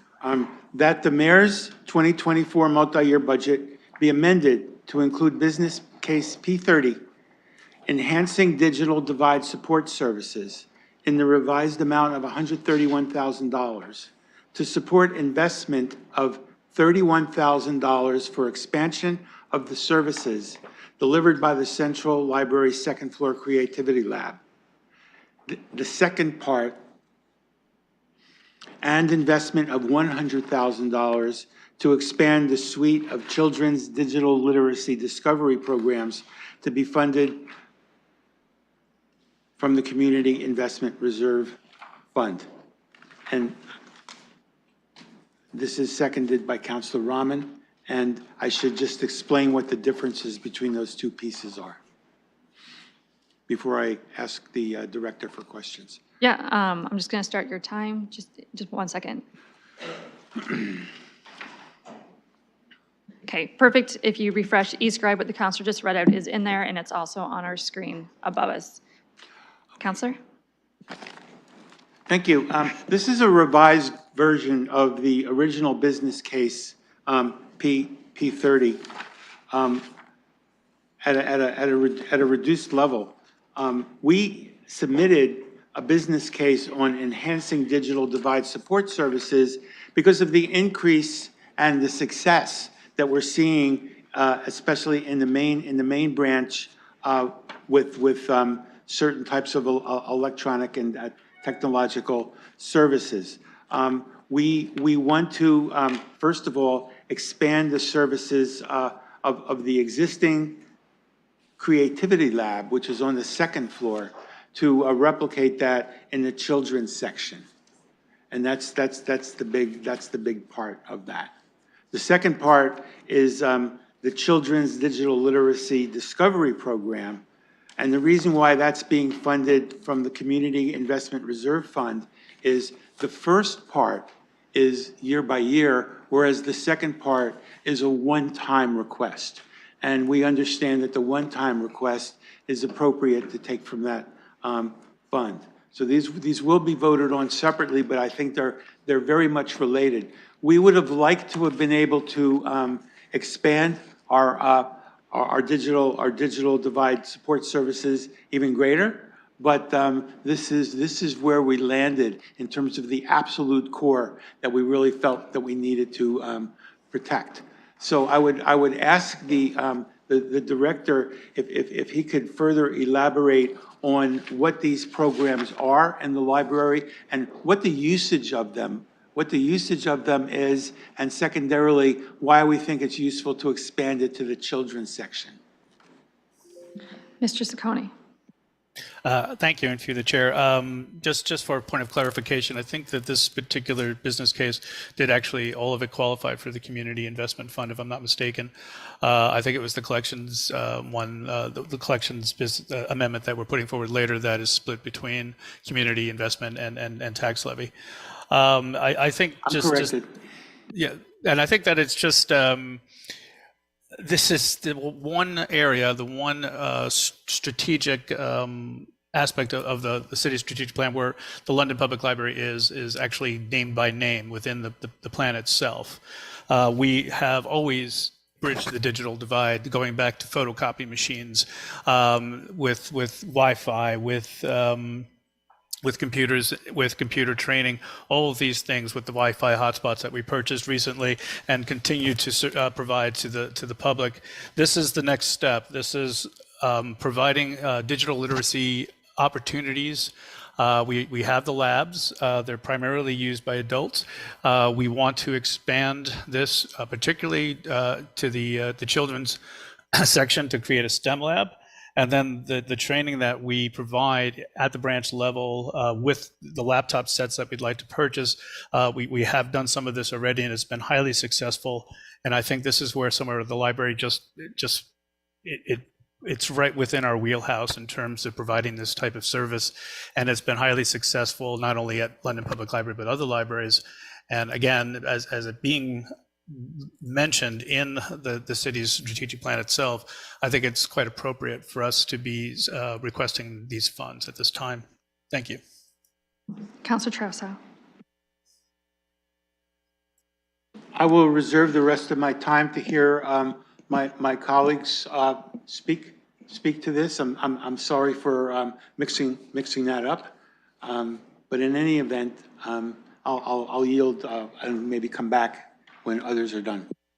Thank you. You are at 2 minutes, just for your reference. Looking for further speakers online or in chambers?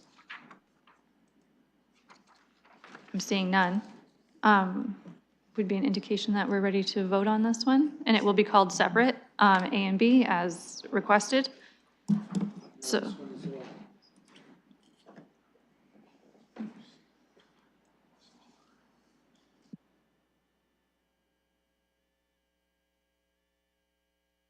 Yeah, so I had a request it is divided into an A and B, to call Part A, which is the Central Library Second Floor Creativity Lab first, so that's going to come up, and then we'll do the other vote for Part B, which is the Children's Digital Literacy Discovery Programs. Okay, so calling the question, Part A will come up first, and e-scribe in moments.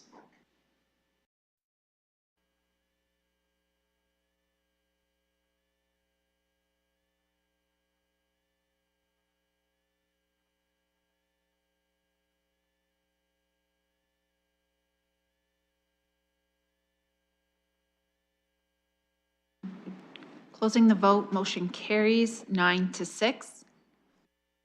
Okay, and in a moment, Part B will open, which is the $100,000 to expand the suite of children's digital literacy discovery programs. So just one moment on that.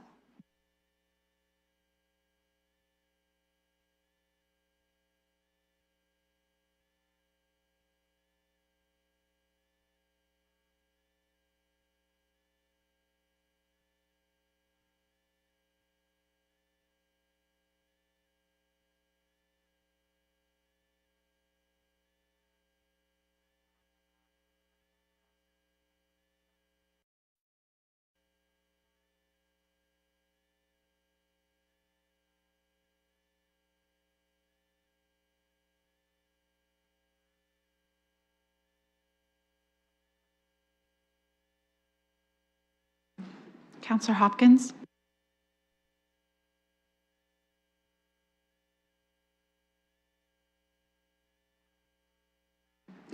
Closing the vote, motion carries 10-5.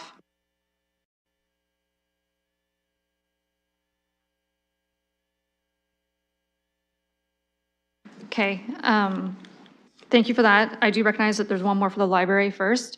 Usually around this time, we do have a break for recess, but the mayor does have something for us. Yes, I don't have any information. It'll seem very mysterious. I have a call on a matter of city business that I was told to me to be urgent that I need to take, so I need about 15 minutes to just go do that. I was hoping we could take the break now. Okay, so either we break for the 15 minutes to allow the mayor the time to do the call, or we move forward without him. So he is moving recess for 15 minutes. Would he have a seconder? He has a seconder in Councillor Hopkins. Okay, I'm told this could be a hand vote. All in favor, 15 minutes. Motion carries. I'll see everyone back in 15 minutes.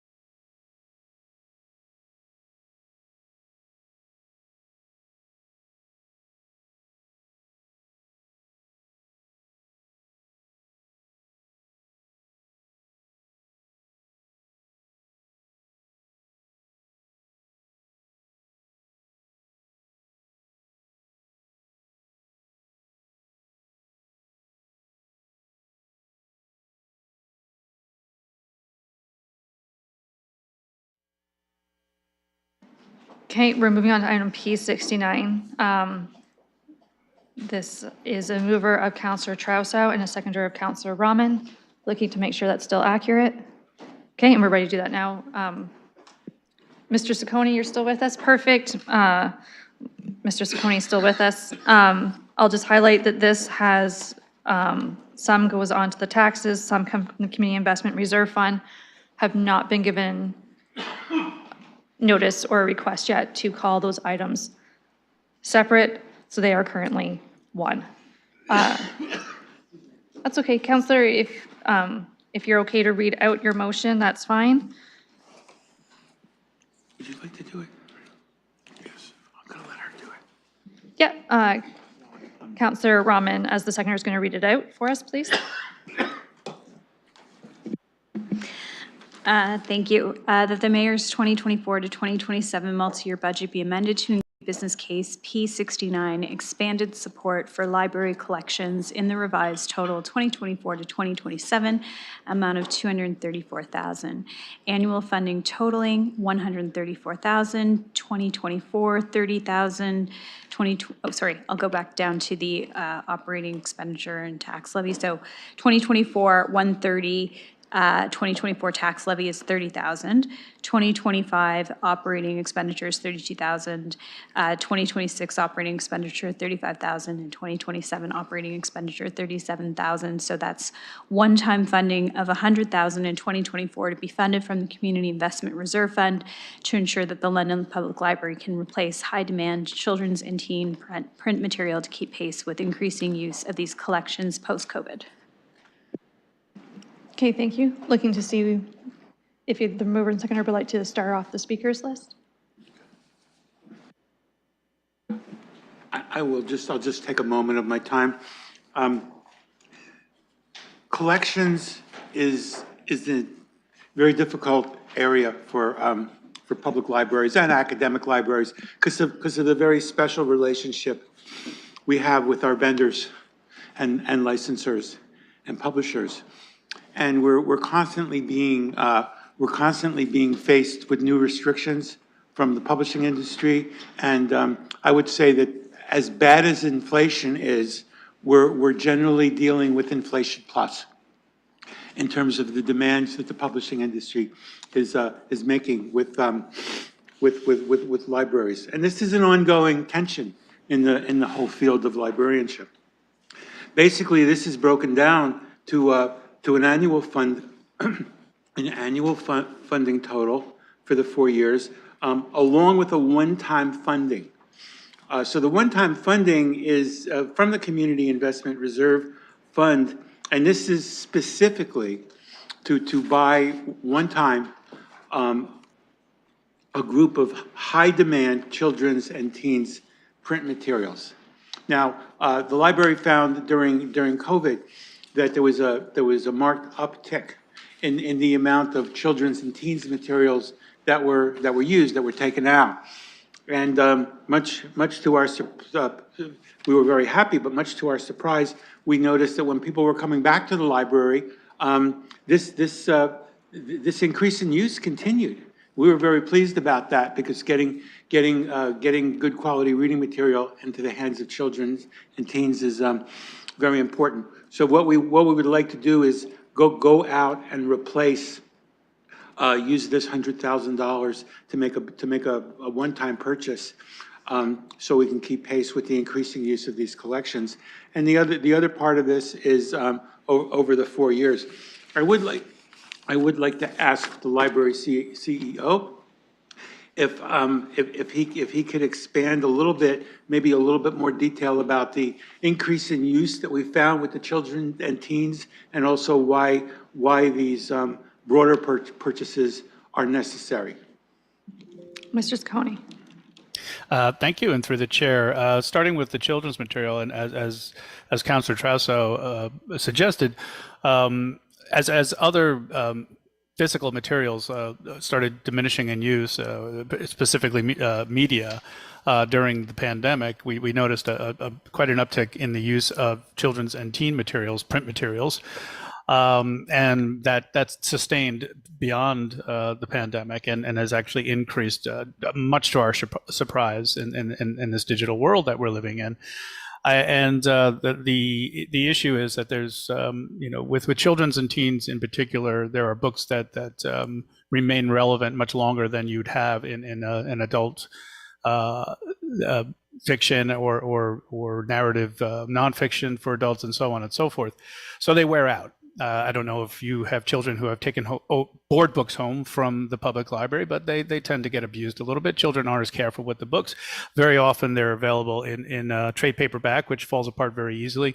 So these books come back and they're pretty messed up and they're pretty worn out and they get used a lot. So this money would go towards buying some backlist titles that have stood the test of time and have always been popular, and just replenishing those books, the stock that we have in our branches to make sure that there's not long waits and that these books are readily available to children and teens.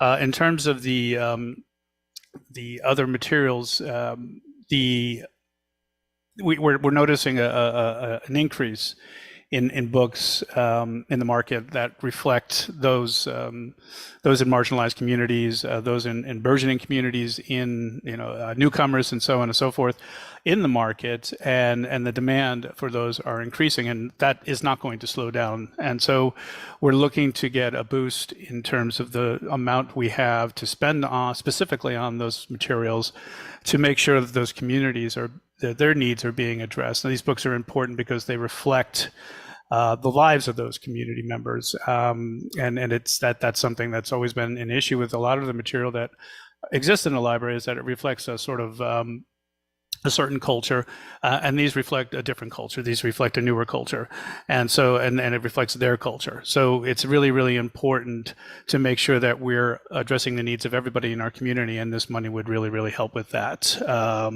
Thank you. Thank you, Councilor Trousseau. I'll yield the rest of my time, maybe come back to it, but see what others have to say. Thank you. You're at 2 minutes and 20 seconds. Councilor Rahman.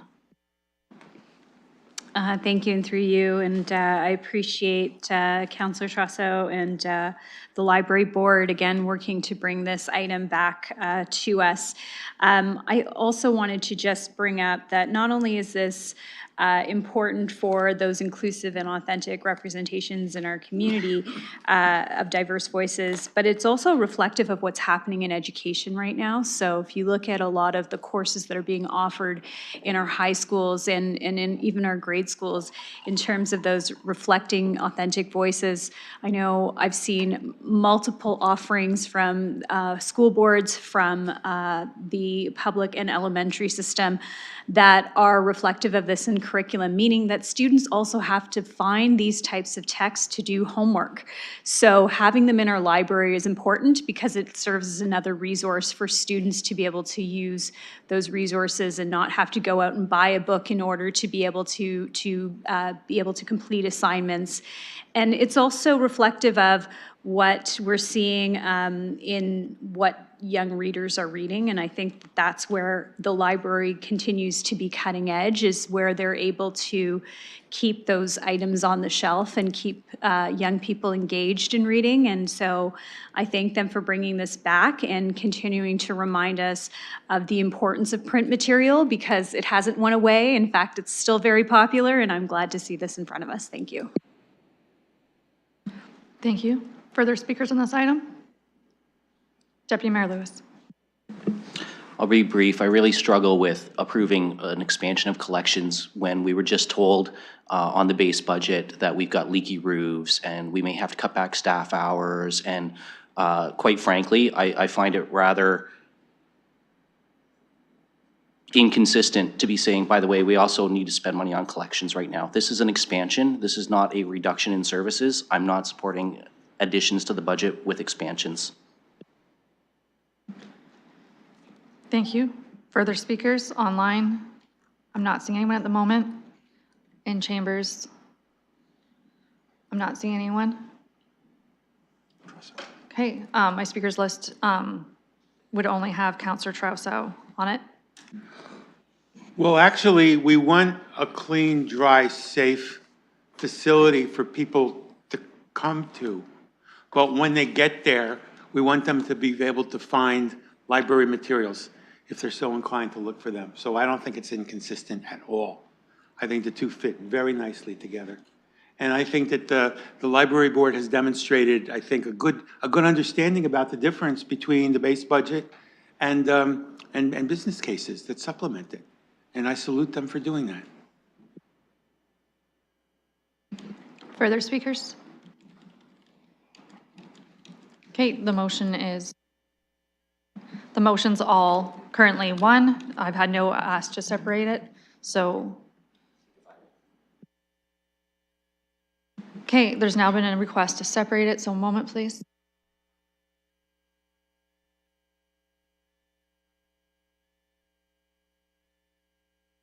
Okay, so we'll proceed with calling A first. The vote is open.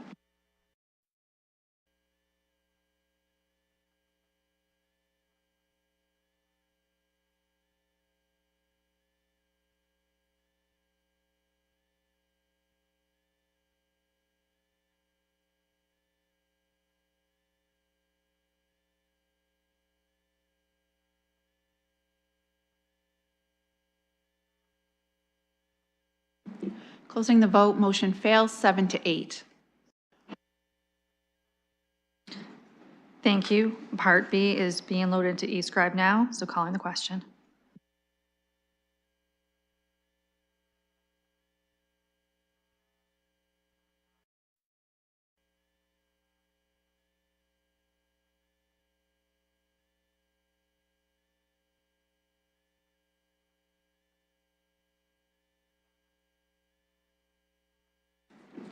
Closing the vote, motion carries 8 to 7.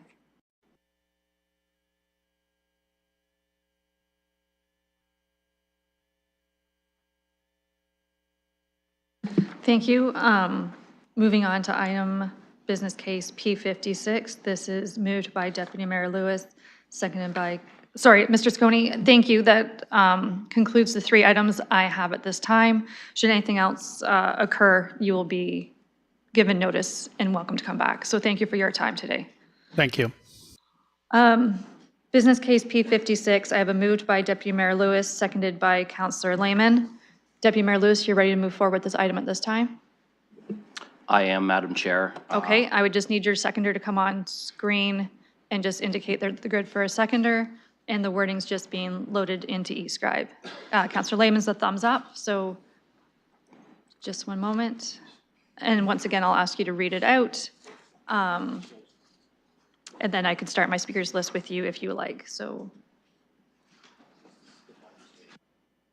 Okay. Sorry, I'm just waiting for that to be an eScribe. Yep.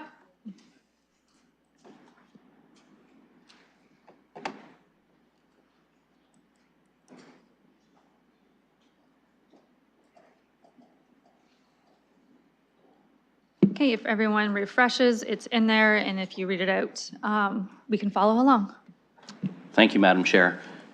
This amendment reads that the mayor's 2024 to 2027 multi-year budget be amended by reducing funding to Initiative B3 Climate Change Investment Fund of Business Case P56 Climate Emergency Action Plan Implementation Support to an annual contribution of $1 million.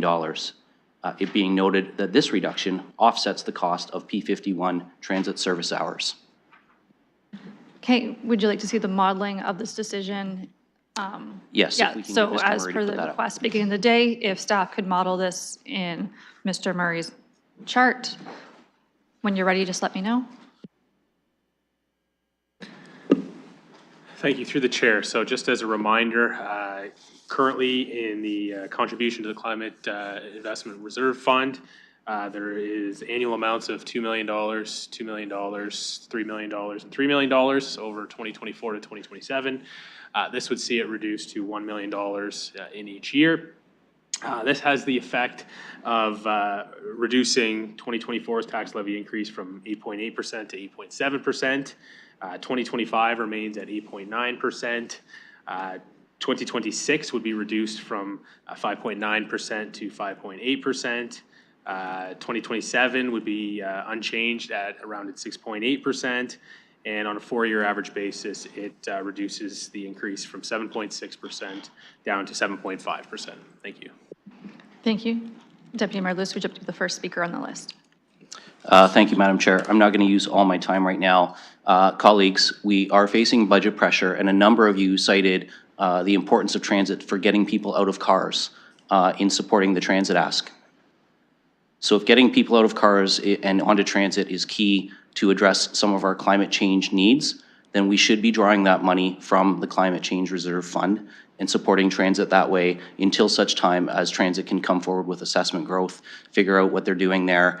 This provides some relief. It doesn't provide all the relief to that transit ask. It still leaves almost $2 million back on the taxpayer, but this provides some relief to that very significant change we made earlier today. And if transit is helping us to fight our GHGs and reduce our climate footprint, then this is a direction that we should all be supporting. Thank you. Councillor Frank. Thank you. It will come as no surprise I won't be supporting this. I think that despite us approving and moving forward with some of the transit service growth hours, which I think is an exceptional and wonderful thing that we are going to be doing, I don't think that it needs to be taken away from the Climate Change Reserve Fund. We haven't even created the parameters for this reserve fund, and this is exactly what I've been worried about this entire budget session, is that anything with the word environment or greenhouse gas emissions will now somehow come out of this very tiny, teeny tiny little fund. And I don't want to do that. I want to make sure that whatever is coming out of that fund is something that we wouldn't actually be funding for climate change programming. Transit, to me, it's something that we've historically funded in the city. I don't think it should be coming out of a brand new reserve fund that we are going to be moving forward with. So I appreciate that the amount was not the entire amount to the reserve fund, so thank you for that. But I will not be supporting this because I think we need to be actually making some progress on our climate targets. And I don't necessarily think that we have been making great strides. I think we've been trying really hard, but we haven't materially invested very much financially into our climate emergency action plan. And this was a very small step forward in that area. So appreciate the efforts from the deputy mayor, but I will not be supporting this. Thank you. Councillor Lehman. Thank you. I'm seconding this motion. I'll push back a bit. I think we've actually contributed a lot. Remind this committee that in the last term of council, $175 million of taxpayer money went towards rapid transit and better transit initiatives. I think what I've seen in our deliberations, we've seen good work and creativity on trying to get things accomplished that are important, but recognizing the fact that at the end of the day, it's a taxpayer that's paying the freight. We have used reserve funds for various initiatives during the debate. I think these two are tied together based on comments I heard during the actual transit debate earlier today, where getting people out of their cars into transit for purposes of reducing our carbon footprint. I can't think of a better way for the monies from this reserve fund to be used in that regard and being mindful of the tax burden. Thank you. Thank you. Further speakers to this item? Councillor Traustadt. Thank you very much to the chair. I'll also be opposing this reduction. I don't really see why we need to reduce this fund. This is a very important fund that is in support of a number of initiatives that gives this council a little bit of room to be creative and move in the next few years. So I just don't think this, I think of it as a clawback, and I just am not in favor of it. So I'll be voting no on this. Thank you. Councillor Van Meerbergen, would you like to speak to this as I see you on screen? Just checking on my mic. Yep, there it is. Yeah, thank you, Chair. And I'd like to thank the mover and seconder for this motion. I think this is a very responsible, reasonable way to go. $10 million, even the 10 million was a reduction, was far too much. We have to look for savings here to keep this increase down. I'm not sure if we all appreciate the kind of increase we're facing and the kind of increase our whole community and city are facing. Councillor Hillier stated earlier, it'll be in the realm of 30% over 4 years. That's just massive. So if we can find a reasonable, responsible way to try and bring that down, then let's do it. And we're still going to have 4 million in this reserve fund. So I think it's worthy of all our votes. Thank you, Chair. Thank you. Looking for further speakers? Councillor Cuddy? Thank you, Madam Chair, and through you. I'll be supporting this motion, and I too agree with Councillor Van Meerberg, and I'd like to thank the mover and the seconder for this motion. I can clearly connect the dots between the Climate Emergency Action Plan and the TLC, or LTC, excuse me, and it makes sense. You know, we're a car-centric city, and you only have to drive out on Wonderland North to see that. And you know, if we want to make a major improvement on our transit system in this city, going through, you know, improving LTC certainly is one way to do it, and we do have to fund it some way. And to Councillor Hillier's point, and also Councillor Van Meerberg's point, our tax base is now almost at 9%. It's almost unaffordable for most people. And in fact, you know, I've actually had residents call me and say, you know, Councillor Cuddy, we can't support this. I'm not sure I can afford to stay in my home. I'm not sure I can afford any of these increases that we've been suggesting. So I will be supporting this. I think it's a great motion, and I look forward to all of my councillors supporting it as well. Thank you, my colleagues. Thank you. Looking online and in chambers for further speakers? Councillor Hopkins. Yeah, thank you, and I will be opposing this amendment. And it just takes me back to when we came up with the climate emergency plan. And it was unanimously supported by the previous council, and now we have to put money into it, and now we're clawing back.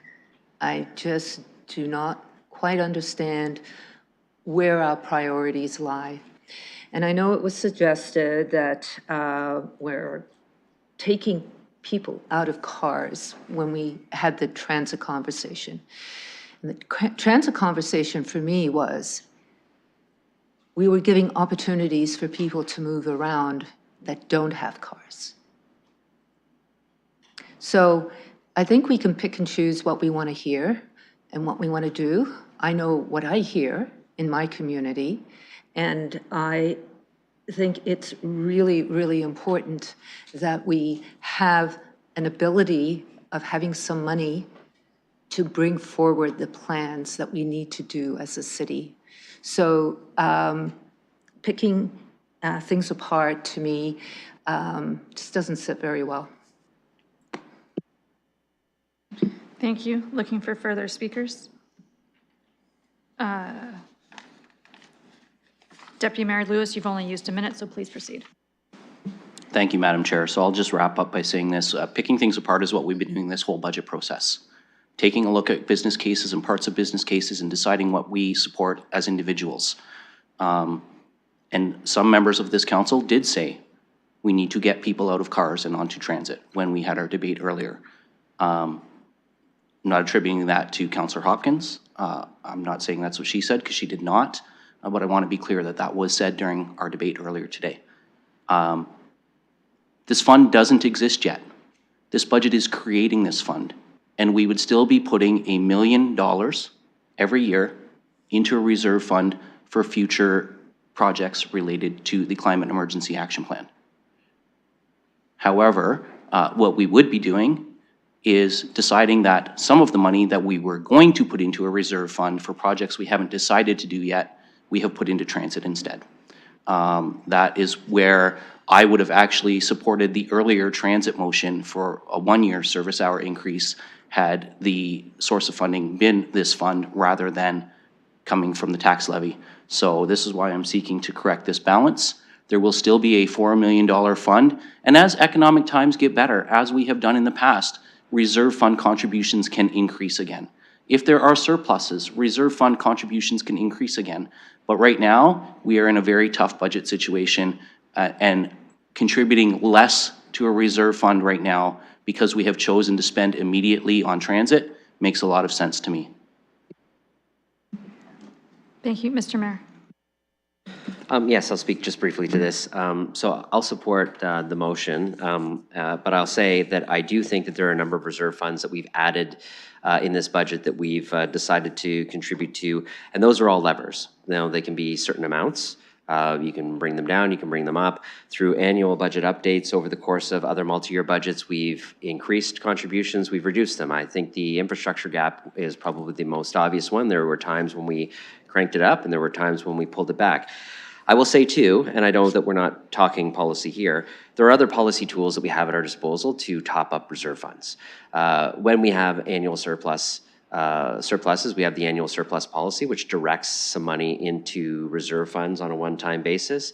There's nothing saying that we can't, as a council, have a conversation about whether it's appropriate for a fraction of surpluses to go into boosting the climate action reserve fund and start to top that up, not just with a base budget from the tax base, which I think we have to start doing and then ramp up over time, but also the other policy tools that we have at our disposal. Assessment growth is another one where on a one-time basis, we do direct money towards infrastructure gap and debt reduction from time to time. Maybe we want to look at that policy as well and say, there's a little bit when we one-time the money that goes into this particular reserve fund. So I would say I can support this now because I think the budget is all about balance and we're investing here and we're pulling it back there. But on this case, and with the reserve fund contributions in general, we have other tools at our disposal. And that includes, the other reserve fund that I put in there, and that's the contributions to the Economic Development Reserve Fund. We have the ability to ramp that up, pull it back over time, and I anticipated council would probably potentially make adjustments to those. So I'll support this, but I think we need to have a conversation on the policy side later on about the other options that we have to boost reserve funds that we know we're going to have to ramp up over time, not reduce. Thank you. I currently have no further speakers except for Councillor Rahman. Please proceed. Thank you, and I appreciate the mayor's comments on that, and appreciate the motion from my fellow council colleagues. I will be supporting this reduction. I do think at this time that building reserves when people are telling us that they're going to struggle to manage the tax base is difficult to discuss and difficult for us to go forward with. I look forward to looking at annual surplus policies and policy tools that we can use to be able to address this in the future when hopefully things are better. But as for now, I will be supporting this reduction. Thank you. Looking for further speakers? Online, I see none. In chambers, I see none. Calling the question.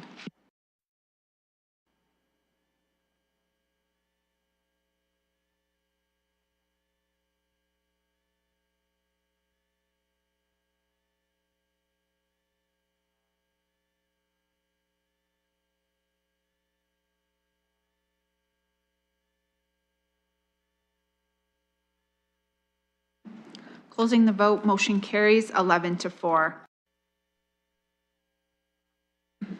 Thank you. Next up is motion for business case P46. This is Councillor Rahman and Councillor Stevenson. It has to do with economic and partnership initiatives. The wording is, okay, if you refresh, it's in the system, it is on the screen. So Councillor Rahman's ready to move this now. Councillor Stevenson is good to go with the seconder. I have a nod. So Councillor, if you could please just read out your motion and then I can start my speakers list with you if you wish. Thank you. The motion reads that the mayor's 2024 to 2027 multi-year budget be amended by reducing business case P46, the economic and partnership initiatives, action number 12 by $450,000 from 2025 to 2027. And then you'll see, excuse me, that the operating expenditure from 2025 to 2027 shows a reduction of $450,000. Thank you for that. Speakers list starting with you. Please proceed. Thank you, and through you, and I'll be brief in my remarks. So when I was looking at this particular business case and what was supported in P46, specifically item 12. You'll note that that is the development of a new economic development framework and strategy.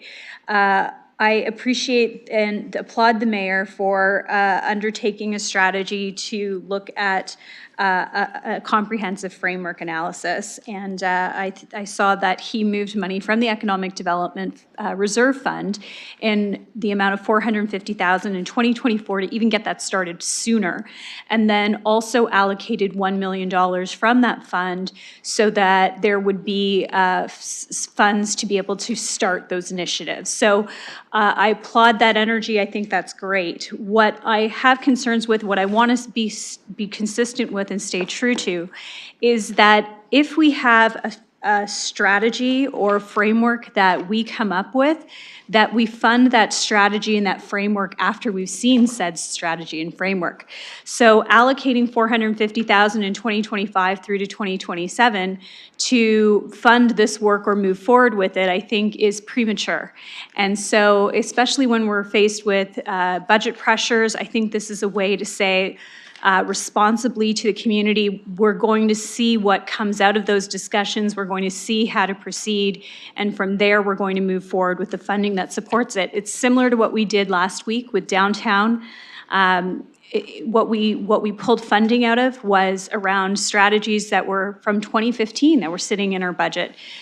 So I do think that this is consistent and it allows us to find some savings and also to fund the things we support in the future as it comes forward. Thank you. Just let me pause your time and then I will recognize Mayor Morgan.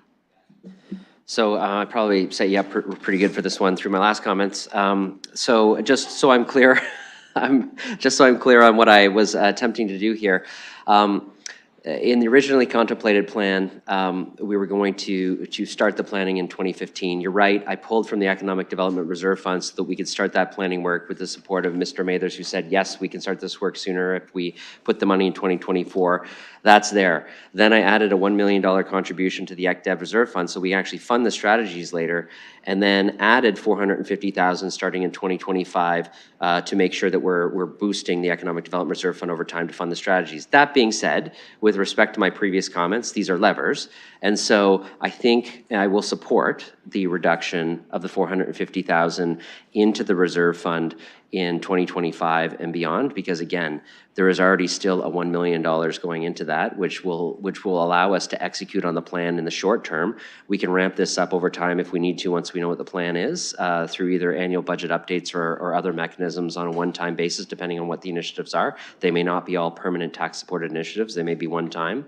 And I also will say we have the ability, if we hold that $1 million that's still there, which I would speak vigorously against reducing, we can roll that into other base budgets if there are permanent staff or something to be needed or initiatives for the execution of the plan once it's developed by Mr. Mathers and his team and partners. So I'll support this reduction. It's in alignment with, I think, the last vote we just made. And I thank the councillors for bringing this forward. Again, this was one I thought maybe would get adjusted by council too. So I'm not surprised the councillors brought it forward. I think this is one of those levers that we can adjust once. And I'm also not surprised it came closer to the end of the debate, and maybe it's the end of the debate or the budget debate. I don't know. Because this is something that we can control to try to make that fluctuation on the tax rate. So applaud the councillors for bringing it forward. I think the amount is responsible, not going too deep, but going far enough that it makes a difference, and I'll support their amendment. Okay, never jinx the process by saying we might be close to the end, but thank you. I will note, I do still have other motions. I am still hopeful that we'll get through them today. So just, we are already at 3:20-ish, so just keeping our comments tight. I do see Councillor Stevenson and Ferreira. I would just like to see the modeling. Sure, are you gonna have comments to it, or you just wanna look at it? Do you want to speak to it or just look at it? Okay, so while staff gets that ready, are you ready now? You were born ready. Thank you, through the chair. So the impact of this reduction would be a drop from 8.9% in 2025 to 8.8%. The remaining years, as well as the 4-year average, would remain unchanged, though. So it's a 0.1% rounded reduction in 2025. Thank you. Councillor Ferreira. Thank you, through you. So I'm glad that Mr. Murray was able to show us the modeling. I was interested on that as well. I will be supporting this reduction for reasons for myself. You know, I've been talking about funding the downtown master plan, and I do want to do that. But with respect to earmarking funds and not having a definitive plan, and I did have some emails going back and forth with staff, and I had that motion ready to go, but I thought it would not be the prudent choice to bring it on the floor, just because we are trying to reduce that property tax rate increase. So with the same sentiment that I see here, I will be supporting that just because I see it the exact same way. Thank you. Looking online for further speakers. Looking in chambers for further speakers. Seeing none in either location, calling the question.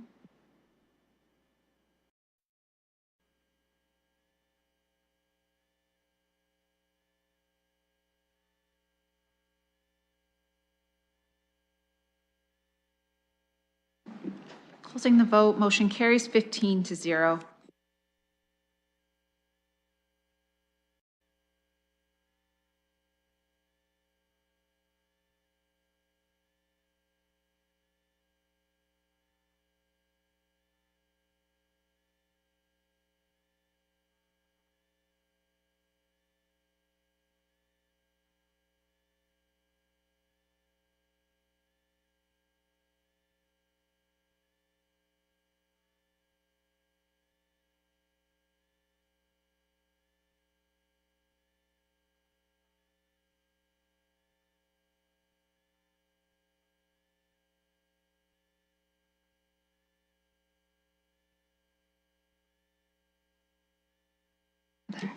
Okay, I'm moving on to, we have been given notice of business case PL3. This is going to be moved by Councillor Stevenson. Councillor Pribble, you're still okay to be the second? I have a nod. If you refresh eScribe, it's in there.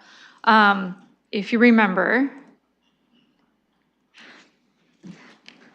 at one point we did discuss business case PL3. At that time, it was a motion to remove the entire case.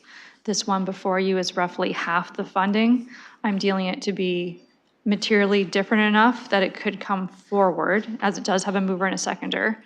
I'll also note, in the beginning, the entire case failed 2-13, and we did spend an hour and a half discussing it. So looking to the mover to read their motion, and then I could start the speakers list with Councillor Stevenson if they wish. And then I would just ask, your comments are just material to what's on the floor, as you already have a lot of background information on this one. Councillor Stevenson. Okay, thank you. So the motion is that the mayor's 2024 to 2027 multi-year budget be amended by reducing the funding for business case PL3, More Homes Built Faster Act Bill 23 statutory exemptions. 2024 operating expenditures reduced by $1,800,000. 2024 tax levy reduced by $1.8 million, and the same for all the years through to 2027. Thank you. Would you like to be the first speaker? I would, yes. So I don't need to talk about this a lot because nothing has changed from the last time. Just a reminder that we have had 4 provincial ministers commit to making the municipalities whole, that this is not a statutory requirement to put into the reserve fund. It is a prudent business choice to alleviate any concerns that we might not be made whole. So I understood, you know, the lack of interest in removing it completely. This would still contribute $13,600,000 over the 4 years. It does put $1.4 million in 2024. Truthfully, I brought this forward looking for the money for transit. I still would really like to bring the tax levy down. I am open to a lower amount if that's more of interest to my colleagues, but I'll leave it there and see what everyone else has to say. Thank you. That was 1 minute. Looking for further speakers on this item. Just checking online. Deputy Mayor Lewis and then Councillor Trausow. Thank you, Madam Chair. So I'm glad this is a lower amount, but as we've heard several times today, provincial funding is not something we can rely on receiving, nor is federal funding. So through you, Madam Chair, I would like to ask, and I don't know whether this would be Mr. Mathers, given that it's related to our being made whole under Bill 23, or whether it would be through Ms. Barbone in terms of our ability to continue, should the province not come through with funding, what impact this would have on our ability to keep putting pipes in the ground and doing the things we need to do to build our homes. Okay, I don't want to start jostling over there, but Ms. Barbone first, and then Mr. Mathers, if you would like to add on. Thank you, through the chair. So the way the development charges work is that ultimately through the development charges background study, we determine the cost of the infrastructure that has to be funded through development charges. Based on that, we calculate what the bylaw has to fund over the next number of years. So with the statutory exemptions, those exemptions exempt those that are eligible under the new DC rules. So those amounts are not paid, which means that the development charge funds are short that amount of funding. The legislation expressly prohibits raising those funds through development charges in the future. So the requirement to fund those exemptions are placed upon the municipality because we have absolutely no other source to fund to make sure that the amount of that money is there to support the infrastructure that we are committed to building based on what we're raising funds for. So in the event that there is a shortfall, that has to be funded either through the tax rates or through the rate-supported budgets where we have budget amendments also in the water and the wastewater because those are also funded through the infrastructure. So in the event that we have a shortfall, so we know based on the costs that we are in the process of trying to finalize calculations for 2023, that we are short collections based on those exemptions well in excess of $10 million. It's closer to 13 to 15. We're trying to finalize those calculations based on the data in our Amanda building system. Those have to be funded. I have no source for those. We anticipate that probably in the realm of $10 million is expected for this year. And as building continues, those exemptions will only grow. This is the source that we have and that we are recommending to fund the cost of those exemptions. Without that funding, we have absolutely no source to try to make those reserve funds whole. That leaves us with going to a reserve fund, which I would caution against doing with respect to our Moody's AAA credit rating, because downward pressure on our reserve funds in the future could certainly put a downward pressure on our AAA credit rating. So that's certainly something that I would strongly advise you to consider in putting a reduction. So I know that we'll be coming forward with needing to fund the 2023. There is a gap for 2024 based on what we're anticipated, even on what we've put in, that we will need to manage. So that is the risk. There is not any other options other than to fund these amounts to make the development charge amounts whole. Mr. Mathers, did you wish to add anything onto this? No. Deputy Mayor Lewis. Thank you, Madam Chair, and thank you, Ms. Barbone, for that very clear answer and laying it out for us where we are right now. And that's why I can't support this one. Bill 23 is what, almost a year old now, or thereabouts. We still don't have all the regulations. We've been told we were going to be made whole. We haven't been told how we're going to be made whole. There was an announcement at AMO about the Building Faster Fund, but that doesn't consider the number of permits that we get our job done by getting through our staff, getting through to builders to pull those permits. Those permits sit there, and if shovels aren't in the ground, we don't get anything from that Building Faster Fund. And so that goalpost has already been moved on us once. I don't want to be like Charlie Brown trying to kick the football that Lucy's holding and have that goalpost moved again. Until we get a really clear indication from the province of exactly how they're going to make us whole, I just can't create a bigger shortfall, because then next year we'll have to fill the gap twice, and that'll hit the budget doubly hard next year. So I'm not comfortable gambling on this coming through. I hope it comes through, It would be great if it did, then we'd be in a surplus position, and then we can put that funds towards something else. But until we know for sure, I just can't take the gamble on this one. Thank you, Councillor Trousseau, and then Councillor Hopkins and Councillor McCosker. I'm just going to note too that this did fail last time. If you start here a consensus, I'm going to ask that you just keep your comments short and not repeat it, just to help our day proceed for efficiencies. Councillor Trousseau. Are we able to, in whole or in part, allocate this money to a particular other business plan, perhaps one that failed? Or would that be out of order?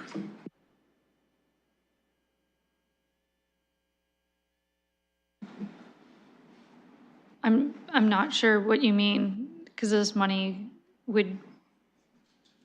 is required for a statutory obligation. Yeah. Well, my question is, if this passes, where does that money go?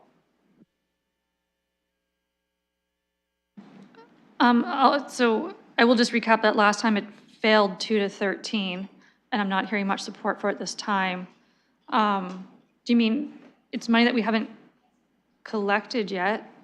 Could staff answer? Through the chair, I'm not sure I entirely understand the question. Is the question where does the money that is for this business case specifically go? Is that what you're asking, or the reduction? Or is it hopes that if we collect this money and we don't end up needing it, how do we reallocate it? Should this motion pass, would it just necessarily be a reduction in the levy, or could this council direct that some or all of the money be reallocated to a different business plan, including one that failed? Ms. Barbone. Thank you, through the chair. So if this were to pass, this would reduce the amount that is being allocated to fund the exemptions. So if this passes, this is reducing the tax levy and removing the funding away from being able to fund the exemptions and the legal liability that we have. But that money would then be available for us to spend on something else, theoretically, correct? Procedurally, a person can always make an amendment for a new business case idea or a reconsideration of one that didn't pass that you're passionate about, if that helps answer your question. Okay, I'd like to make a motion to amend this then to say that the 2025 operating expenditure of $1.8 million be used to fund the 2025 Public Library Board addition to the base budget.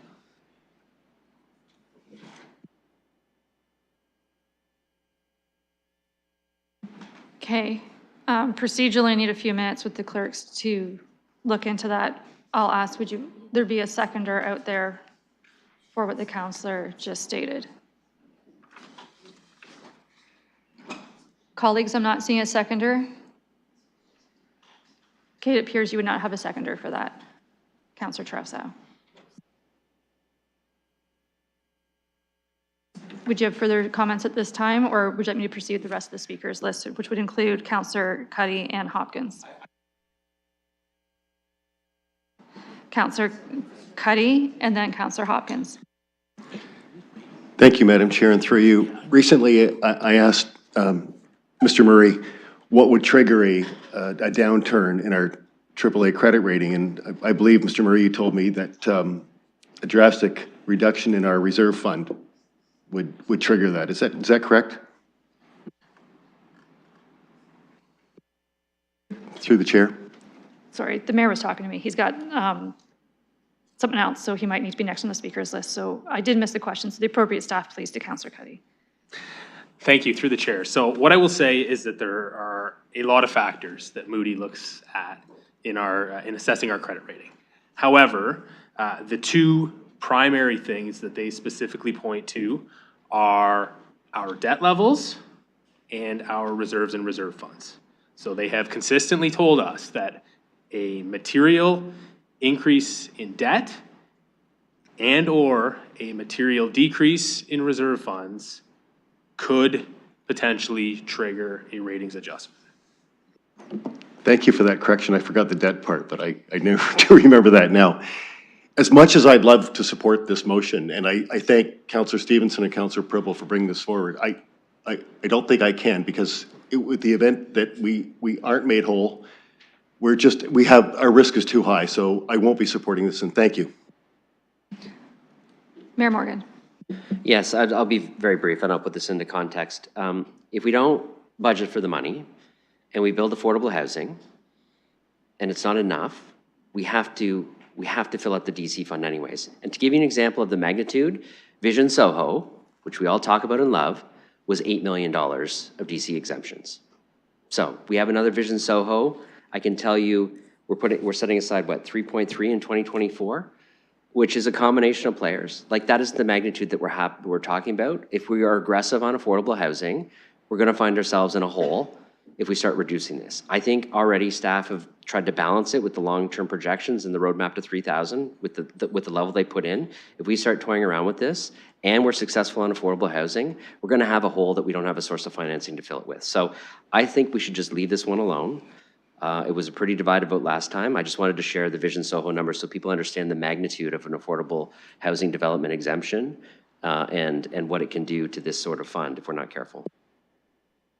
Councillor Hopkins, did you still wish to speak to this? I'll be very brief. The risk is way too great. I won't be supporting this. Councillor Pribble. Thank you, Sir Chair, to staff.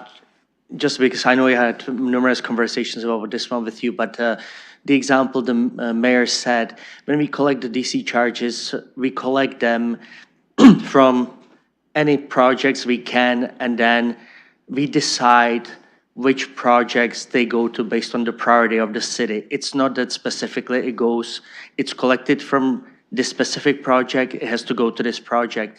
So just to clarify it for me, if I were to go with mayor's example, it doesn't mean that if we had another project that we would not, another Soho, it doesn't mean that we would not be able to move forward, because we do have quite a bit of money in the DC reserve fund. And couldn't we use it for that if we had another Soho? To staff. Thank you, through the chair. So what that example is that the reserve funds that are to fund the infrastructure in the future is short money.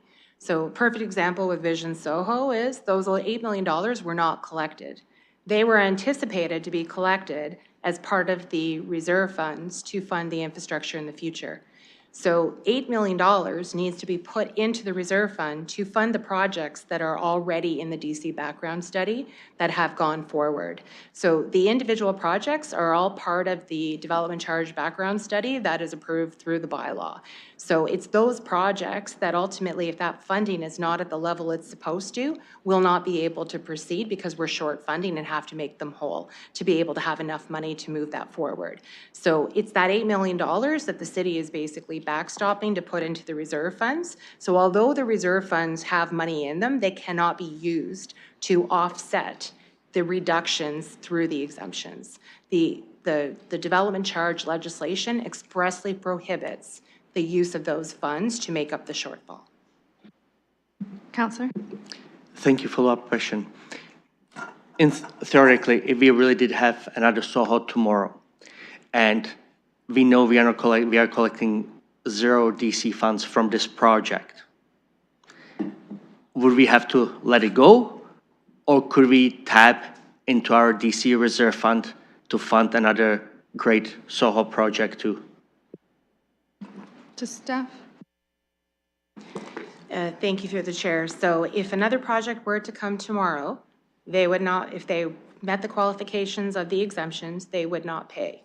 So the project is proceeding, but the projects that are within the DC background study, which are many, many different projects to support the growth, are going to be short money. That money has to be funded by the municipality to backstop that.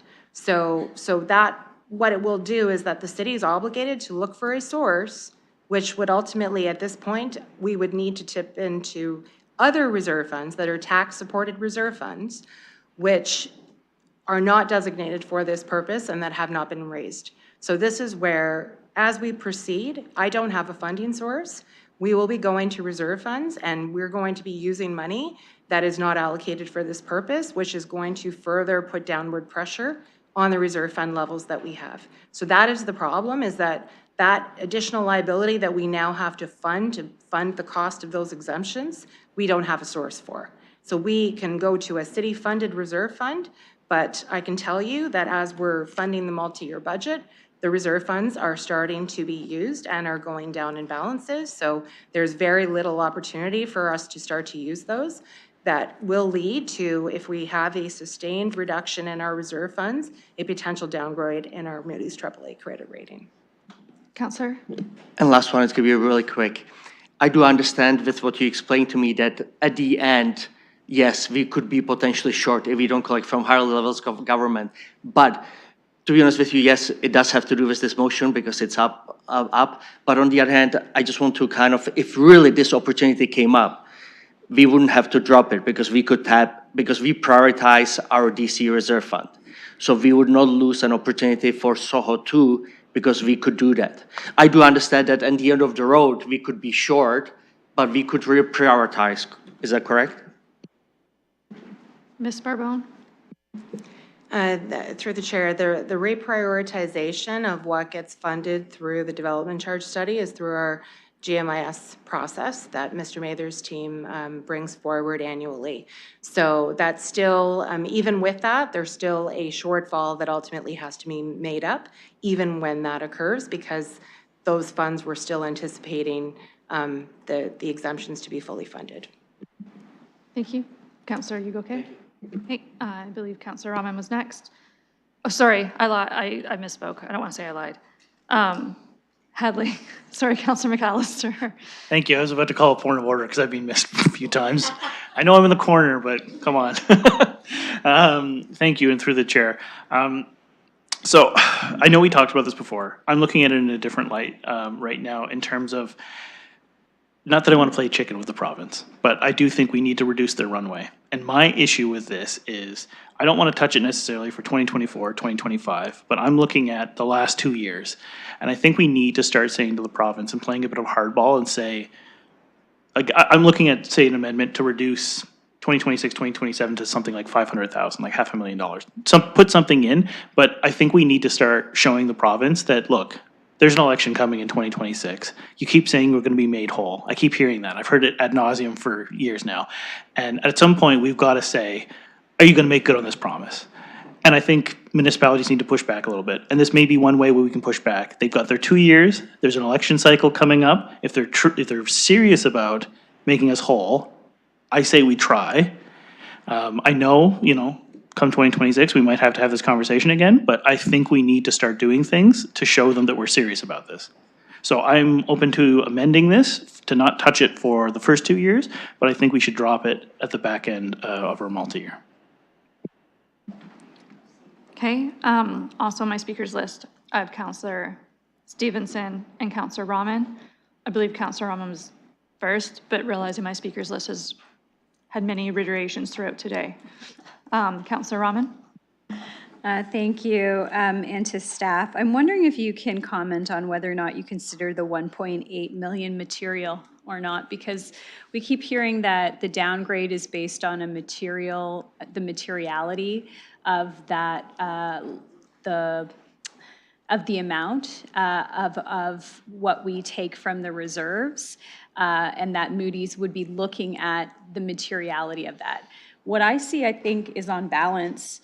I actually think that the mover and the seconder were quite thoughtful in the way that they've crafted this to consider that idea of materiality and whether or not it would cause potential downgrades. I don't think it's drastic. I don't think we're leaving it with nothing. I think we're considering an opportunity that's not as maybe robust as the First Amendment. Ms. Barbone? Thank you through the chair. So the 1.8 million is a reduction to what was already put forward. But what I can tell you is that $10 million in 2023 that we have no funding source for, and then another fraction in 2024 that's going to need a source is going to put significant downward pressure. So 1.8, you could probably argue, may or may not be material, but when we're looking at already beyond a $10 million funding source required for 2023 and very little in the future, I think that, and further pressure in the future, I certainly think we're heading down that path of having some very non-prudent decisions being made as to what liabilities the City of London has to pay. So I think certainly from that perspective, if the province does come forward, I think the prudent decision would be then you recognize that revenue, and these can absolutely come out.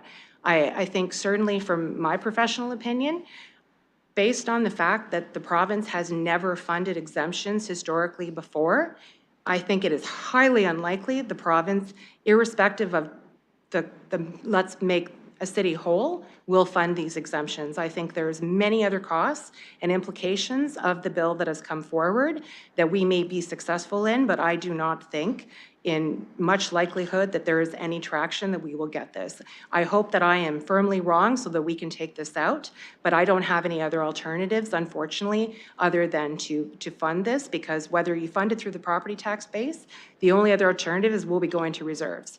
And if it's not funded in its entirety, the only other alternative you have is to start pushing out infrastructure projects through the GMIS process, which will impact future subdivisions if that funding is not there. So that will impact the housing targets that the City of London has.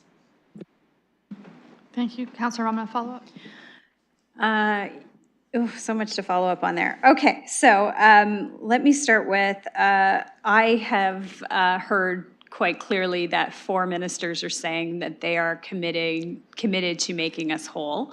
And although we know that that is a bit of political rhetoric, we're in the business of politics. And I want to say that one of the things that I see here is that this is our staff being very prudent about how we should manage our dollars, and I understand that.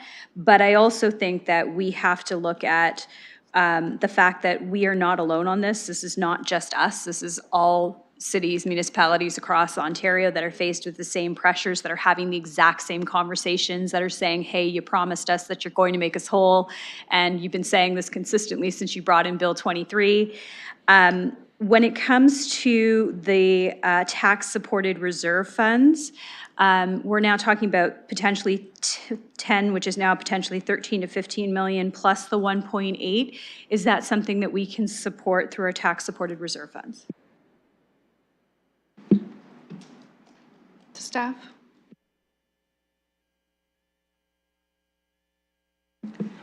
Thank you through the chair. So I think certainly without having a really detailed review of every single reserve fund, I would say overall no.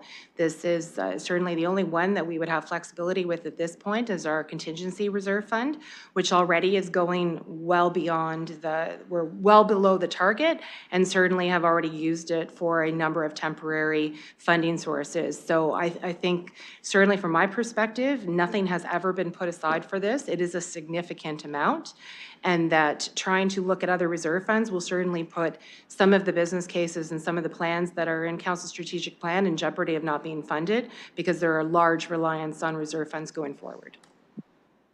Councillor? Okay, thank you. I appreciate that answer. I personally, and I agree with the councillors, there's a reason why we keep going back to this, because it is putting those pressures on our budget, and it seems like we are trying to ensure that the province pays us and makes us whole. And yet, in order to do that, we have to pass that on to the taxpayer, and it's really not sitting well and comfortably with any of us. And I think that is why we keep revisiting this. That's why we keep revisiting this conversation, because I think people need to get that message very clearly, that this is the case. So I appreciate the amendment. I'll support it because I do think that it's a protest vote at this point, and that's where I'm at. Thank you.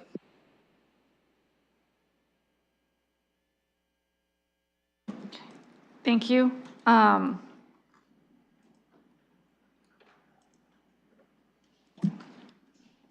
Councillor Hopkins, could you take the chair for a moment?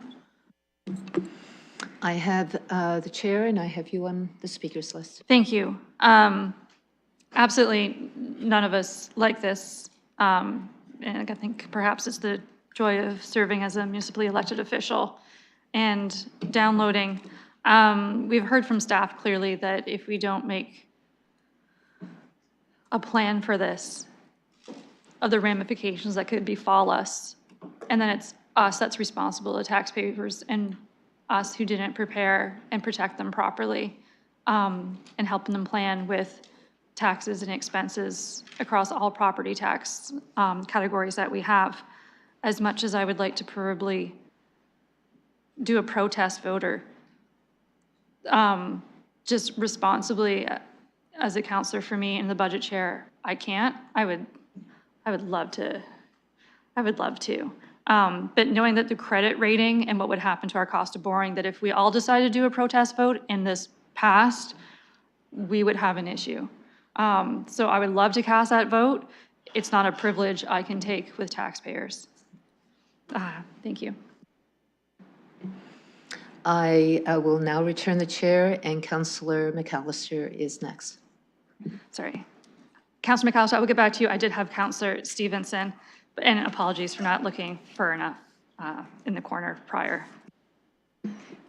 Thanks. Just a couple of things. Maybe a question to staff, because I'm really having trouble that, well, 1.8 reduction in annual reserve fund payments is going to put our credit agency rating. I don't think that's what was meant, but that's what's being said now, is that we can't support a $1.8 million reduction per year.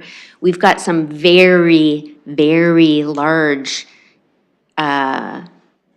amounts coming out of our reserve funds and debt to cover some very large projects. So just some clarity there. To Ms. Barbone or Mr. Murray? Thank you. I'll take a crack at this one. So absolutely not. We are not saying that $1.8 million is going to make or break our AAA credit rating. What we are saying, though, is that we know we have a gap already for 2023 of north of 10 million. We know that even with a contribution to backfill for these lost revenues, we are still very likely to be short in 2024.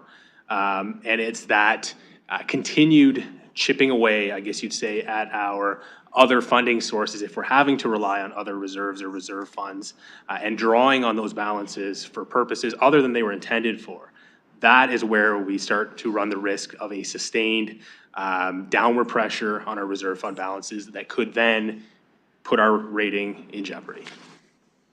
Councillor? Thank you. And just one other follow-up. When we talk about the $8 million on the SOHO project, that's the exemption.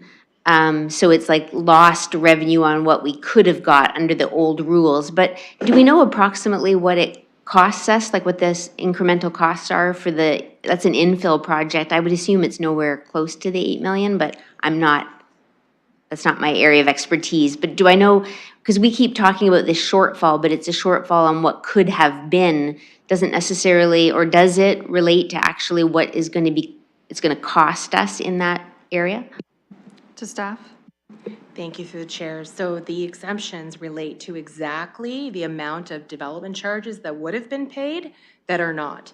So as an exemption is given, that equal amount has to be put into the reserve funds to fund that exemption on a statutory basis. Because when development charges are calculated, they're calculated on the gross basis. And that's how they're determined. So the exemptions then are funded on a one-to-one basis. So as the exemptions come forward, that shortfall is what we need to legally backfill to make sure that the development charge revenue is calculated as it was anticipated. Councillor? So you're saying there's a statutory requirement to put that missing 8 million into the DC Reserve Fund? And I see heads nodding. Okay, I didn't understand that. Thank you. Thank you, Counselor McAllister. Thank you. And I am willing to put forward an amendment in terms of, like I had previously indicated, to not touch 2024, 2025. But I still think it's totally within our right to have a protest vote, and I would encourage for 2026 and 2027, I'm willing to reduce it by 800,000. I know typically it's around 750 in terms of dropping by 0.1%. But I think we need to send a signal to the province. That's an election year. I honestly think that we should take this opportunity to do something. I know it's not going to affect the tax base hugely, but I do think that it sends a signal in terms of this is something we're watching. There's an election coming up, and make good on your promise. As we've indicated, 4 ministers told us they'll make us whole. I think we should do something on this one. So I would like to put forward an amendment to change, removing 2024, 2025, and dropping 800,000 for 2026 and 2027.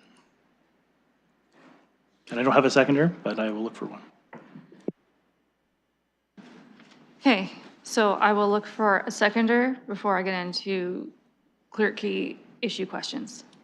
Can I ask a question? No, I would need a seconder before we can start questions on a potential amendment that's on the floor.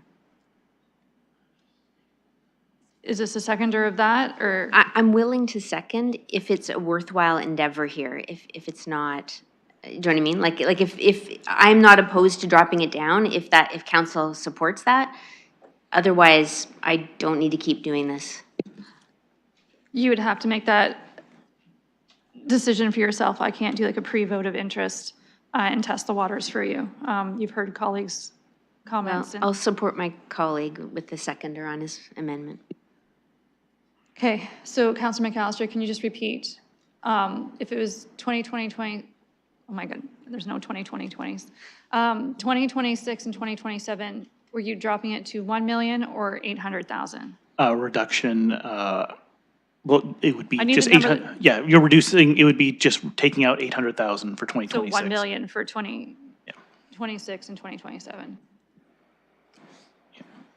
Is that, no. Yeah, 800,000 is what it would be. 800, No. reducing by 800,000, like. I just need the forget number you want on the screen. 800,000. 800,000 in 2026 and then 800,000 in 2027.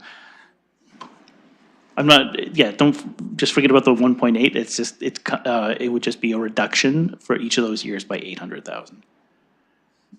Okay, so you kept saying it was 800,000, and then you say it's a reduction of 800,000. So those are different things. Do you want it to be $1 million for tax or 800?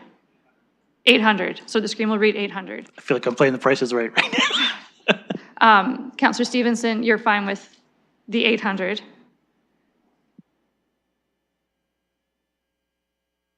Yeah, we're just getting those numbers correctly on our side.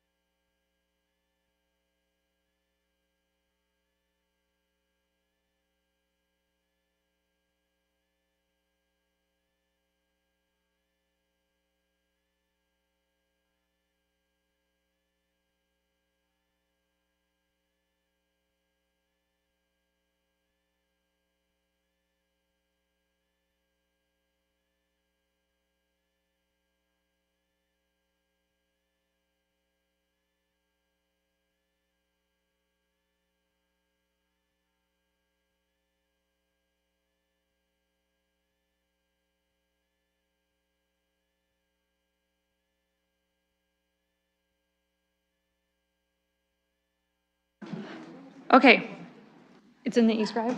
Okay, if you refresh, it's in, so if the mover and seconder, well, everyone, if you want to refresh, it's in e-scribe. Looking to the mover and seconder to see if, okay, just a second, we have a finance issue now. I'm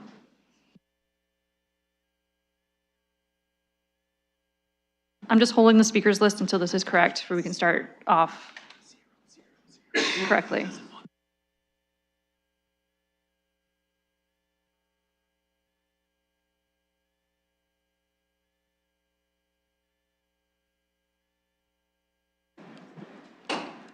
I just want to note that the 2024 and 2025, it wouldn't be touched. It was just for the latter half. Yeah.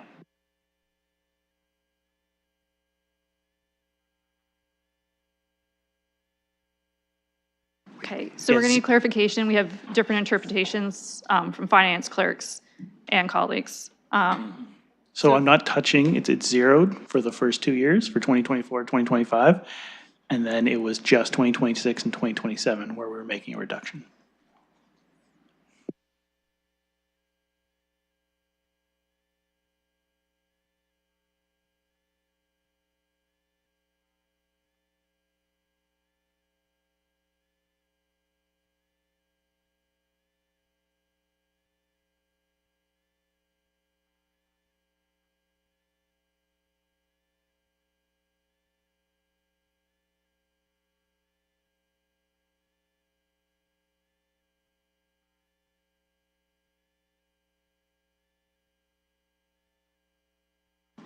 Okay,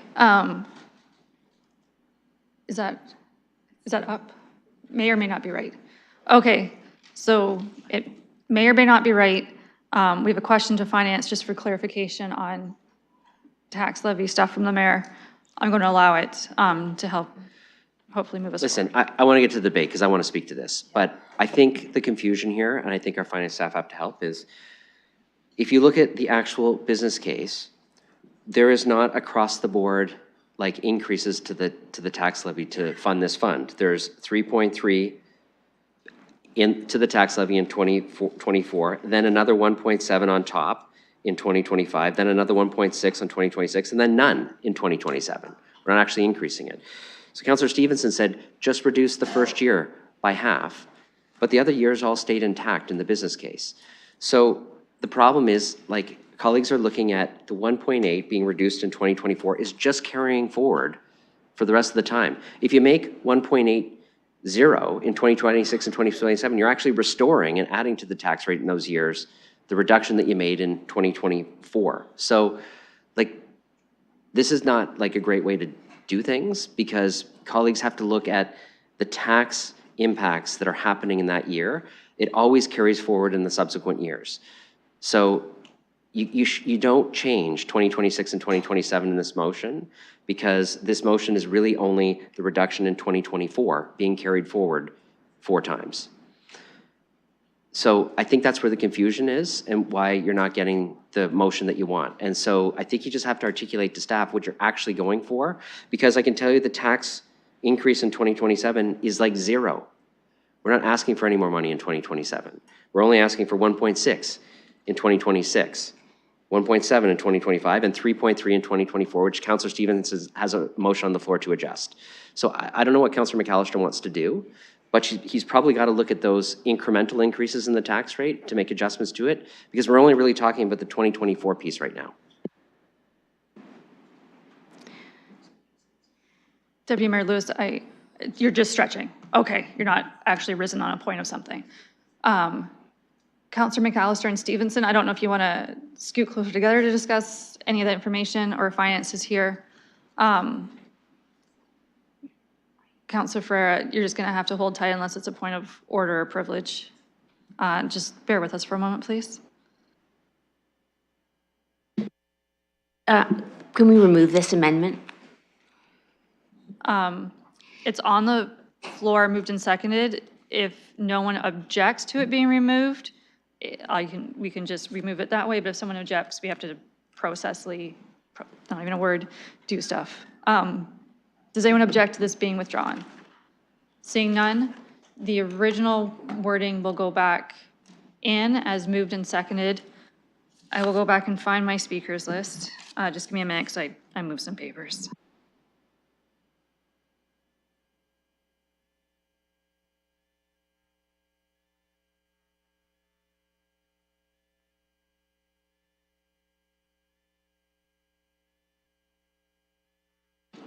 Okay, so we're back to the original one by Councillor Stevenson and Pribble. It's in eScribe on the screen.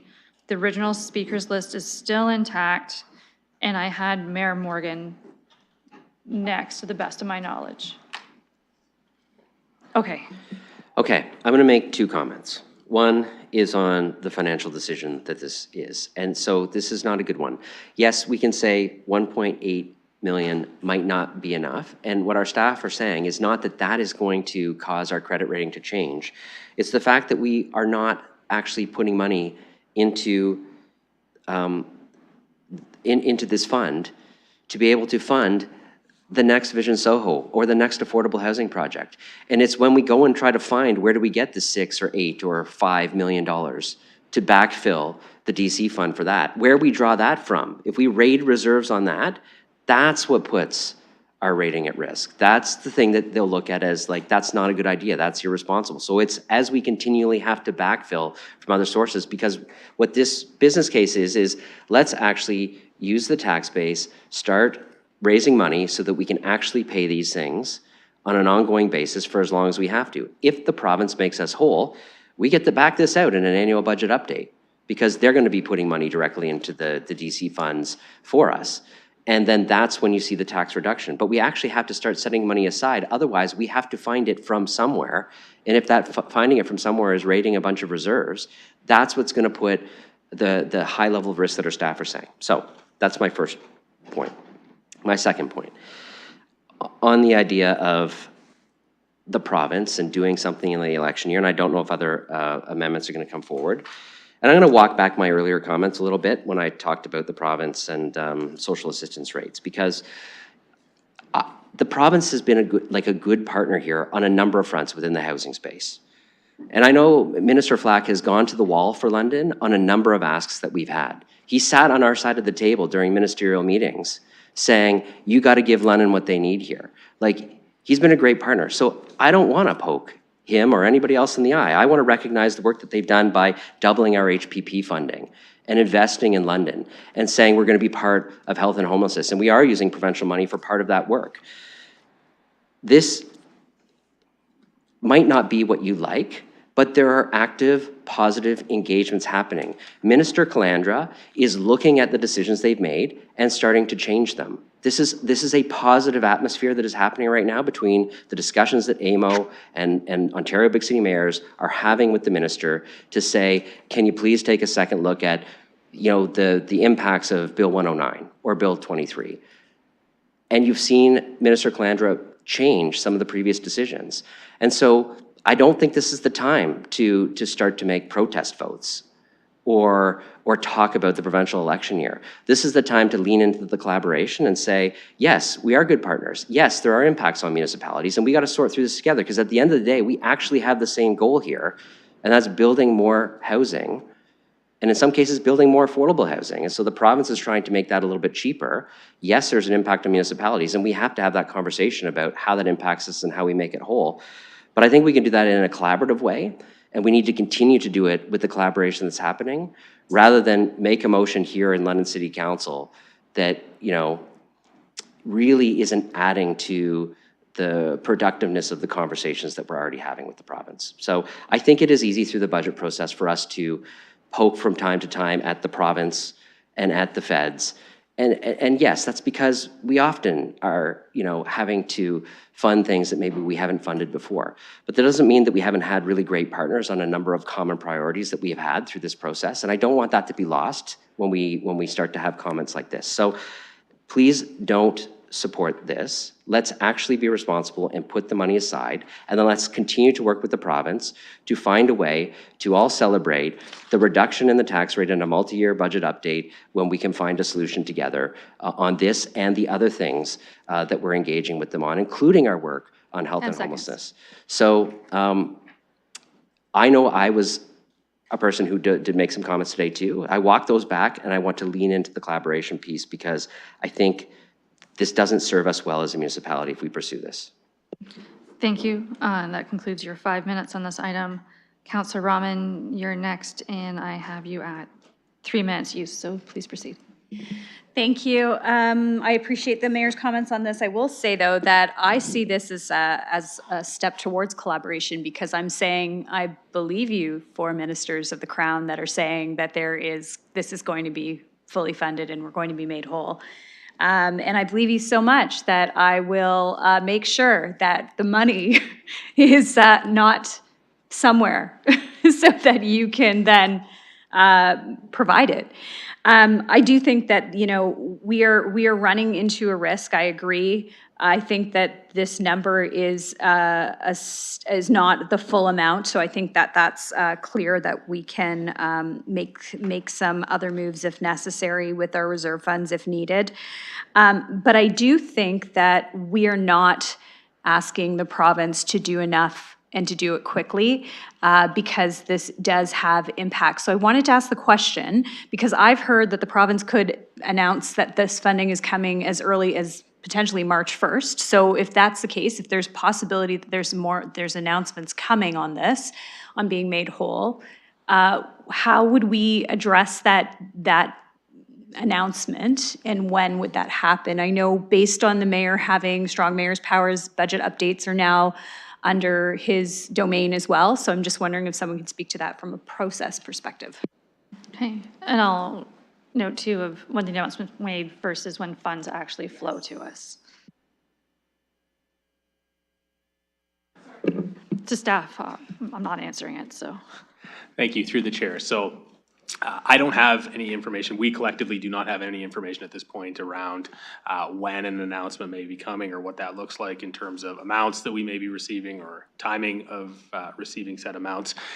If there were to be an announcement at some point later this year, the opportunity would be to bring a budget amendment through our annual budget update process next year to right size and reflect what the new requirements would be based on the new information that has been provided by the province that we become aware of at that point. Thank you. Councillor, you have 30 seconds remaining. Thank you. So just to clarify the question, so only in 2025 could we make that change? There's nothing we could do for the impact this year. Mr. Murray?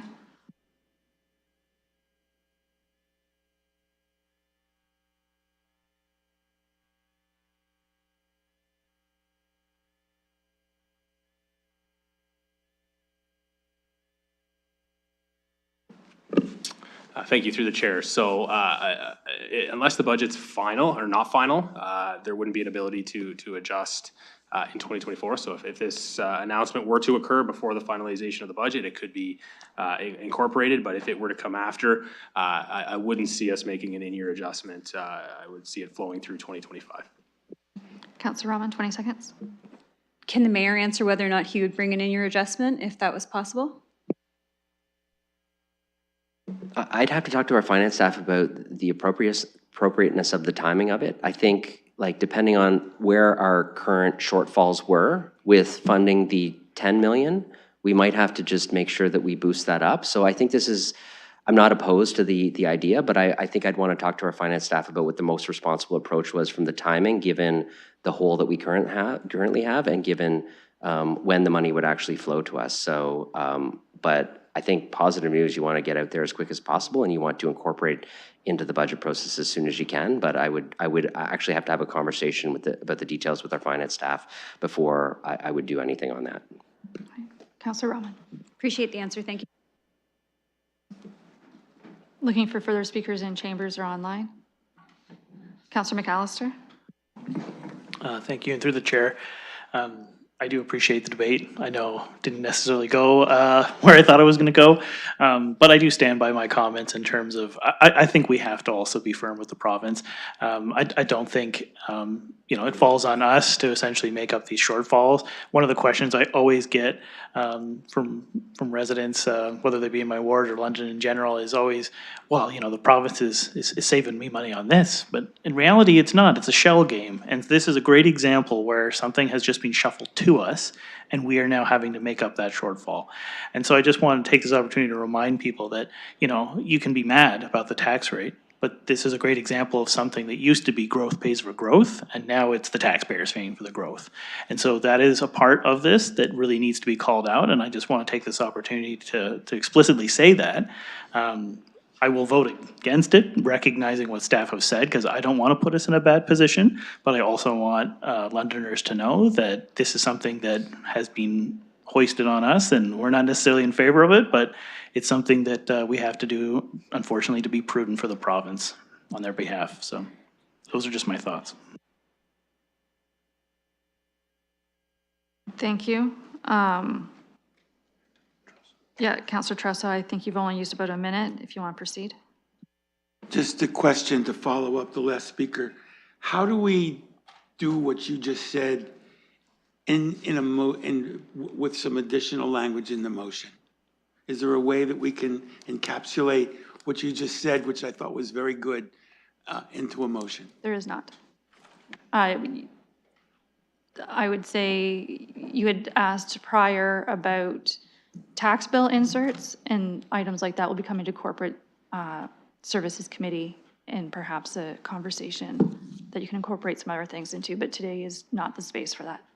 And we would do that if and when we decided we wanted to put the insert into the tax thing about the provincial part of it? Yeah, there's a report coming. I don't want to do spoiler alerts, but there's a lovely report coming. Ms. Barbone, if you want to just tell us the timing of it, and then we can proceed, hopefully with calling the vote on this one. Thank you through the chair. We have that included in our tax policy expectations. We have a section in there to address that, to give council a vehicle to have that discussion at the next corporate services. Okay. Yeah. I see no further hands online, in chambers. Last call, calling the question.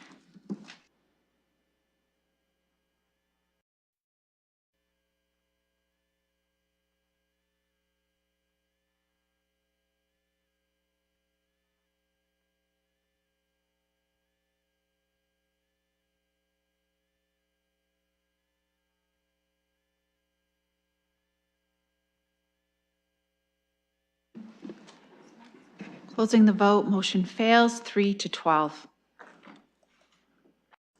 Okay, that takes care of that item that was before us. All motions that were circulated in advance have been disposed of either through committee or changes behind the scenes. That currently exhausts motions that I was made aware of. It is 4:12.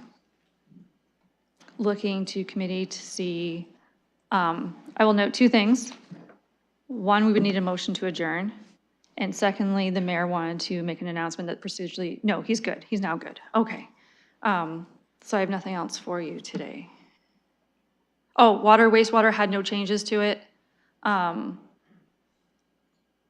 So it stands as the mayor already put his budget forward on that. We don't need to do anything with it. Deputy Mayor Lewis? Madam Chair, I'm going to move adjournment. I would need a seconder, and I have one in Councillor Ferreira.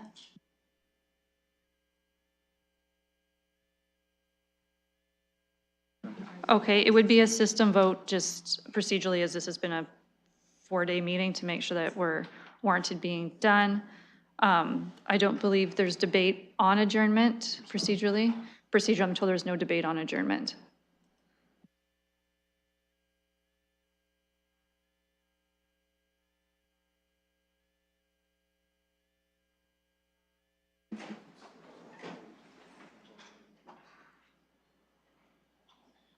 A point of order is fine as long as it's not debate, I'm told. If there are other applicants who have filed business cases that are not in the mayor's budget, do they not have the ability to still have somebody come forward with a motion to include them during the statutory period, which is not exhausted yet? That would be, I believe, the notice of motion that the clerk told us of. The deadline, I believe, was the 21st to do a notice of motion, and those would come before us at council on the 29th. Procedurally, we would take leave deal with any notices of motions we've been given and circulated in advance. And that's how you would deal with anything else that comes up between now and the 29th. Procedural question only, Councillor Ferreira. I believe this is a procedural question. After the PPM, what happens after we listen to all the delegates or people who are going to be speaking at the public participation meeting?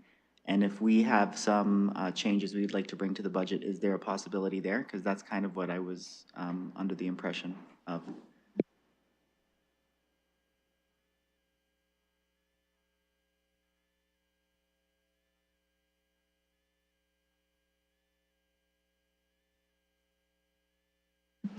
It could be, I'm advised, if it's deemed an emergent motion, you could bring it forward, and we would need 2/3 vote of council to hear it.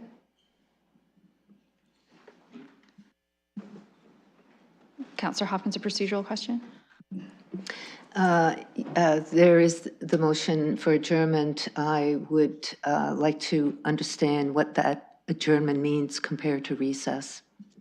Recess would be that we would come back at a future date, though I have no business before us. Adjournment would mean that this budget committee meeting that's been a continuation every day is concluded and done. So if we ask for recess, there would be opportunities to bring forward amendments. Yes, to And- budget and another committee. date would be Without the notice of motion required, because we would just have another budget day, if that is procedurally your question. So what's before you, since it was procedural questions only.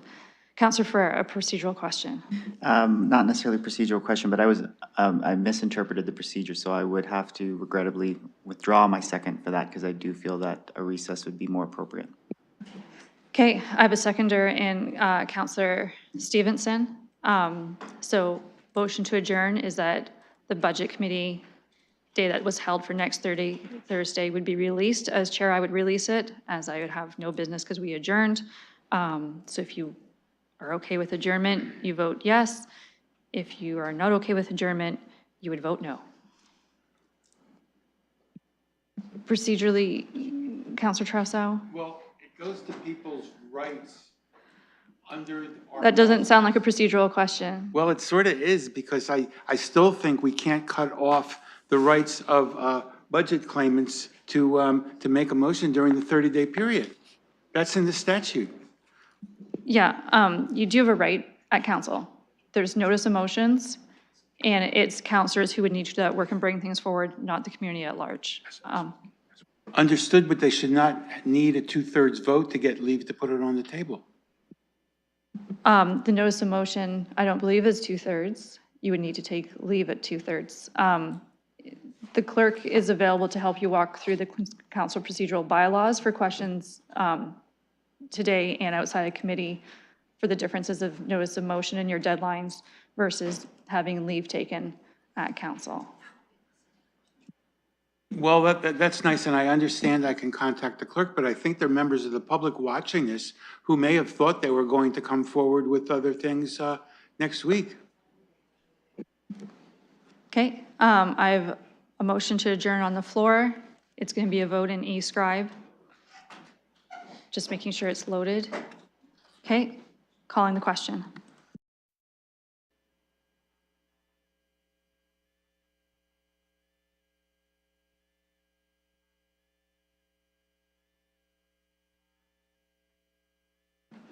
Closing the vote, motion carries 11-4.